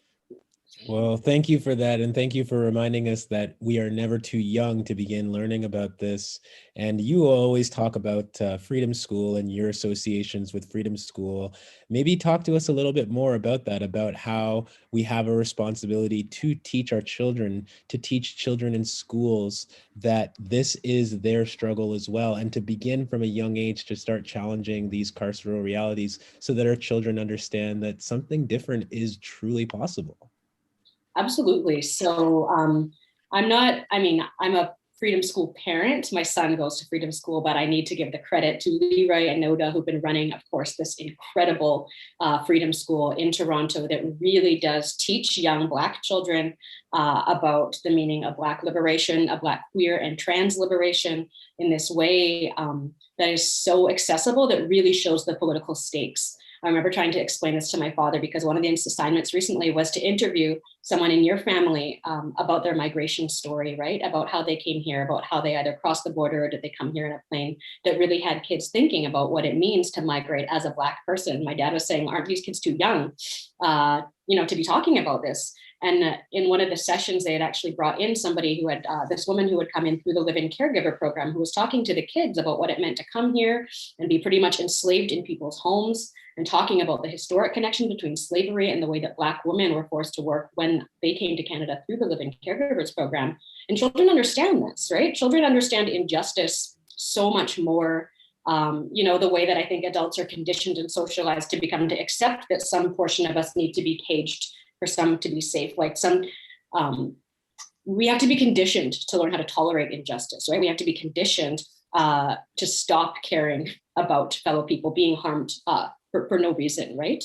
So I think that it's actually the most clear to children. I think understand them being able to envision a world without policing, without prison, is something that's actually much more simple for them than it can be for many adults who've been trained and had our imagination slowly foreclosed over time until it's become impossible to dream of something else. But children, of course, can already imagine a world in which some people's parents aren't in cages, because why would you ever imagine that some needed to be, right? So I think the common sense of that is the most clear. I was doing a workshop. Oh, sorry, Elle, did you want to ask something? No, go ahead. Keep going. Go ahead. I mean, last summer, it was 2 summers ago, because we were in person. I was doing a workshop where we were writing letters to some of the Haitian asylum seekers who had crossed the borders. And even really young children were saying things like, your family deserves freedom here. Your family shouldn't be in detention.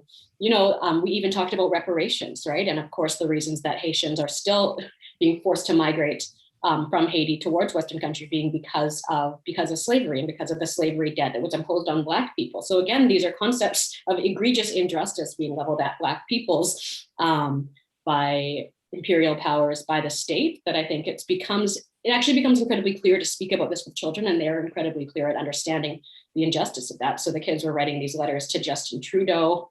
They were writing letters to Haitian families in support of their migration, in support of their not being held in this migration detention center. And a year after that, Leroy had them writing letters to the hunger strikers, right? To these largely Black hunger strikers last March, who were some of the first hunger strikes, of course, in this historic year of organizing behind bars, of prisoner-led organizing, right? So understanding that continuity between these people across the border trying to seek freedom. A year later, we have people either working on the front lines in the long-term care facilities, getting ill with COVID, or actually being held in detention and fighting for their freedom. Just in terms of, as Rajon has highlighted, I think so beautifully today, just for those basic freedoms as well, like the to be able to breathe clean air, to have access to decent food, to have access to social distancing, right? So just watching that arc of unfreedom, I think, is also something that teaches our children, if we're teaching them well, that we live in a society that's organized around structural violence against some of us and against people who look like us, right? Can you say a bit more about some of that prisoner-led abolition that you've been supporting throughout this year? We've been, of course, seeing some of this come into this stream. We've heard some of the recordings, for example, of people inside Laval, but I wondered if you could tell us a bit more about some of the people, including Corey Cardinal, who I know that you've been active in promoting that statement. Just let us know a bit more about what prisoners are doing right now. Sure. I mean, I think that, so what I've been helping out the most with firsthand is especially the 2 hunger strikes at the Laval Immigration Detention Center. So again, we're really looking at one that happened especially a year after the other, right? And I think that what really goes to show, in terms of, again, as access to, like Rachel has highlighted, like just in terms of access to, to social distancing, but also I think what's really crucial is demanding the release of all detainees, is this solidarity that goes beyond, that's fighting for their own freedom, but also attaching that to a call for to release all detainees and for status for all, right? So I think that's something that's so crucial in terms of what solidarity looks like in this time where we have so many white Canadians, for example, who are, I'm seeing like posters around my neighborhood that are saying like, the freedom to not wear a mask, why are we making kids wear masks in schools? But we actually have people who are deprived of all of their freedom, including migrants being held in detention centers like Laval, who are not only fighting for their own freedom in terms of their own health, in terms of release, but also actually taking on this broader struggle in support for other migrants. So I think this tie to status for all reminds us that, of course, people's unfreedom matters if you're in a cage or not in a cage, but there are other ways of holding people in cages, and that is also denying them access to citizenship. That's threatening them always with detention and deportation. So I think that's something really powerful that's coming out of, especially being led by migrants in Quebec, who are really leading the struggle right now for status for all, some of whom have been detained, some of whom have not, right? But really looking at just the incredible leadership, the very expansive kinds of freedom that we're really seeing coming from people who've experienced detention. And I just remember, speaking with some of the people who had been part of the hunger strikes last year after they'd been released, right? Just looking at what it means to have survived something like that. I think that we often, I think it's becoming common to hear hunger strike, hunger strike, hunger strike, but what it means to have actually deprived your body of nutrients to the point that you risk organ failure, to the point that you risk permanent damage. I think that most of us can't actually imagine what it would mean to have the courage to do something like that. I don't know if I would, right? So I think that we really need to take seriously the incredible amount of courage the people are showing us, the incredible amount of risks that people are taking, including to their long-term permanent health, even despite the threats of COVID, even in the context of fear of deportation and retaliation. And we need to ask ourselves, to put people in such conditions and to still have them show such enormous courage, what does that say about this society? Right? And what does that say about people's drive for freedom, about Black people's determination for freedom, about migrants' determination for freedom, right? I know you wanted to take some time to share a couple of statements and press releases. So I just want to give you some time to do that as well. Oh, sure. You said to me you wanted to talk about the historic statement to divest from prisons. Oh yes, I wanted to tie back to that today because I think that it is, continually relevant, because something that we were working on, many of us across the country, including Freelance Free People. So you had on Molly and Carrie, who did put a lot of really valuable effort into this statement, as well as other abolitionist organizations across the country. We put together this historic declaration to divest from policing in prisons and build safer communities for all. And this was really a statement that we were trying to link together some of the support that I think the really popular support that had been built after the protests of the summer, of the Black-led protests against policing, towards police defunding and towards police abolition, and link that to the politic that has been advanced since the hunger strikes in detention centers last March, and to the ongoing struggles, like, for example, that Randy Riley has forwarded, right? That Corey Cardinal has forwarded, linking the defunding and abolition of police to, of course, the liberation of prisoners. So this is a statement that links together, again, that demand to divest from police and policing, to divest from jails, prisons, and migrant detention centers, and also it's called defund, or sorry, one second here. Defund, dismantle, and build are the three-pronged alternative, right? So of course, when we talk about the abolition of all carceral systems, it's always already about building something else. And I think that idea of investing the funds diverted from policing and prisons and migrant detention towards building safety for Black and Indigenous communities, investing in care and wellness and healing, and also crucially, I think here, enacting the return of land to Indigenous peoples, land back, the honoring of existing treaties and Indigenous interpretations of these treaties, and land redevelopment for decommissioned police and prisons under the guidance of the Indigenous nations on whose land the building sits. So these are the few of the elements. I'm not going to read the whole thing that we tried to link together, and again, really tried to get support from labor. So we had Unifor sign on, for example, and the Postal Union, which, trying to link these issues with labor, with people working in harm reduction, with people who are working in health, to really try to create broad standing support. After all the Black Lives Matter, for example, support statements came out in the summer, many of us said, like, great, so glad you put that out. What's the plan? Are you going to tie that to any material commitment to change? Right. So trying to tie it again to a commitment to say more than we believe that racism should be gone, but to say, like, structurally to end anti-Black racism, to end racism against Indigenous people, there are actually many steps that can be taken, and really trying to highlight some of those and get some consensus around those by different organizations across the country. So. Thank you, Robin. Yeah. Sorry, it's there's just so much going on. I'm just trying to make sure I'm following everything that's happening. We're still seeing the live pictures on the streets of Ottawa as people are continuing their demonstration there. I believe what we are seeing there is the outside of the Chateau Laurier as people are in downtown Ottawa continuing to march and take up space in the streets. Robin, you and I were fortunate enough to get to do a talk together recently. And I want to ask you about institutions outside of our prisons that are actually providing support and cover and facilitating the violence that we are all fighting back against. Because Justin Pichet, who was with us earlier, was talking about how this isn't actually just about a prison. It's about the systems that provide the food for the prison. It's about the systems that build and design and structure the prisons, and that we don't really think of ourselves in Canada as having a for-profit prison system, but that any number of people and institutions are actually benefiting from this ongoing carceral state. And I wondered if you might want to chime in on that a little bit. I really loved that point. I made sure I actually sat my son down and we talked about that point at length, because I think it's something really important that Justin highlighted there, and I think his work around that is crucial. But I think that there are so many ways in which our society actually functions on this. If we even think about, I'm often, when I'm doing a talk at universities, I'm often asked to think, like, how does this link to the university? And you have to ask the question, like, how is the neighborhood around the university actually policed? How is creating a safe, quote unquote, space for students, the revitalization of those kinds of spaces, also about the policing and displacement of Black people, of Indigenous people from the downtown metropolises in which so many universities are a part of, right? So there's very much a link even there for some to have what's considered to be like this universally positive experience of education, which of course we know is not experienced the same for Black and Indigenous students, but what kind of violence is actually needed to make that happen, right? So I think there's almost anywhere that you can look in our society to say, like, for example, look what the ESN is doing right now. The Encampment Support Network is showing how actually the policing of parks under cover of supposedly bringing people more care and services in Toronto is actually literally diverting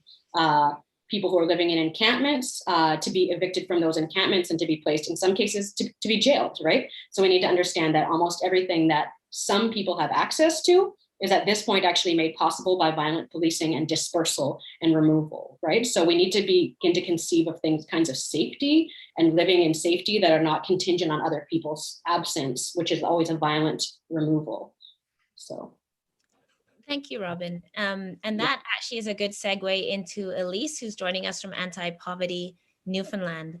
So if you want to say any final words, Robin, but you've got a great connection into Elise's work. And I'm also enjoying watching the anti-carceral dog march in this live stream. And it was actually wonderful to see so many people out in these streets. So good job, Ottawa. But final words, Robin, things you want us to take away as we move into our next interview? I just want to say again, like, witnessing all of these struggles that are happening across this country, I would say anybody watching this, whatever city you're living in, there is an abolition. I feel confident there is an abolitionist struggle for you to join into. So the idea of what can I do? There's always a really material answer to that. If you're in Ottawa, for example, you could actually just get in touch with criminalization, with CPEP, right? If you're in Toronto, like, just to say that these are tangible issues, that making freedom is a practice and it's one that anyone can commit to. So I just want to remind anybody who may be watching, when you wonder what I can do, the answer is get involved. So thank you so much for having me, you guys. Thank you for being here, Robin. It is always a treat. And we want to tell people that your forthcoming book with Leanne Bedham-Samosake Simpson is coming soon. We are really, really looking forward to that. And we want to thank you for your work in providing that resource guide for people who are interested in getting involved across the country. Please continue your excellent work, and we will continue to share, and we'll be back with you again. Thank you, Robin. And we're joined now by Elise Thornburn from Anti-Poverty Newfoundland. If you're ready, Elise. And I know you've been joining us in the stream for a while. So hello, Elise. Hi. Hello. Can you hear me? Yes, we can hear you, but your camera isn't on if we can get It says you have to start my video, sorry. Well, how rude of us. Let us help you. Try again and let's see if we get the thing. I'll do it. Yep. There we go. Okay. Hi. Perfect. So welcome. So do you want to tell people to start off a little bit about the work that you're doing and some of the conditions in Newfoundland? Yeah, great. Well, first of all, greetings from sort of the easternmost part of this struggle, from the traditional homelands of the Beothuk and the lands that are under the continuing stewardship of the Innu, the Inuit, and the Mi'kmaq, as well as the Beothuk still present in the land.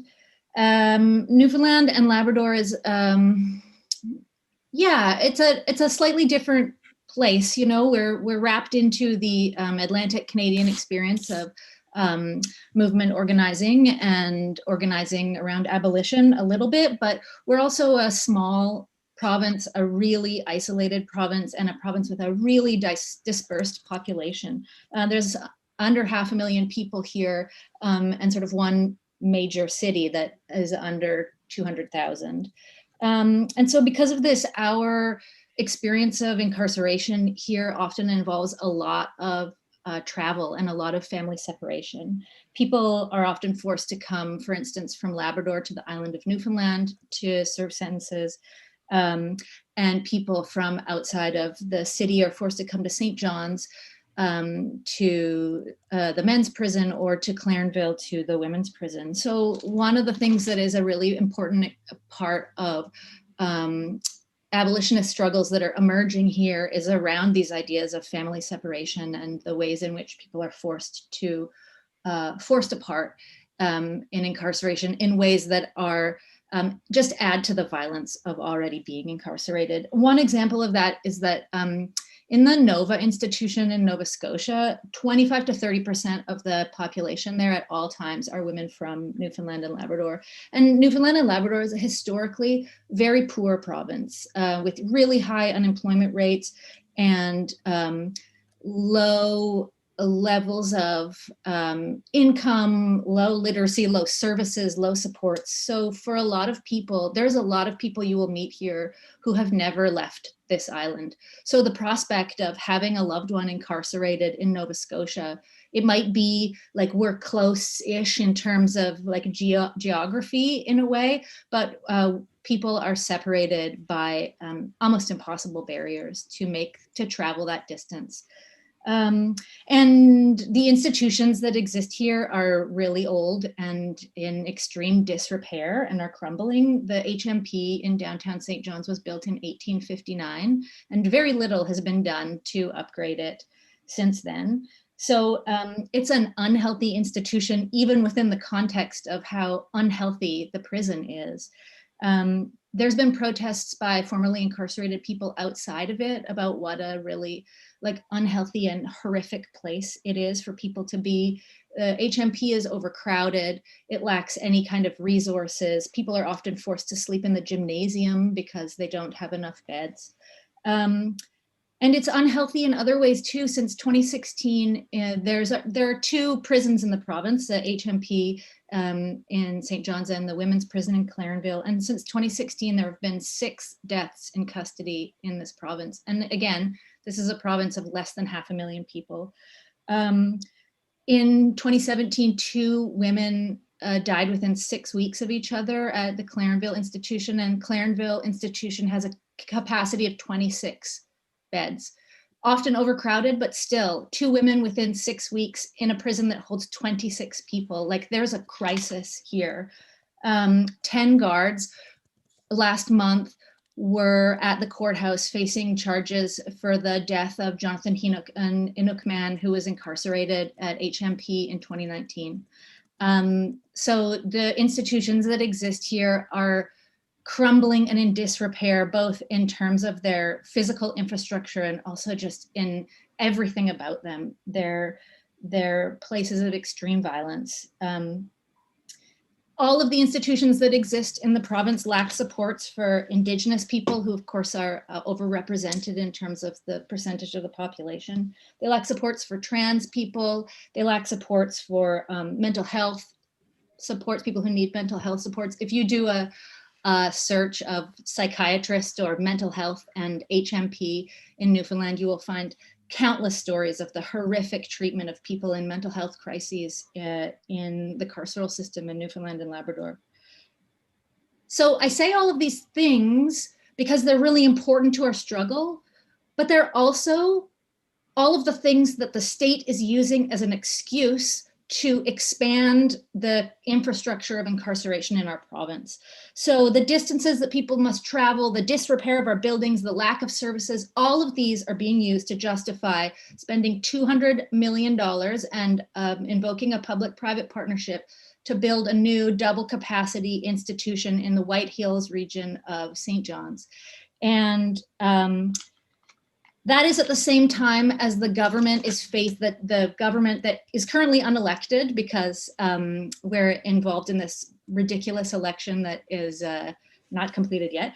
But all of this is going on while the government is facing a huge financial crisis and is basically threatening to cut everything. The government here recently signed I think it's 5 to 7 year contract with an American accounting firm to look into making cuts to the healthcare system, and the company will get more money based on the more amount of money that they cut from the healthcare system. So while we are cutting services and leaving people in small and isolated communities out to dry, we are spending $200 million to build a double capacity prison that clearly this government plans to fill. And so, like I said, this is a province that needs those services more than it needs a prison. We have low literacy rates. We have severely ill health in our province. We have massive unemployment. And the only thing the government wants to pour money into is the oil industry that is destroying our oceans, killing the whales, ruining the land. So, and we don't have any supports for people who are returning from incarceration. So we lack a lot of post-incarceration supports. And the difference in the minimal supports that exist for men and for women is really stark. There are 4 transition housing beds for women in the entire province of Newfoundland and Labrador. So I'm proud to report that right now we're actually in a place where we're organizing against this new prison. And I think it's kind of the first time that we've had this level of organizing in the province and this level of like coalition building and solidarity between disparate small movements that exist, and they're growing. So I don't think this is something I could have said before, and Newfoundland and Labrador is small and isolated, and for anyone who's had the experience of living in a rural or small community, it's hard to organize here because we lack movement elders. We lack a lot of knowledge and experience in organizing. I lived in Toronto for many years before this, and it's very different being in a small population, a small place. We lack a lot of the skills and knowledge that are just built up and carried in people's bodies and work over so many years that you have in bigger centers. So things are slowly moving, and I'm sorry, I'm just talking, I'll wrap up in 1 second. But you know, we've worked hard over the last few years to build connections between settlers on the island of Newfoundland and Indigenous struggles in Labrador through Anti-Poverty NL's work with the Labrador Land Protectors, for example. There's connections being built between sex workers and Black and Indigenous people in Newfoundland around the struggle around defunding police. SHOP, which is the sex workers organization in St. John's, has been organizing a Prisoner Justice Day every year since 2016, which is new here. The Indigenous Action Coalition is working to, they are the ones who are spearheading the Defund the Police movement here. There's Anti-Racism and Committee of NL. There's a lot of stuff happening that didn't exist before, and we're all coming together and we're all doing the work to make sure that our struggles are centering Indigenous voices and movements, trans voices and movements, Black voices and movements as much as we can here in this province. We're trying to do the work. And again, we're not in a place like you are in Toronto or Ottawa or Montreal, but we've been lucky to have the support of amazing people in the Abolition Coalition. And we're working hard to be part of the movement for real freedom on these lands. Elise, before we let you go, just really, really quick, you wrote a piece recently, prisons are a public health crisis we need to divest from. You wrote that along with Alex Brooks and Heather Jarvis. And just really, really quickly before we let you go, I wanted to read a little quick excerpt from this and ask you to respond about this inclination towards trying to reform systems of carceral systems that in your argument with your friends in this piece cannot be reformed. And you write, reforming the prison, attempting to make it incrementally better through bigger facilities, recommendations for better training or more inclusive cages, wastes effort that could be directed to positive change. Inhumane systems cannot be made better. It is a fact that the very existence of prisons is traceable to acts of well-intentioned reformers, not craven monsters. No amount of investment will reduce the harm of prisons because they are working as they were intended to. And more prison investments only result in more criminalized and incarcerated people. So I just wanted to wrap up with you by responding to this inclination that we seem to always have in this country, that first we don't know about the situation in our country, but once we learn, we're inclined to say, well, maybe we can save it. Yeah, I mean, I would say that that's definitely the hardest thing I'm sure many people find in arguing against as an abolitionist in general. Certainly hard here where we have an institution, the HMP, that is so in such disrepair that it's causing people ill health. There's mold, there's rats, there's cockroaches, people get sick. But it's hard because yes, we have this inclination to believe that if we just build a nicer place, one that is like LEED certified and has Braille on at each cage, so that even blind people can be incarcerated there. I remember going to Toronto South Detention Center, and that was, we have doorways that are wide enough so they're wheelchair accessible, so we can incarcerate anyone. So this shiny, happy picture of incarceration is something I think we really need to fight against. And that's one of the focuses of our struggle out here, because we have an institution that is so horrific. It's going to be a hard struggle to convince people that building a new, better, healthier place is the answer. And Wow. it's going to be a struggle to prove that it's not, but something we're committed to. We're with you in that struggle. We really, really appreciate your expertise and sharing the work that's happening out in Newfoundland and Labrador. We've got to run, but Elise, thank you so very much for your work and for participating in this National Day of Action. Thanks so much. I'm so proud of everyone. Love you all. You're amazing. Thank you, I Elise. love you too. That's Elise Thornburn, everybody. And that provides us with a nice transition into Natty Tremblay and Danny Torres, because what we were speaking about a bit there at the end is the importance of education for people around abolition, particularly people who may not have, as she said, that movement knowledge. So Natty and Danny, you're here today to speak to us about a film screening tonight, Transformative Justice and Abolition. So can you tell us a bit about, well, I'll start with you, Natty, if you want to tell us a bit about this film. Yeah. So I'll say, so I want to start with just like shouting out, giving love to all the organizers here and all the folks in the streets, and in particular, all the folks who are incarcerated that we're struggling alongside. There's lots of love. Yeah, so we have this film screening tonight, 6 to 8. It's called Tiny Adaptations, and it's actually a series of short films made by a crew of emerging filmmakers, all, amazing organizers in their own rights, doing small and large things within their communities, I would say, to address social justice issues, and also, do education and organize webs of mutual aid through, kinships and also through their artwork. And so the screening tonight is a bunch of different interpretations, responses to this moment that we're in through a transformative justice and abolitionist lens.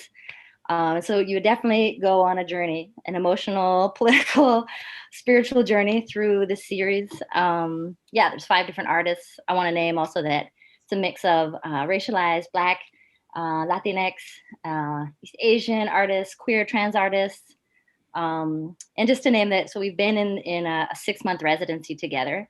And we were really just like looking at everything going on in the world through a transformative justice lens, with the idea of like, what's the future that we want to create that doesn't require prisons or policing, that acknowledges, works with the ways that our communities are criminalized, centers the stories of those residents, of their family members and friends being criminalized and incarcerated, and the intergenerational violence there, and offers like new possibilities. So we wanted to kind of look at what's going on and also offer, you know, what's the webs of mutual aid, the transformative justice practice that will eventually make prisons obsolete, and how do we, you know, create videos that will inspire others to get into this movement with us.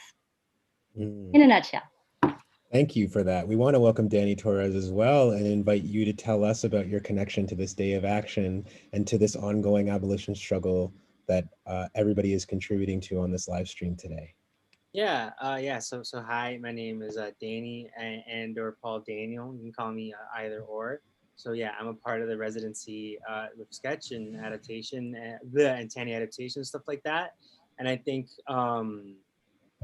the really cool thing about the screen that we're about to have later is the fact that, like, I think it's a really it's an external and an internal look about how about perspectives about abolition and transformative justice and stuff like that.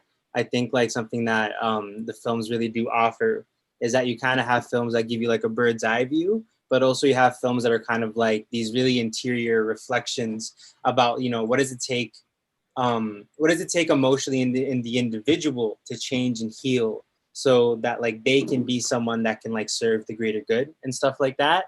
So I think it's a really like it's really fun to see my peers and to explore the fact of like, you know, what are the things that we want for the future, what are the things that we want to change within ourselves to kind of like to start moving forward and stuff like that. And sorry, I'm kind of like sweating. I'm nervous for some reason right now. I don't know why. It's totally fine. It's totally fine. But yeah, no, I think you know, me personally, I think it's the fact that taking time to reflect on the history and the negativity in which our institutions are based in and built upon. And I think especially when you have ourselves that, you know, I think a lot of us, and from the residency, the majority of us are like under the age of like 23, 24. And I think it's like really interesting, just you're kind of seeing like a lot of like youth essentially kind of come to terms of kind of like the lie that we were told and the future that we want to reach and stuff like that. And I think that's kind of like the truths that we're exploring and struggling with in the piece, like, and that type of stuff like that. So yeah, that's my piece. So yeah. Right Appreciate that. I was wondering if maybe both of you wanted to talk a bit about the importance of using art in both education about abolition and also in this process of transformation that we're talking about, social transformation. So that's for both of you. So maybe Natty first and then Danny. Yeah, so like I'd say that's for sure the basis of this residency. And I gotta say, I feel so lucky in this last year that I work mostly with low-income folks through the arts, and you know, we've had to shift into, you know, the online sphere, and that has meant that we've lost a lot of people because not everybody has devices and Wi-Fi and all this good stuff, but folks find their way to the internet. And so actually I would say like videos have been an amazing way to reach folks who are, you know, they're in the streets. I would say largely, you know, seeing the impacts of violence against Black and Indigenous people, the organizing in the streets, against folks in encampments. And I'm talking about Toronto, but I know that this is, you know, across so-called Canada, and wanting to get involved and asking like, well, what do we do? So we're saying defund the police. We're saying abolition. So like, how can we get involved in creating those alternatives? What's next? Because I want to keep my kin safe. So it has been really great to like bring together people in the digital spheres to think about how they can lend their art to those questions. How would you talk about transformative justice to your grandmother? Can you make a short video that will call, you know, your buddies in to a circle and have those hard conversations beyond like, let's organize, let's repost, but also like, how are we going to organize those webs of mutual aid, like today? And I think that art, and especially video right now, is one of the most accessible ways to spread that word. And then follow that up with like, and then we're going to have a reading group, and then we're going to have a workshop, and then we're going to do a TJ lab. And that's what we intend to do with these videos. How about you, Danny? What do you think? Yeah, no, I think for me, it's just, I think like my reflection about, creating art and creating film in general about issues of abolition and transformative justice. I always like to think of it, the fact that I had a coworker of mine who said that like, every action that you make is kind of like an act of resistance for your ancestors and stuff like that. So the way that like I like to look at it is the fact that like, in the eyes of history, I shouldn't really be here right now. So like me making like a poem or making a film is like this tiny miracle, but also like this tiny, not tiny, like not, it's a big miracle and a big act of resistance and stuff like that. And I think it's the fact that for many people whose histories are tied to colonization, for many marginalized people, I think like one of the first things that were taken away from us was art and our manner to express ourselves. And I think it's the fact that it's and this is like my perspective is, is a much more personal and an emotional one, but I think it's the fact that art is just such an important act of healing and trying to understand oneself and the world around them and stuff like that. So I think like that's the most important thing that I think that people can, one of the most important things that people can do is expressing yourself with art. And in doing that, you're able to unpack and heal, but then also be able to present yourself and present, on one hand, present the things that you've been through, but also present the resiliency that you've established by doing this act, but also like kind of like creating bridges and creating connections with other people through your art and through your emotions.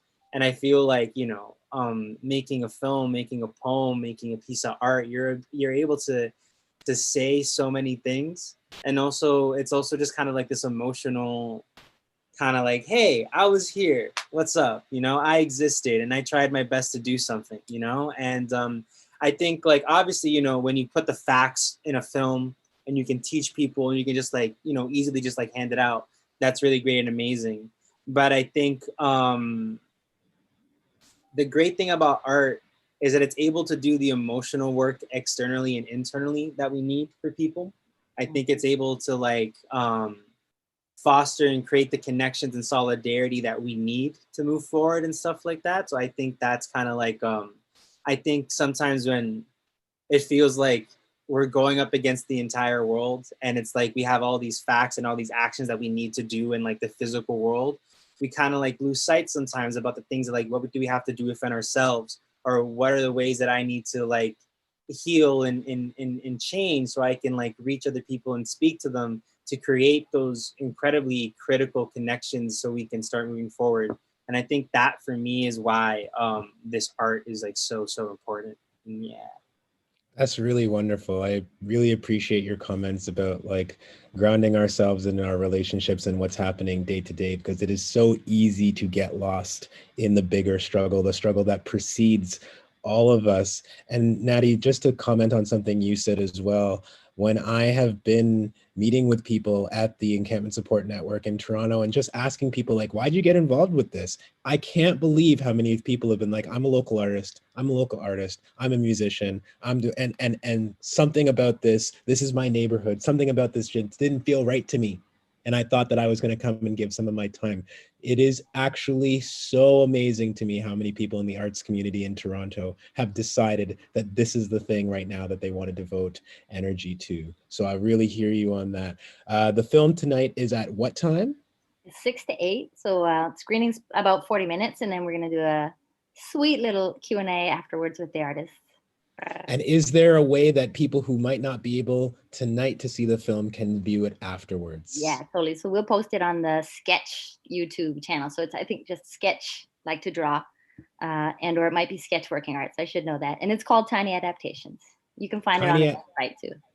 Tiny Adaptations. And for those of you who don't know, like when I came to Toronto in 2004, Sketch was out here. Sketch was out here doing the work with people, doing street-based artwork, just inviting people to come into a space to do recordings, to record their own music, to do visual arts. They are still out here all this time later. It is so awesome to see. Sketch.ca. We're bringing up the website right now for people here who you can see it.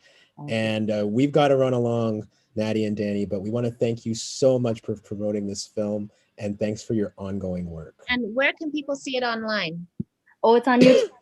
In YouTube, okay. You can find it on YouTube and the Sketch YouTube channel. I think you can. There's like a little icon there on the page somewhere, but you can also find the links at Eventbrite under China Adaptation.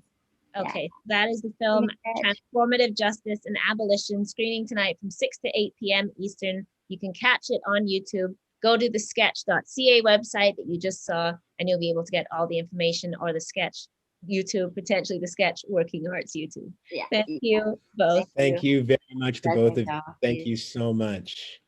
And we are joined by Minachki. I don't know if we want to take a couple of minutes just to check in on the CPEP feed while Minachki gets set.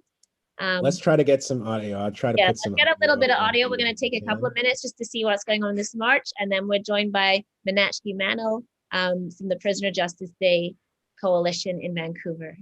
So if we can pull up the March, that would be wonderful. Yeah, I'm just trying to see if they'll. If they can hear us, CPEP. Give us. If you can spotlight, we are seeing the images here at the top. Let's see go.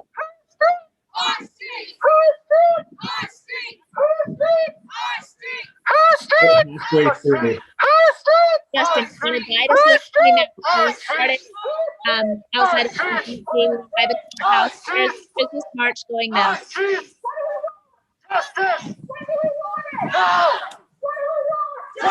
Justin, you're on mute. I don't know if you can hear me.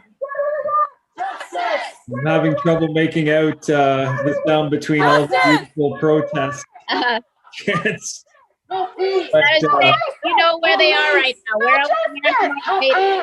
They're in the Byward Market. They just passed the second stop. They're on the way to the third stop, and then there's the final fourth stop. So halfway through the march, a bit behind schedule, I think, but doing good work. It takes longer.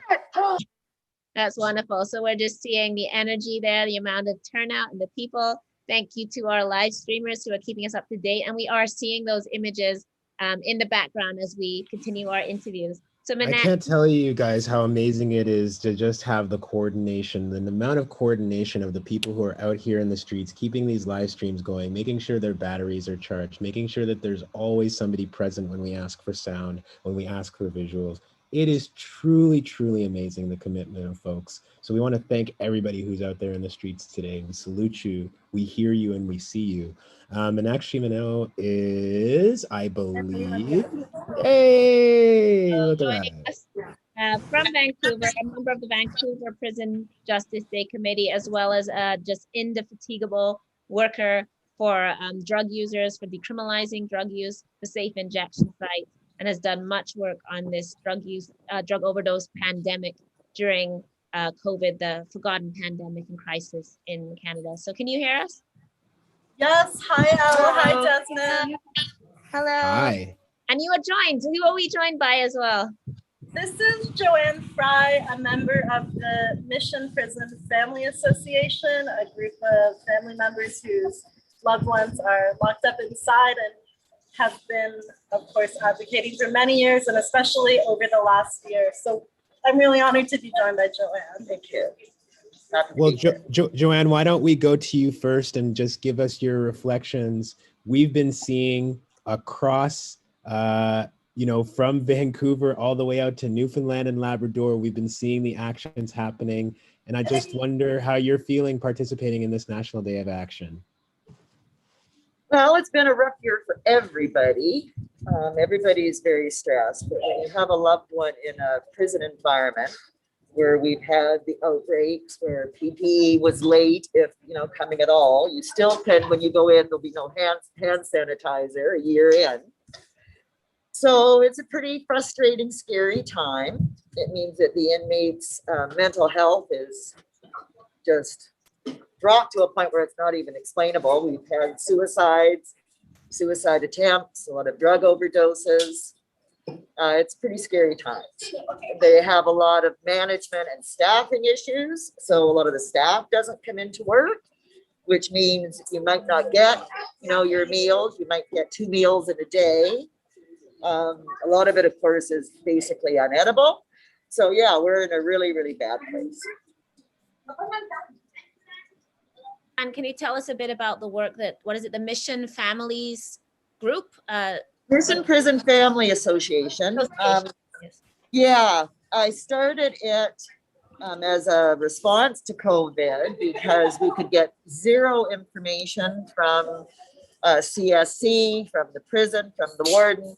And, families were just going crazy. We can't talk to our loved ones. We can't see them. We're hearing scary stories. And it really highlighted how disjointed we were. You'd see the same few people. Mission has like 300 or so inmates. And there's probably about 10 family members who go quite a bit. The rest often don't have any family that they're associated with anyhow. So you'd see these people, but the system is set up so they keep you away from each other. Mm-hmm. So, you'd see somebody, I may know your first name, but I had no way of getting a hold of anybody. People were on social media trying to connect to get information, but it was just a terrifying time. So I said, that's it. We need to start a family association, which should have always been done, so we can connect and at least share stories. So I kind of took it on. I put out my email and my phone number and said, you may not have heard from your son for 3 weeks, and you're hearing that, there was all these drug overdoses. Who do you go to see if it's your son? So, someone's concerned, they will ask, have you seen Pat? And then, I put it out to everybody. If you happen to talk to your loved one, can you ask around if, anyone's seen Pat? So it started out very simple. It ended up that we started the first class action lawsuit or CSC's COVID response or lack thereof. And since then, it's just snowballed into something else. Wow, that lawsuit, good luck with that. It takes a lot of courage to take on CSC. And as we know, they stonewall and cover up, and it's a long, long, long journey. So well, it's the retaliation that everybody is fearful of. So once your name's out there, we talked about an event last year where we were outside of the prison and they sent, trucks with guards that were videotaping us and taking down our car license plates. And, I got talked to about it and warned. So it's the retaliation that, is such a big issue. It's why we don't have a whole bunch of members here today, because they don't want their face and their name out there. We've heard over and over today about that fear of reprisal, definitely from so many people doing this work. Actually, let's bring you in here. You've been talking a lot in recent days, particularly about the connection between healthcare provision in the province of BC, and particularly in Vancouver, and policing. And I wonder if you can talk to us about that connection between policing and healthcare and how it relates to this day of action against carceral systems. Yeah, thanks for the question, Desmond. I'm not sure if you've already heard from Eris with the Coalition of Peers. So, of course, Eris, no, we haven't. You haven't heard from them yet. So it's, we see the same replication of really carceral systems, whether it's the way that psychiatric care is administered, the way that people who use drugs are treated as they try to navigate the healthcare system. People, I think, get this impression that BC is like Lotus Land and we're like handing out like safe, clean drugs, and that's not the case yet. That's what folks who organize on the ground are doing, but there's a couple folks here from groups like Mom Stop the Harm who are also sharing how that, there's so many breakups in like when people are going into prison, coming back into the community, cycling through prison. And that means like constant interruptions to all of their healthcare needs, including access to safe supply. So like the first 72 hours after someone is released it's a really risky time because people may go back to using the same amount that they did before they went in. And their tolerance has gone down. Maybe their dealer has been arrested. Maybe they don't have access to the same kind of supply that they used to. So there's evidence that contributes to like overdose fatalities. And I mean, within all of this, right? Like we're talking about prisons and policing and psychiatry, and like the war on drugs really undercuts all of this. It is a white supremacist colonial war, like they mostly are. And it really contributes to this like cycling of people through all sets of institutions, including like emergency rooms, psych wards, prisons, including provincial, remand, sentence, federal prisons. And like I've heard it described as people are just being like graduated to the next most restrictive facility. So when Joanne's talking about like the situation for folks in Mission, people are experiencing overdoses because there is no safe supply inside. Obviously there are drugs inside, but there's no political will to ensure that people have the medicines that they need. There's also totally inadequate mental health care, and it would be illogical to assume that we could provide people with the kind of care they need.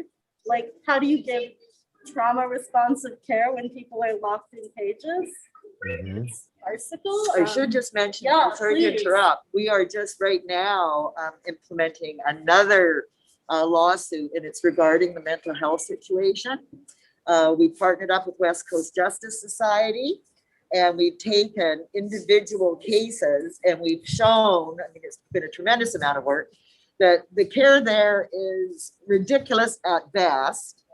And I just wanted to say about drugs in prison. When my son was first arrested a dozen years ago, you know, they send a parole officer to your home to talk to you and to get, you know, history. And I'll never forget the circumstance. This fella sitting across my dining room table and said to me, "So what is your son's drug of choice?" And I said, "Oh." And he's, "Well, what is he addicted to?" And I said, "Oh, no, he's not addicted to anything." And he looked over his glasses at me and said, "Well, chances are he will be.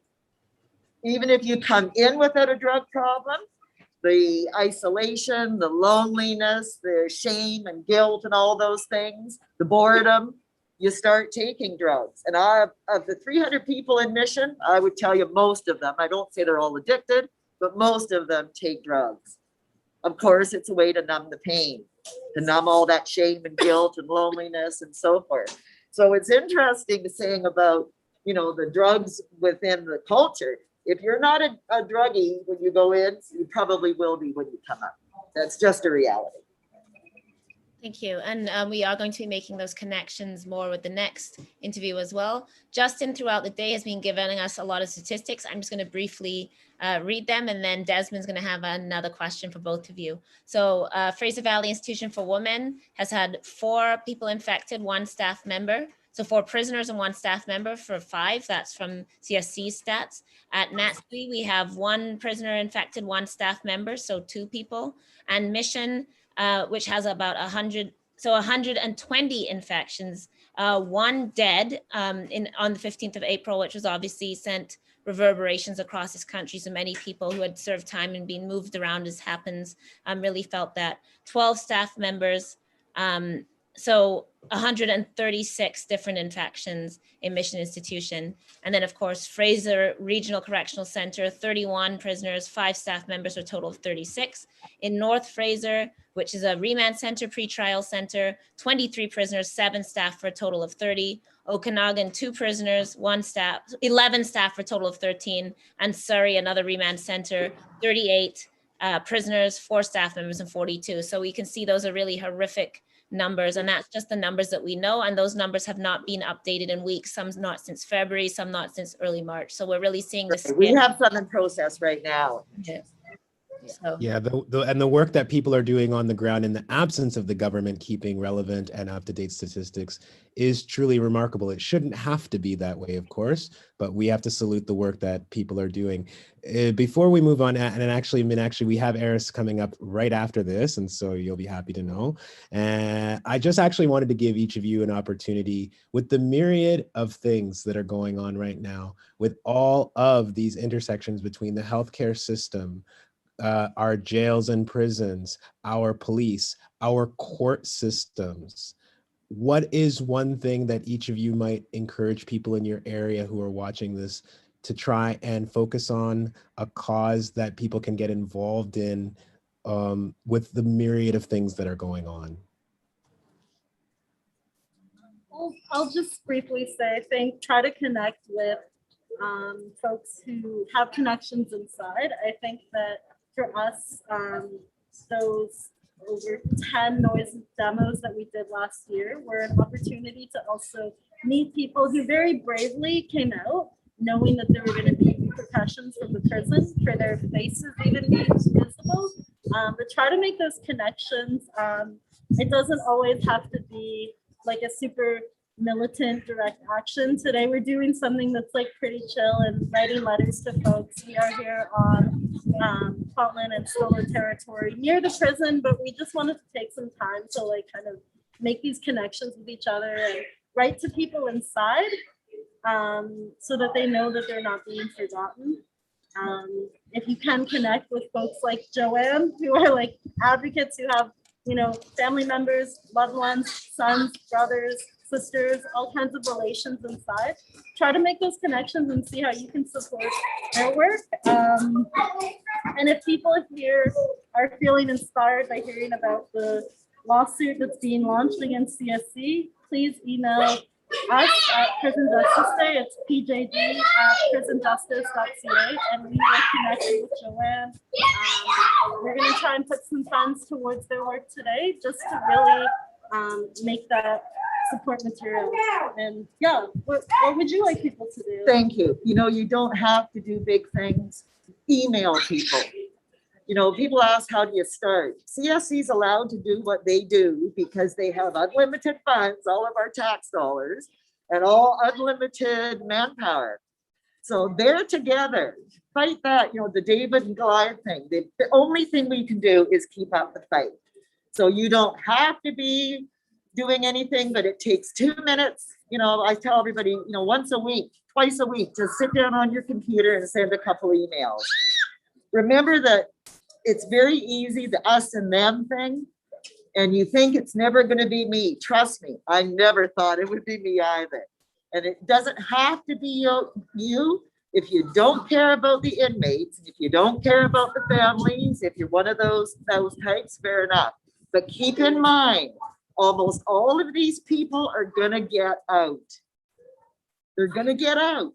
And they're mostly getting out worse than when they went in. So if we're not looking at it from a humanity perspective, if you don't care that they're spending billions of dollars of our tax dollars a year, 3/4 of which is going to staffing.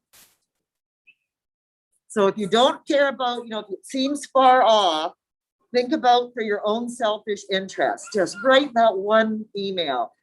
Send a quick letter to somebody inside. So most people don't have family connections. They are alone. And anybody can do just those few little things, just to first start. Thank you, Joanne, and thank you, Meenakshi. We're so grateful that you could join us, and thank you for your courage, in particular, fighting for families and continuing to give a voice to the people inside. So we are going to move to our next interview. We thank you both so much. Loving the face mask, by the way, the Free Them All face mask. Yeah. And we have our next interview. And so go ahead, Desmond, you're going to introduce. Oh my goodness.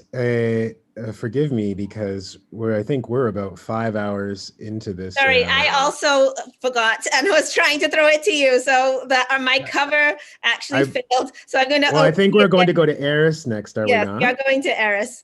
I see you on screen, Eris. Hello, how are you doing? And Eris, the Coalition of Peers Dismantling the Drug War and Drug User Liberation Front. So all day we've been hearing about COVID as a health crisis, but the other pandemic that has been ongoing with overdoses, and of course the criminalization of drug use and the war of drugs, which cages and sells people globally, particularly Black people globally. So welcome, Aris. Hi, nice to have be on the show. Thank you for having me. It's a pleasure. Yeah, great. So I'm calling from the unceded and stolen territories of the Squamish, the Musqueam, and the Tsleil-Waututh nations. And I think before we get into all of this, the most important thing to realize about what I would call the crisis of prohibition, which is a crisis of the regime of why all these people are overdosing, is that it's impacting Indigenous men the most. The people who are dying the most are Indigenous men, and those are middle-aged Indigenous men. So when we talk about this, we have to have reverence for the people that are being most impacted by what's going on. I don't know, can I just keep going? Because I got a bit, I can run keep going. Statistics. Going. I think, what we're seeing, it's a, how would you say this, like a carceral archipelago. And that thing has a name, and that name is genocide. And the police are the fucking Gestapo in this war, and the prisons are the concentration camps. And to me, Prohibition and the Controlled Drugs and Substances Act are the linchpin of the prison, medical, juridical, psychiatric, military industrial complex. And the drug laws have always targeted people of color and other marginalized people disproportionately and put them into prison and put them into a revolving door system that in Vancouver specifically, we're seeing result in massive overdose deaths. The drug laws themselves, like they first targeted Indigenous people via alcohol, then Black and brown folks via heroin, cocaine, and marijuana. There's no scientific basis to anything to do with the way drugs are policed. In terms of just to run down some statistics, and they make it very, very difficult to get statistics, which I think has been brought up before, because the government doesn't want us to know what's happening in the system that's a human meat grinder. At least 18% of prisoners are serving sentences for only drug-related crimes. Obviously, Black and Indigenous communities are disproportionately represented in the prison system. And, 54% of Black women in Canada's prison system are serving sentences for only drug-related offenses. And inside the prison, you see the same system as outside. People are still going to use drugs. There's a massive system of corruption, and that's integrated intentionally into the carceral system. And they haven't dropped any of these numbers lately, but the most recent statistic I can find is that in prisons, there's been a jump of 3% fentanyl overdose rates to 26%. And that's in 2016, 2017, which is not where we are now in terms of this crisis. And then, on top of that, 2 weeks after release, a prisoner's risk of overdose is more than 50% times higher than in the general population. And 1 in 10 of all overdose deaths are a prisoner that has been released in the last year. And then you make the leap over to COVID, and you see that in Canadian prisons, we have a 29% positive test result compared to 6% in the general population. And three of these prisons recorded over 20% cumulative COVID-19 prevalence among prisoners, et cetera, et cetera. So in this active genocide, in this war, what are our axes of freedom? And that's where I think my work with the Drug User Liberation Front comes in. Because as I said before, the prison industrial complex is this linchpin. It's where we can move. And once you start dismantling the Controlled Drugs and Substances Act, you start dismantling the carceral system. Absolutely. Aris, it's remarkably been 18 years since Insight opened in Vancouver. I actually remember the day that happened. And for some reason in this country, even though it's been 18 years since that first supervised injection facility opened, we haven't made the kind of progress that you might have expected for how much insight was heralded. We're in a new era now. We're understanding that this is a health issue now. What has happened in the last 18 years to thwart any additional progress in these kinds of approaches being disseminated across the country? Well, I think everything, honestly, even in BC, where we have a provincially declared health emergency, where our health officials have duties to act, certain cities can't open up safe injection sites, and Northern Health has an extremely high death rate per capita in British Columbia, So there's this association with drugs and evil people and criminality and badness. People don't want to see that in their community. And, I'm very lucky to work in Vancouver, which in a lot of ways I would consider the mecca of harm reduction. And I think what has to happen, insight happened because of radical action, radical direct action, people running unsanctioned, illegal, injection sites. That's how they got insight. And to me, what we're doing, DOLF, the Drug User Liberation Front, on April 14th, we'll be giving out clean supplies of heroin. We have tested this via FTIR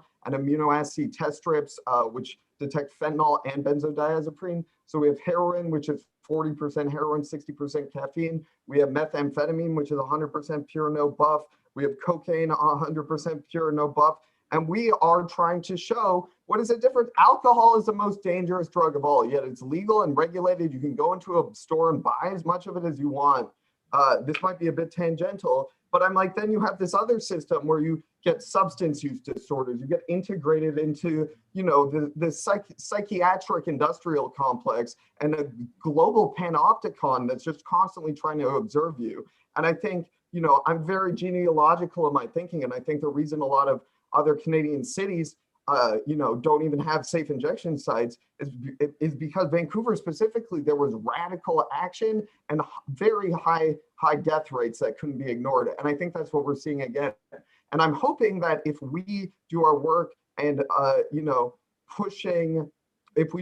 pushing forward in this trajectory of giving out free, clean drugs to people who need them, who are at high risk of overdose, who I watch overdose in the street every day and have to respond to, which is a terrible, terrible thing for someone to have to experience constantly. I'm like, the whole thing, it needs to be abolished, rewritten, and blown up. And if that's what we got to do, that's what we got to do. And I encourage people, take as radical action as you can and feel comfortable with, because that's the only way we're going to make change in this system. Well, speaking of radical action, I want to interrupt you just for a moment to say that we have added on the screen here what is happening in Ottawa, and the marchers on unceded Algonquin territory there are just now pasting their demands to the Ottawa sign in the Byward Market. And we're seeing these images of people plastering the Ottawa sign with messages that are demanding an end to prisons, are demanding healthcare and supports for people who have been incarcerated. And so it is amazing to see that action happening. And we've been seeing actions happening all day today. People are in the streets, people are marching. So Elle, go ahead and take it. I was just enjoying also the abolitionist safe supply cap that we've been seeing. Yeah, the kitty's making everybody happy. Yeah, the kitty's making us happy at the end of the day. So you called upon Canadians or people living in so-called Canada to take radical action. Can you give us some examples of what you think actions might take place in our communities? For example, here in Jabuktuk, we do not have safe injection sites. So I think one thing you can do is start an unsanctioned safe injection site. I'm like, there's so much medical evidence. I'm like, what I'm talking about, people think when I say, let's give out clean, safe drugs, it's some kooky, I'm the pusher, I'm pushing drugs on people, watch out. And I'm like, that is not the case here. There is medical evidence that people who are at high risk of overdose morbidity will lead more, successful, happy lives if they are not, constantly chasing this thing that is very hard to get and very illegal and being put through this hospital, prison, in Vancouver, private SRO, homeless, kind of circle that never ends. I'm like, we're not following, best public health practice. And that is a major issue, because I'm like, at the end of the day, even if you want to call me a radical, what I'm saying is it's best practice in public health. And I'm like, governments are ignoring that. And in my opinion, as someone who has watched, the overdose numbers from 2020, I think 1,729 people die. That's a very high rate of death for folks who are using drugs, for my people, and I think we need to kind of step up our game in pushing the government and be like, the science is there, you can do it, you're not. You can give, heroin, diacetylmorphine, a drug identification number, so it can be produced in Canada. You can put it on the list of drugs that are provided to folks for free. You can do all these steps that people have been telling you to do for fucking years. And I'm like, if you're not gonna do it, move over, or we're gonna go through you. Because I can't watch people die. It's giving me PTSD. I'm losing my mind. I can't sleep at night. Well, the sacrifices that people are making in the midst of what is literally a war are what we're here to honor today, Erez. And we want to thank you for your work with a coalition of peers dismantling the drug war. We see you, we hear you, we are in solidarity, and we ask you to keep up the fight. Check out www.dolph.ca if you'd like to know more about what we're doing in Vancouver. And April 14th is the 5th year of the declaration of a public health emergency in BC. So this action will be happening then. And DULF is spelt DULF, Drug User Liberation Front. Beautiful. Erez, thank you so much for your contribution today. Take care and keep the peace, yo. All right. Thank you for joining us. And we also know, of course, that prisons do not support harm reduction. Needles are contraband, both for tattooing and for clean needles. Prisons do everything they can to securitize, criminalize people, further punish people if they suspect them of bringing in contraband. Of course, that many of the staff are the ones that bring in contraband, but the people inside are the ones who end up suffering. And there has been many people that have pushed for prisons to do harm reduction programs, to offer clean needles, to not criminalize and stigmatize and police drug use inside prisons without providing any of mental health care, without providing any real options often for treatment. And of course, so many people are withdrawing and in crisis in prison because of that. We will bring up this website and we're going to go back. Yeah, and Elle, if I can just really quickly, something came up for me, and it's like, when I first came to Toronto, I was working at a facility called YouthLink Inner City.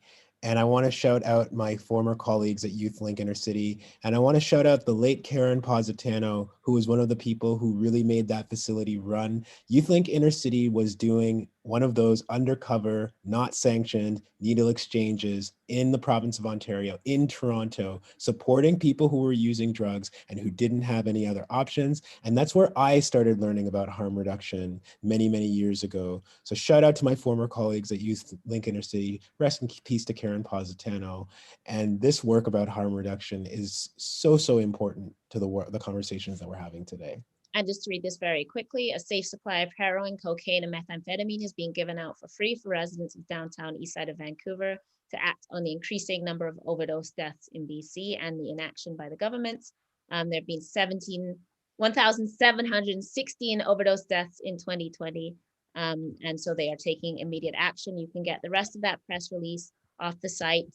The demands are that all levels of government must immediately fund programs with safe and accessible supplies of drugs. All levels of governments must immediately give us an accessible legal framework that decriminalizes, licenses, funds, and provides facility spaces for heroin, cocaine, and methamphetamine compassion clubs. And of course, as we heard, this is the medical and common sense and health solution. So thank you. And you can get more details at dulf.ca. We want to also direct people to noprisons.ca and specifically to the Abolition Coalition Year in Review, where you can see where different groups across so-called Canada, including, we've heard today about SMAC, we've heard about Free Lands, Free Peoples, the Center for Justice Exchange. You can go on the website and you can see what all these groups have been up to. Shout out Winnipeg Police Cause Harm, another group mentioned here. If you want to see what's been happening in your area in the last year around some of these issues, noprisons.ca, Abolition Coalition Year in Review. All of that information is there And for you. if you want to sign the statement mentioned by Robin Maynard, the Choosing Real Safety statement, you can go to choosingrealsafety.com. You can see the declaration. You can sign that yourself. You can see the number of organizations and individuals that have signed this declaration. So that is at choosingrealsafety.com. And we have been playing some of the videos that are also present on that site today. We're going to go back to the CPEP March now, where they are hitting their final stop, and the demands which are available at the Toronto Prisoners' Rights Project. I'm going to pull those up right now, and I believe they're about to read those. While you do that, Elle, I want to also remind people that there is an email zap happening right now as we're speaking, and has been happening. Criminalization, Punishment, and Education Project, CPEP, is doing this, and with one web page here, clicking to this, you can come in, fill out your information, and you can take immediate action for prisoners to be released in this era of COVID-19. So that's cp-ep.org, and look for the Free Them All emails app. So yes, so people can Stop the deportation! Stop the deportation! No borders! No nation! Stop the justice. deportation! And are you gonna have to yell, what is the final stop? Stop the deportation! No borders! No nation! Stop So, the deportation! No the final stop. Sorry, the final stop is at the American Embassy. We're going to be expressing international solidarity with prisoners and their loved ones from across the world. We found out a few weeks ago that political prisoner Mamaya Abu Jamal contracted COVID-19 while behind bars. So we're demanding that the American government take action to free him and free others. We're also expressing solidarity with the thousands upon thousands upon thousands of prisoners that have contracted COVID-19 and that have died in human cages around the world, and also drawing attention to folks who have died behind bars in this country and elsewhere. So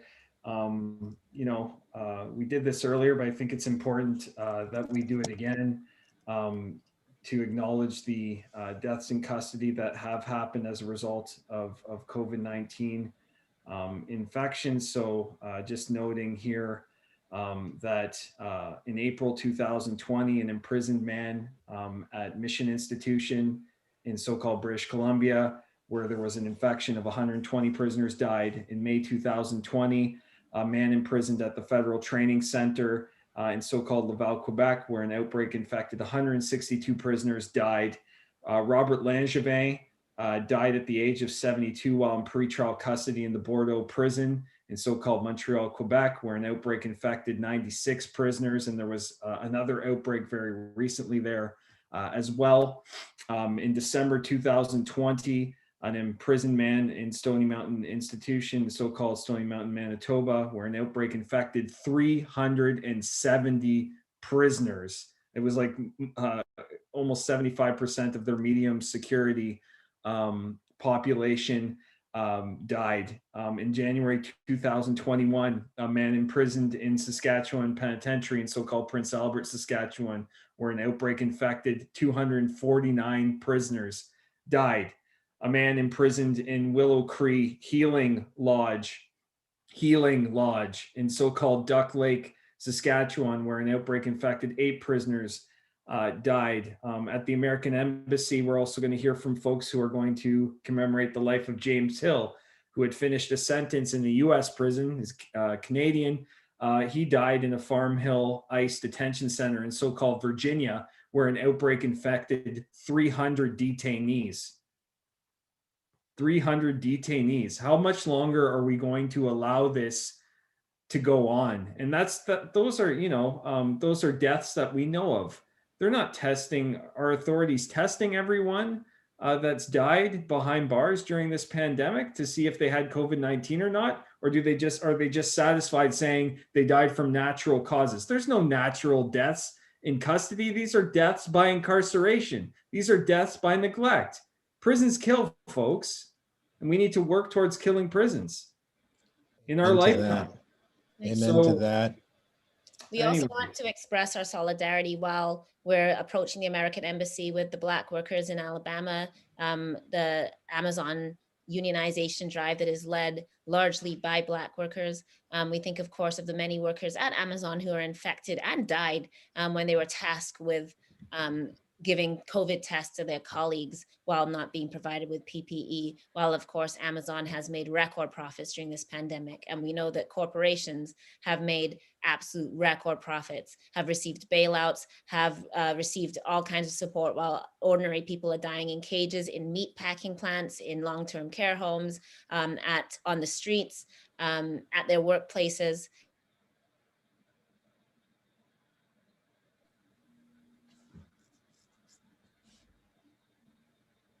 Around the world who so often lead our justice movements. We are, of course, in solidarity also with the people of Haiti, also by workers. Romantic partners, and everyone who has a loved one who is currently locked up inside.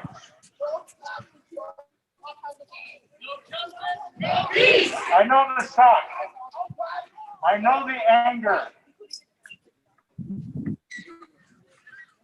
I know the fear, the worry, and the sadness that comes with finding out that someone you love very much has been snatched and taken away to a place where they lose their identity and humanity.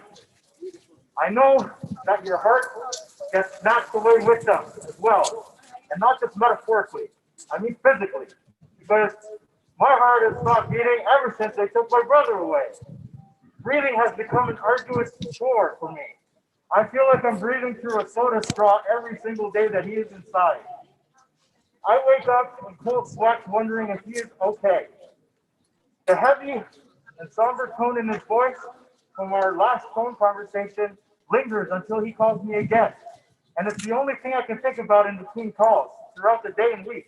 Every day is a rush to get through and speed up space and time so that his release date can come sooner. Bless you, sir. When he calls his big brother, he will always ask me multiple times per call, so what else is new? It's a question that I know comes from deep within a very oppressed state of being. A part of him that wants to feel activated and connected to the outside world, but isn't allowed to, and is being watched 24 hours a day, 7 days a week. It comes from a part of him that the prison machine is doing everything in its power to destroy, because it is designed to not only disconnect a person from the outside, but it also disconnects a person from themselves. How do you navigate that? How do you have those conversations with someone who has become something outside of themselves because of how deeply they have been institutionalized? How do you allow yourself to react and communicate with someone who is in a heightened state of survival mode, where their every word and basic level of movement has an imminent consequence of death or serious harm? Shame! Speaking to the support people of loved ones who are currently locked up, how many times has a person from Corrections Canada or Parole Board of Canada reached out to any of you to give you pointers on what to expect when a loved one is thrown in a cage? Would I be wrong in saying that number is probably zero? Yes. There's no brochure, there's no pamphlet, there's no handbook or caseworker that provides you with any clarity or guidance. Because what the system is doing is not only punishing your loved one who is locked up, they're also punishing you by leaving you in the dark as well. There are words to describe this behavior when it comes to romantic or family relationships. We call that abuse. And it's what we need to be calling the suffering of family members that are placed under the family members, the suffering that family members are placed under when a loved one is taken from them by the carceral system. This is a country that is openly committing systematic abuse on its own people. How is that not seen as barbaric? In closing, I want to say the following. One time my friend asked me, what should people do in your honor when you pass away? I want today's speech to be added to my final will and testament, because I told her that when I die, I want people to burn down a prison in my name. And in the name of all those who have died or even spent a minute locked up inside those animal cages. With that said, fuck the system, burn it all down, abolish prisons, and abolish the police. Thank you very much.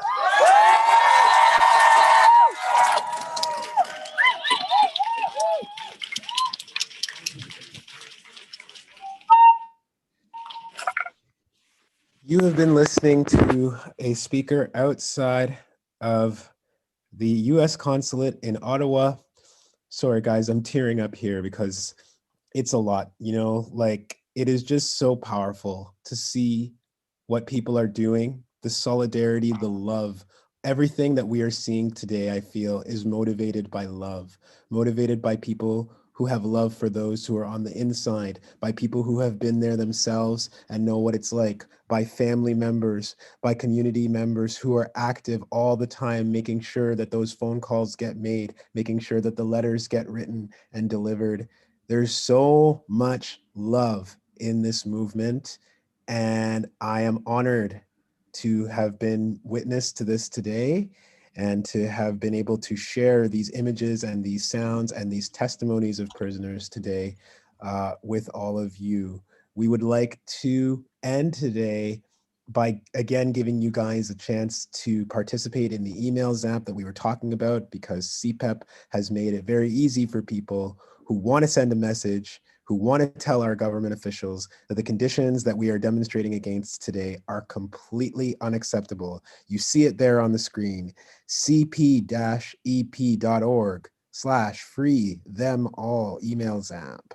You can go to CPEP, you can find this. It's very simple. It takes a couple of minutes. You can put in your information and you can ask our public officials to take immediate action for the release of prisoners as COVID-19 continues to make life so difficult for all of us in this country, but particularly for those who are incarcerated. Here's the address. Check it out on the top of the screen there. Take action today. You've taken the time to watch this live stream. You've taken the time to listen to these testimonies today. It's your opportunity to take action. And I didn't want to end today without saying that we talked to Paul Taylor of Food Share earlier, and we were talking about the importance of food.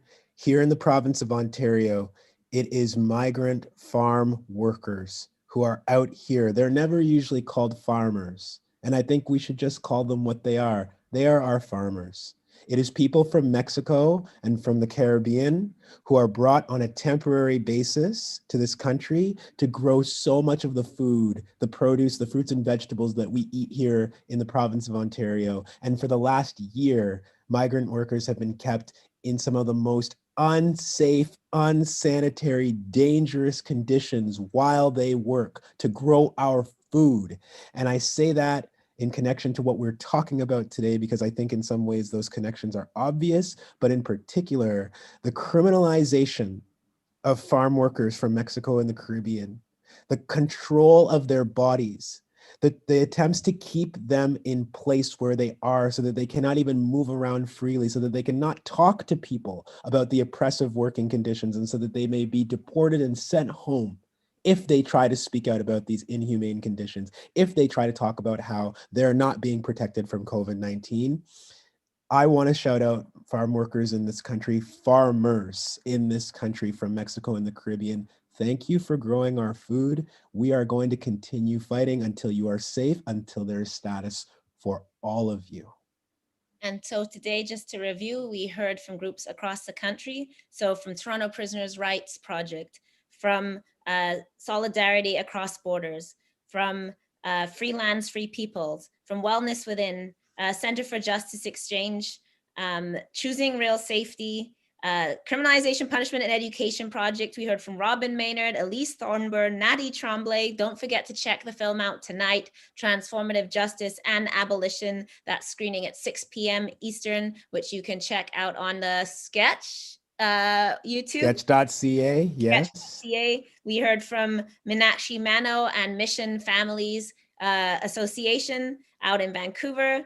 We heard from Coalition Appears Dismantling the Drug War and Drug User Liberation Front. So we had a group of people across this country. We thank all the amazing people that Cyrus Marcus Ware Cyrus Marcus and Raven Wings of Black Lives Matter Toronto. Thank you. Kyla Williams, 1492 Lambback Lane. Check Shout that out. So, and many, many more people that have been in the background that have been joining these marches and protests. If you guys want to turn on your cameras, people who were here as tech support from Toronto Prisoners' Rights Project, we had Elaine, we had Katie, I believe. So give us a quick wave if you're here and available. If not, we thank you so much. There you go. I don't know if you want to say anything really quickly. No, just thank you so much. I said, yeah, no, this has been really lovely, and yeah, feel really moved. So thank you so much.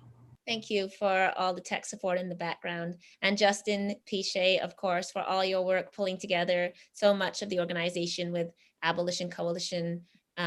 Vicky Chartrand as well, I want to shout out, who does so much work with noprisons.ca, stuff like the abolition syllabus in so-called Canada. These are all links you can check out. I know they're posted in many of the sites where you were watching this video, so please do check out all these links. And Justin, I'm turning it over to you for some final words. All right, well, thank you, Elle, and thank you, Desmond, for all the important work that you've been doing and the great work that you did hosting today. Thank you to Abby and Sheena for putting up the year in review stuff. That was a ton of work. Thank you to all the event organizers. Thank you to all the speakers. Thank you to the tech support. Thank you to the folks that are working on the interpretation for us during and after the event. We're going to be adding captions to everything and live descriptions. Your work is critical to what we're doing and trying to make this common sense and decenter the prison and decenter policing and decenter punitive injustice in the Canadian carceral state in our lives, and to work towards a transition from the prison industrial complex and from all of this that is harming people so profoundly during the pandemic, and will continue to do so beyond it if we do not move towards building communities and not cages where we can keep everybody safe, where we can be choosing real safety, where everyone's basic needs are met so that we can prevent violence and respond to it in transformative ways, not in punitive ways, not in violent ways. And that's the work that we're doing, and that's the work that we need to continue to do in the days, weeks, months, and years ahead. And hopefully we can get to a place where we can free them all and keep each other safe. Thank you so much. Free them all, free them all. Katie Bruce Lockhart, thank you for the tech support. If we didn't say your name before, I apologize to any of those who we didn't name today. We are so grateful for everybody's support. Free them all. Thank you so much, everybody. Thank you for joining us on this marathon this afternoon. We'll pull up the footage as we leave, and you can see our comrades in Ottawa finishing strong after a day of marching. So everybody, we send our love, we send our Shame! A man in prison in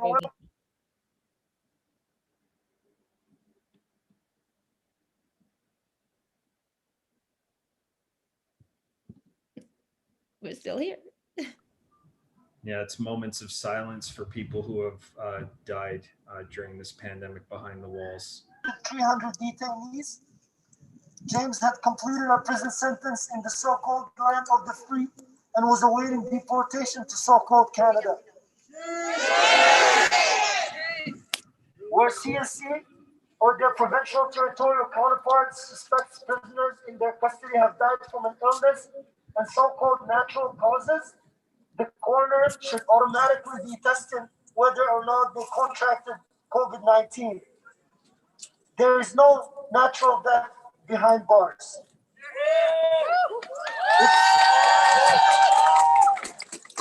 we aren't doing this, we can definitely say that only 5 federal prisoners and 1 prisoner died from COVID-19, as authorities claim.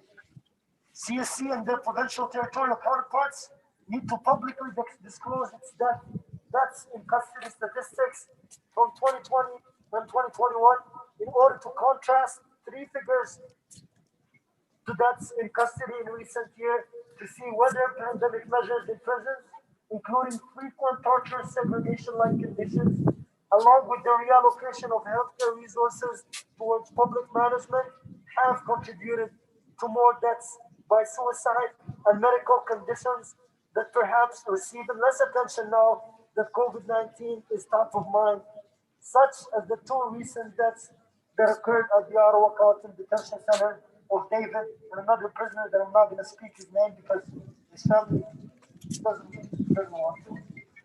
We also need full disclosure on that in custody as and just like a parenthesis. David, who died at the Ottawa Carlton Detention Center a few weeks ago, was circling in and out of jail, who was trying to help himself, trying to keep his, bring his life back on the right track, but he was destined to be killed by the carceral state because, they push you through something called the revolving door of pretrial detention, where, you become someone who is trapped in that door and in that revolving door. I experienced it myself. Many of you here maybe experienced it, their family members, their loved ones. But once the system gets a hold of you, it is hard to get away from it.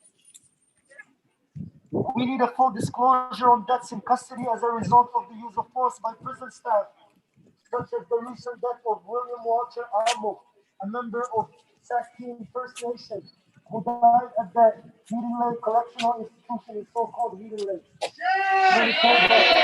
After an altercation with staff there. Lastly, we must seek justice and demand government to engage in a process that will allow us to build our communities. Or in fact, we should dismantle the state that is keeping its knee on our necks, not letting us breathe.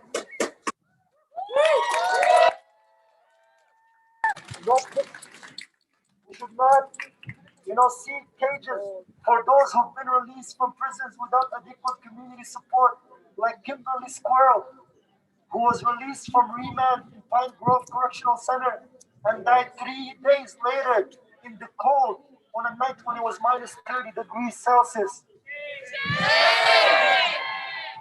The prison system, the pandemic is a problem for sure, but it just exacerbated the violence and intensified the violence that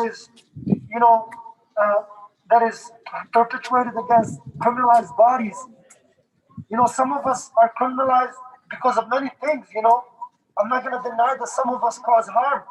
But the thing is, what is the community doing for us? What is the community doing for us in order to allow us to engage in transformative processes, not to punish us by us, impregnating this, sucking up this carceral responses to conflict. We also engage in carceral logics in many ways. So I ask you folks who were here today to please amplify the message and the demands. They're pretty simple. Release prisoners. Allow prisoners to have access to equitable health care.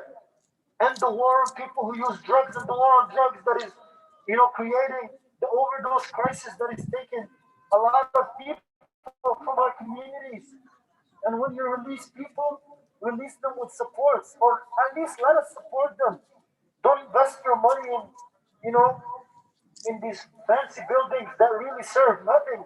These buildings are empty while our kids are dying on the streets. They don't even have enough to eat. Thanks to the effort.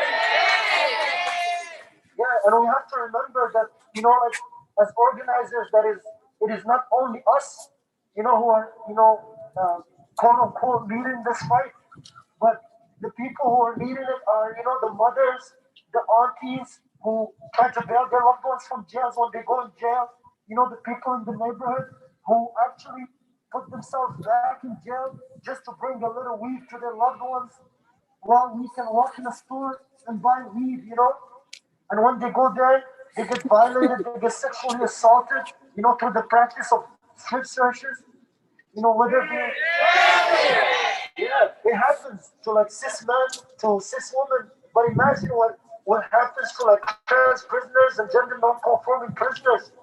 You know, in this hyper-patriarchal structures. You know, I thank you folks, and I think the folks here, most of them know these things, and I'm just repeating them. But it's important to, you know, situate the prison as, you know, a failure in its own purposes, because it portrays that it's here to keep our community safe. But what it does really, it just, you know, perpetuates anti-blackness, anti-indigeneity, anti-immigrant, you know, practices and ideas. It basically kills us. I was talking to my friend Mac, who's Haitian, who I know for a lot of years. And guess what? I was talking to him and I was talking to his friend, and they didn't even coordinate between them. They just told me like on two separate, one of them was taking a shower because they only have 20 minutes to talk. And then he came out and he spoke to me, and both of them are saying like, yo, these people are creating monsters.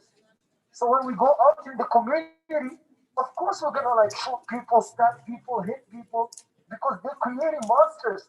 And sometimes the rest of the earth has, you know, no other choice but to be an animal, because we are treated like animals in cages. So, you know, keep that in mind. The people who goes inside jails are not gonna be there forever. They are gonna come out one day and they become your neighbor, my neighbor, someone else's neighbor. And the problems that affect them, if we find a solution to them, you know, it will elevate all of us. You know, if we abolish borders that separate indigenous communities and confine them within some, you know, government, you know, zones that they made for them, you know, if we abolish the borders, that's a huge success for all of us. It is not only for immigrants, because everyone should have the right to move, to stay, and to return. And, No one and, is you know, illegal. if we abolish, for example, patriarchy as like a system of gender dominance, a lot of us are going to be, you know, going to benefit from that, you know, including the men who actually engage and perpetuate that system. Their mental health is going to be better. You know, the mental health of community members who are women identifying or trans folks and other folks are going to be better. If we abolish, you know, violence in all its forms, is going to be beneficial for all of us. That is why we have to engage in this work critically and be, you know, meaningful about it, because it is our only solution to our problems. And I thank you to be here. Thank you for my fellow organizers who were not, you know, in front of this megaphone, who you don't see, but their efforts are the ones who make this possible. I just have a big hand. So please, folks, and thank yourselves as well for bringing yourselves here. And you know, let's end this right now. And please don't leave here by yourselves. Mahoney, I think here has something to say. Okay, so for safety purposes, we ask that since we're about to disperse, that